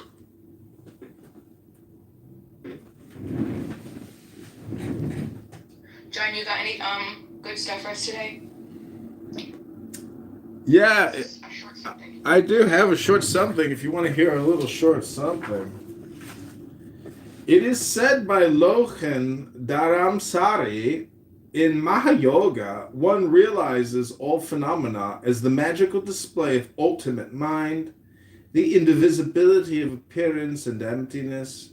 In Anu Yoga, one realizes all phenomena as manifestive power of the ultimate mind, the indivisibility of the ultimate sphere and wisdom.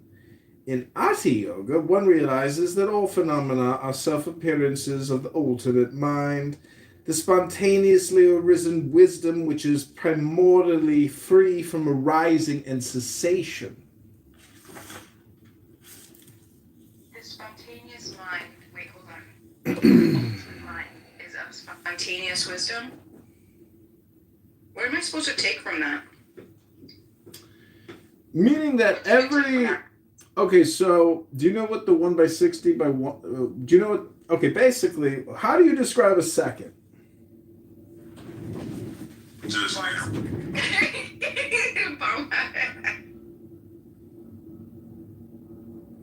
Okay, we answered. We're waiting for part 2. John. Earth, John, come in, John. Well, it's a happening and an experience. For example, I am a Lord of Earth, and I, the inspired fourth speaker of President Trump, for me unveils the veiled sky. Does everybody have 60 seconds for time? Rabbanu Shalom, the self-made use, O name, whose words are truth, I invoke. I greet thy presence, O Bibi. Dr. Netanyahu, how's your trial in Israel coming along? I hear your trial's coming up soon. Very smooth. Rabbanu Shalom. Bibi, do you think Netanyahu is bad for Israel or good for Israel? Great for Israel. He's a moderate. Would be bad if you had Ben Gvir. Netanyahu is a moderate? Yeah, big time. can you describe the qualities of why you like that? Compare him to Ben Gvir. Ben Gvir would murder every fucking one of you. Can you describe his qualities of why you like that dude? No, He's extremely smart. He's an MIT graduate. He's very proficient in his... Yeah? Sorry. Yeah, I have a follow-up question to that, too.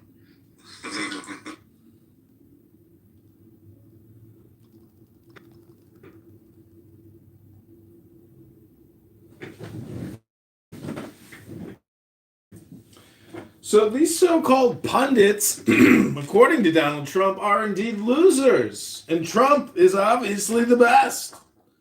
And the thing about his statement is it's a reframe, a powerful frame, cast on losers who want to project their own version of reality. Unfortunately, Donald Trump, as our elected leader, the top of the pyramid, the commander, who rules 5-star generals by the flick of his wrist with a pen. This man, this legacy of presidency. My question is, if we question the king and his rulership in the past, and we have no kings, how should we judge our presidents? By what standard do we judge a president, especially when we have a president is as bold and decisive, as wise...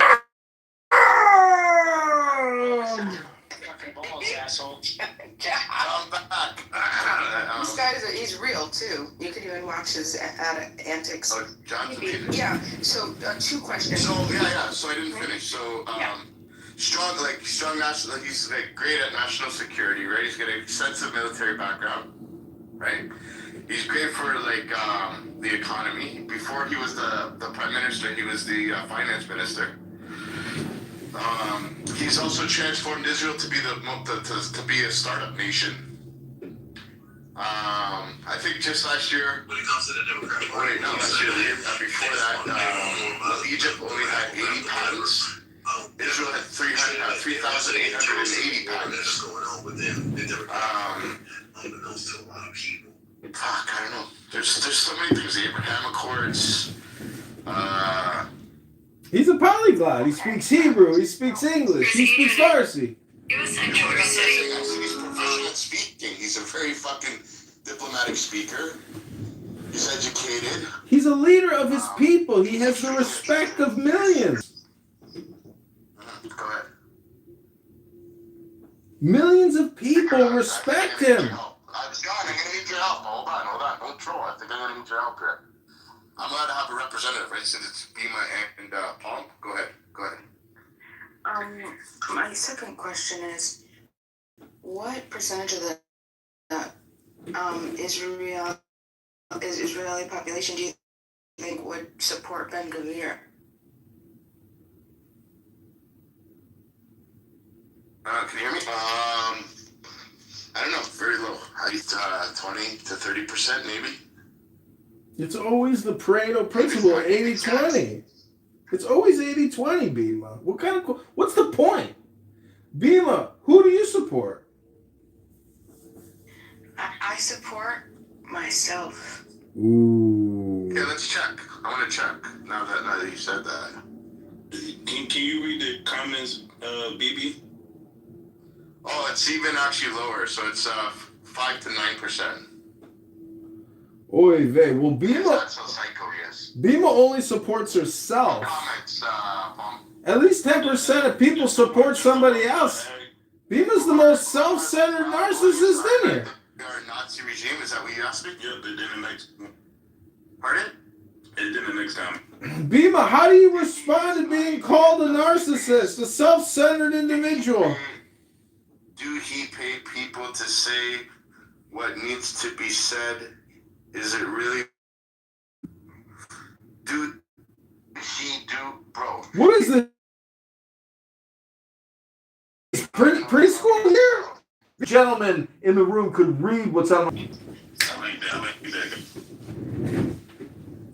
I don't know what part. I mean, I understood everything he said. But what do you mean? Look how he's asking it, and then you guys are asking about like what qualities he has.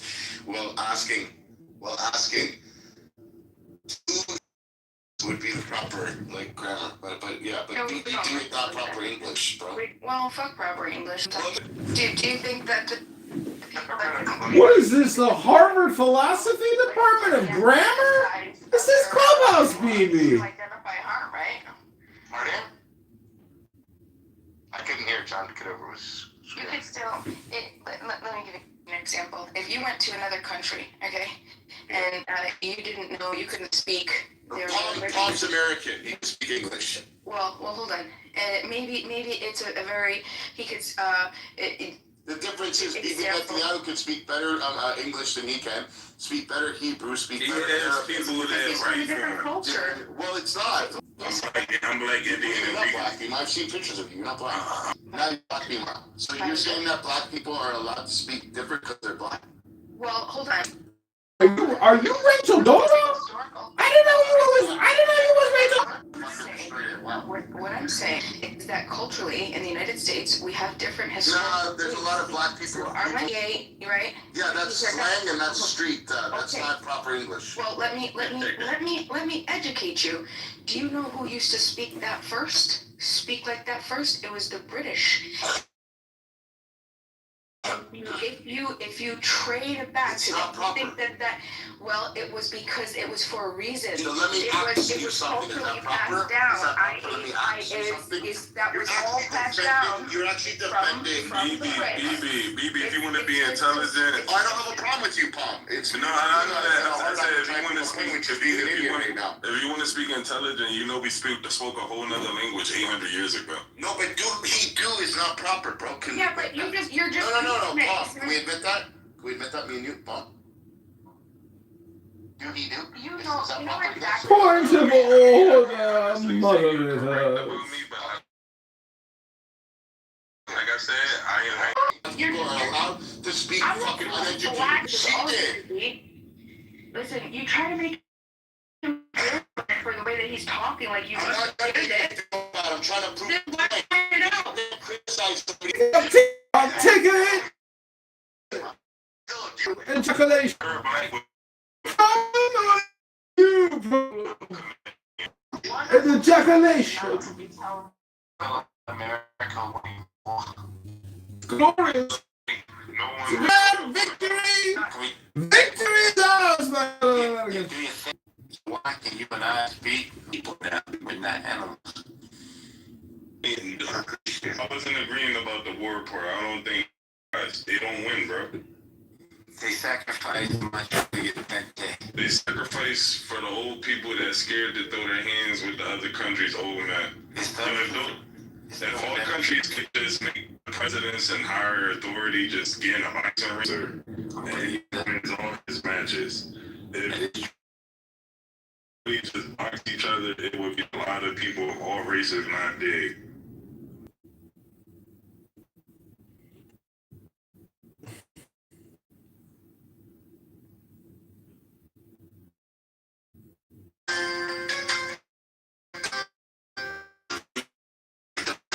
To the foregoing back.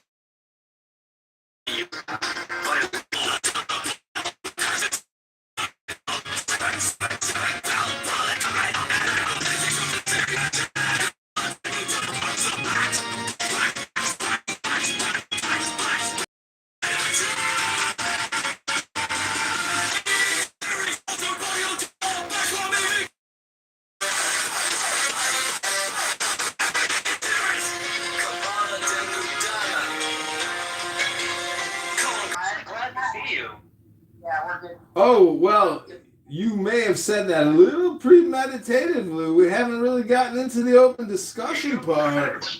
Pretty sure you're going to kick me or mute me at some point. I don't think you're going to actually want to listen to a poem. I think you're going to mute me or kick me like you always do because you got no ears, you just got lips. Dude, don't get me wrong. I like having you here. I actually love having you here. It's just once in a while you get carried away, bro. I get carried away. You don't know how to run a room. You don't know how to mod a room. You don't even know how to have fun. Come on up, or I'm not a mod, but come on up before the job. Okay. Time to make out with my moderator. I mean, oh yeah, Aurora. How you doing? Interesting paradigm. Vince. How you doing? Nothing but gumdrops and ice cream here. That's how I'm doing. Ooh, 29. Oh, things are so much simpler than. Were they? Listen, he said it's inevitable that regardless of which way he goes, his head will be missing from his body. That's what he said. Right, and that's why I responded, right, that could be true, and he might believe that, but I mean that is what God gave us free will. You're imposing your God You on him. believe, I'm not imposing my God on him. This is weird. You know when you like read a book, and you could read a book like 3-4 times about something specific, and you thought that it meant something else, or just didn't forgot about something, maybe you did. He said, okay, well, that happens all the time. So let's talk about God that you point out. Love. No. Make something up. Say it. No. Make something up. Say it. What? Merciful. Merciful. Right. Love and because answer directly, and so I have to ask again. Do you think that was a genuine miscommunication, or do you think that it was a strategic? I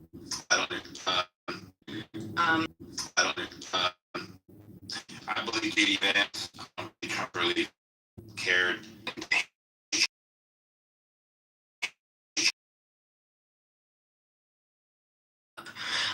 Part two, my second question. In his power. In his power.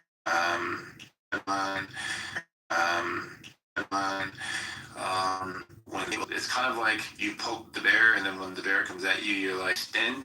I don't really think the world works that way. So, yeah. Yeah. shall allow the poll keep going, and they are proof in the pudding that war never ends. In year and epoch ends. In year and epoch to epoch. So did you? To epoch. So did you? In like real time. Okay. You guys, let's just take. He said Macron's wife, husband, whatever. Stop the bombers. Stop the bombers. Stop they want with ultimate goal specifically fighting the invasion of an ideology that you're going to be able to just get rid of. So how